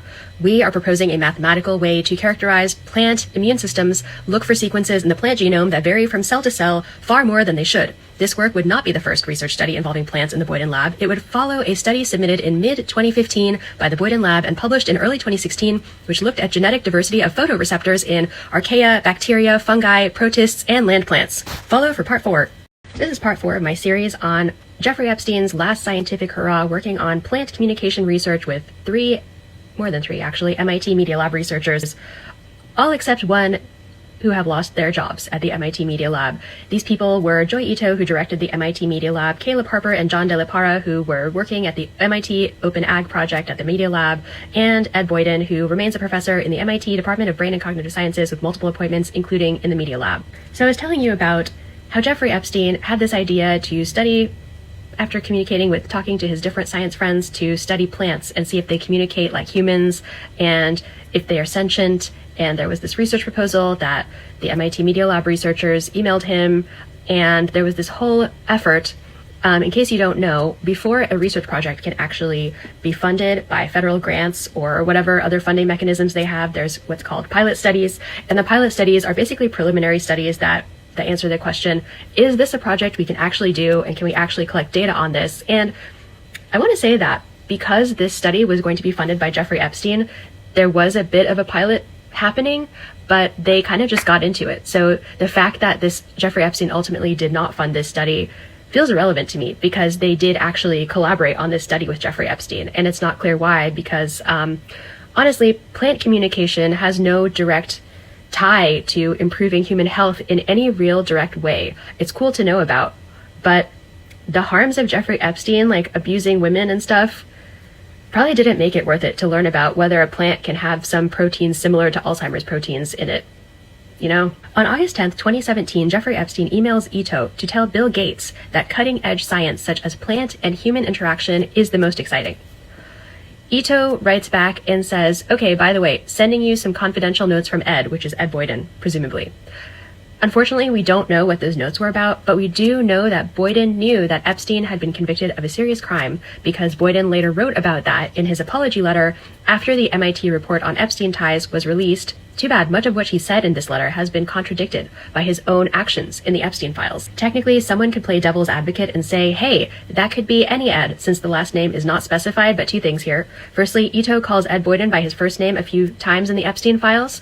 And then the other thing is that Jeffrey Epstein actually emailed Bill Gates himself and talked about how great plant biology is. And then think about that creepy joke I mentioned in, I think, part 1 or 2 about people burying their dead that he sent to Joy Ito and Ed Boyden. That was weirdly personal small talk between this trauma-bonded threesome. My name is Sheeva Ozma. I'm a neuroscientist and journalist unpacking science in the Epstein files so you don't have to.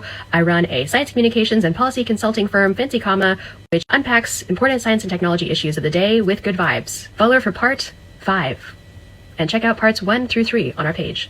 Welcome to part 5 of this story time about Jeffrey Epstein's last big research project documented in the Epstein files that involved understanding if plants were sentient. So far in parts 1, 2, 3, and 4, we've talked about this research project that not only got off the ground but had an actual dedicated research proposal. Ed Boyden has stated that he never accepted money from Jeffrey Epstein for any research. However, the sweat equity that was invested in this plant communication project is really priceless, because it reflects work that could have gone to literally any other topic. And I'm not saying that plants aren't important, my botanist friends out there, but I'm just saying that what was the point of doing this project if not only to just collect a bunch of scientists with Jeffrey Epstein so they could chat about stuff and perhaps legitimize Jeffrey Epstein's criminal desires, let's say.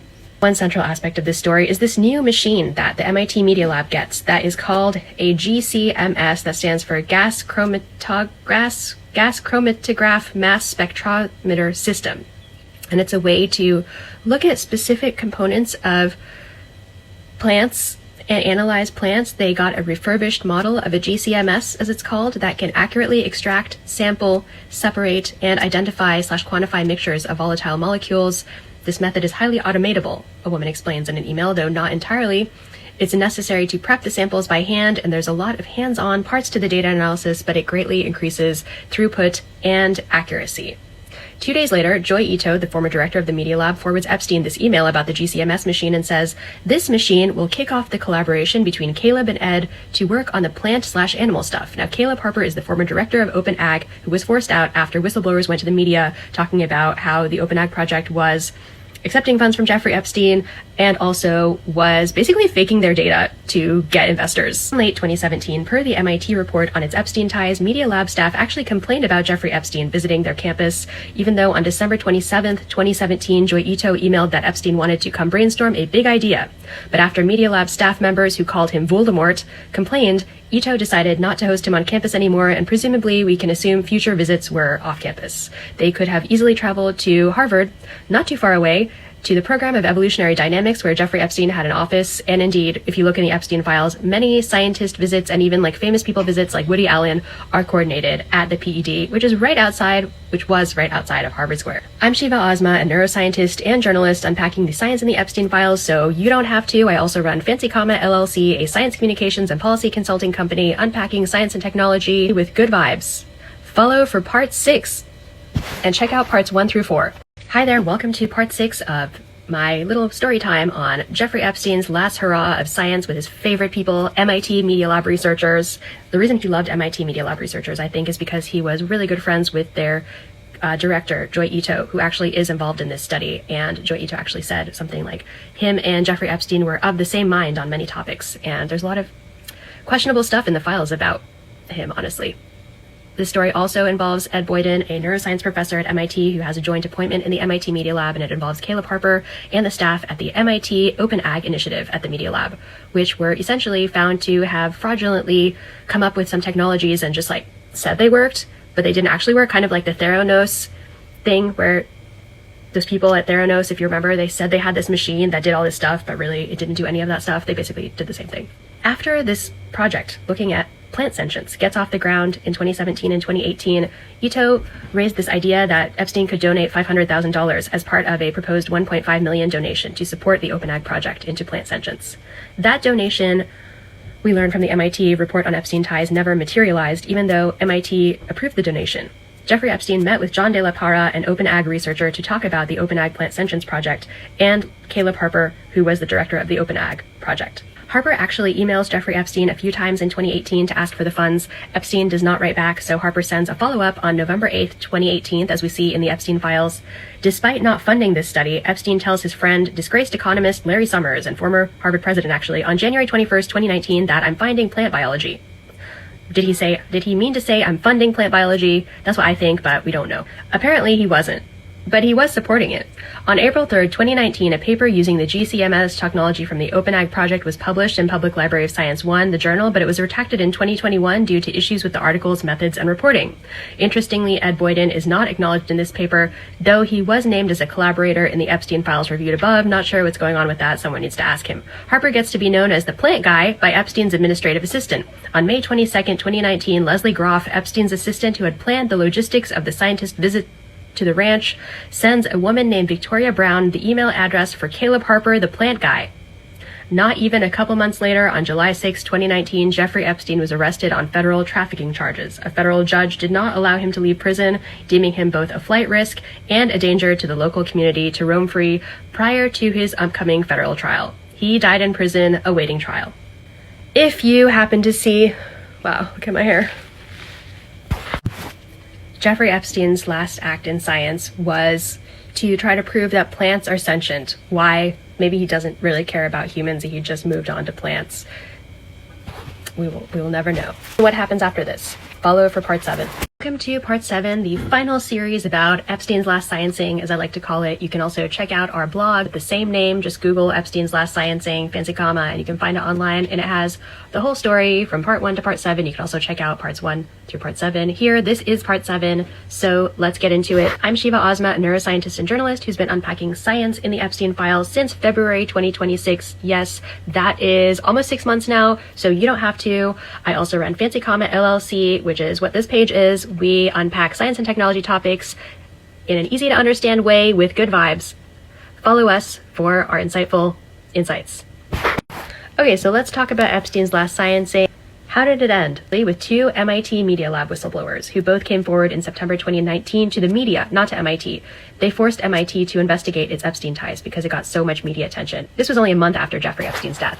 In early September 2019, a whistleblower named Signe Swenson, who formerly was a staff member at the MIT Media Lab, was quoted in a New Yorker article that said that the lab was accepting funds from Epstein. The MIT Media Lab director, Joy Ito, resigned the very next day. Swenson's comments prompted MIT to investigate its Epstein ties. It published a report about them. Another whistleblower named Babak-Nejad, formerly working for the Open Ag project, came forward with complaints telling the media he had been illegally fired for raising internal alarms about scientific misconduct, specifically in Open Ag where he was working. Babak-Nejad told the media that the project was engaging in illegal dumping, and that a test food computer they made was fake, and was just used to convince people that the project was really working. This caused the Open Ag project to shut down, and for the Open Ag scientists to be fired. So this research project I've been talking about in parts 1 through 6 was about plant sentience. It was Jeffrey Epstein in collaboration with MIT Media Lab researchers, and I want to say that it both happened and didn't happen at the same time. It's pretty common common for research projects to undergo a lot of pilot or initial work to be able to collect data that could be used for a grant. In this case, since Jeffrey Epstein had already signed off on the project, even if he did not fund it, there was a green light to proceed with this pilot project. And we see with the now retracted PLOS-1 paper that got retracted in 2021, maybe this was all hype to get money from Jeffrey Epstein. And actually that paper that was published got a lot of attention. It was promoted on MIT's website. It was this whole thing, but it ultimately got retracted. As for the actual study on plant sentience, that study never came to fruition. Would it have really happened if Jeffrey Epstein would have stayed alive? That's an interesting question.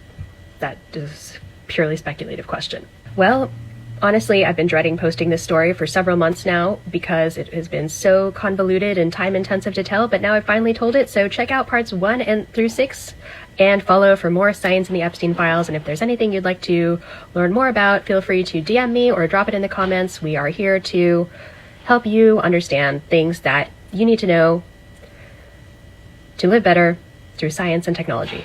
Have you ever doubted your intuition only to be proved correct months down the line? One thing about writing about science in the Epstein files is the moment that one uncovers something bad that a scientist, especially a male scientist, does, especially in positions of power, like in sexist fields like politics or science, we're terrible to women in those fields. When someone comes forward with allegations that a man is being toxic, people's natural inclination is to defend that person to the nail. And it makes you wonder, like when I'm reading through the Epstein files, I'm like, do you think these people, should I give them the benefit of the doubt?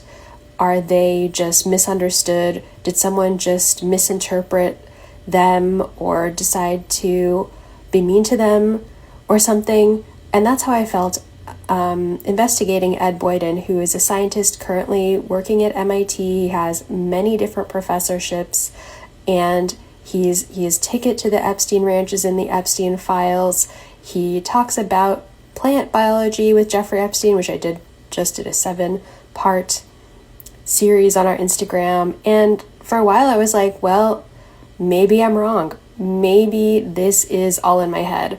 But then I posted on Reddit about what I'd found about Ed Boyden. And this is a comment that I got. And I reached out to the person to try to verify what they said, but they never wrote back. But here is what it is. I know of 2 instances where Boyden courted younger women in a manner that seemed inappropriate to me. One, early 20s, was messaged on Facebook and offered handbags and flights to visit Boyden and MIT.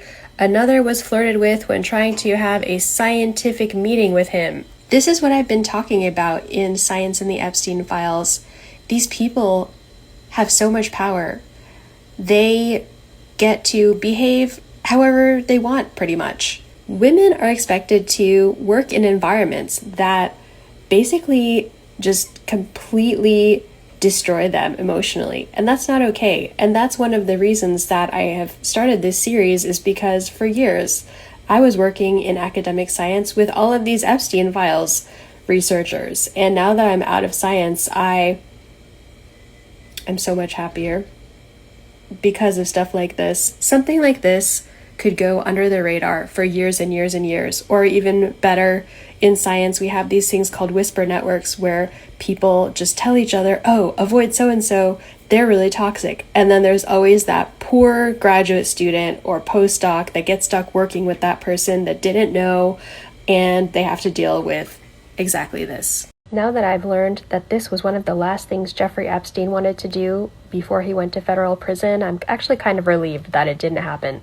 One of Jeffrey Epstein's last communications in the Epstein files was with political strategist Steve Bannon. Epstein was telling Bannon that he was off to New York to have lunch with James Watson. In case you don't know who James Watson is, he is the scientist who, with Francis Crick, won the Nobel Prize for discovering the structure of DNA. And when I say won the Nobel Prize for discovering the structure of DNA, I mean he stole the work of Rosalind Franklin, who actually mapped out the structure of DNA, and had died by the time this Nobel Prize was awarded.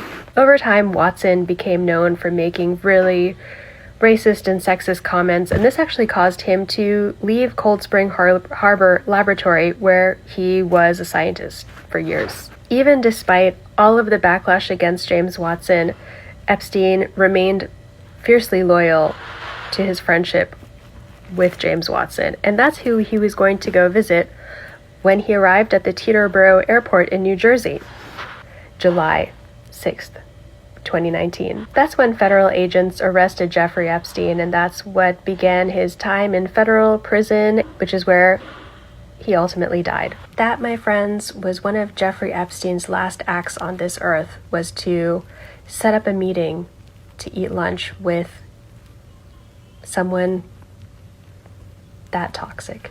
And that's to say nothing of the fact that James Watson, despite the fact that he stole Rosalind Franklin's research and had some of the worst views imaginable, still won the Nobel Prize and was revered for that. My name's Sheeva Ozma. I'm a neuroscientist and journalist, and I've been unpacking science in the Epstein Files for 6 months, so you don't have to. I also run Fancy Comma LLC, which is a science communications and policy consulting company with insightful analysis and good vibes. Follow us for more science and technology news that you need to know to stay informed and make good decisions.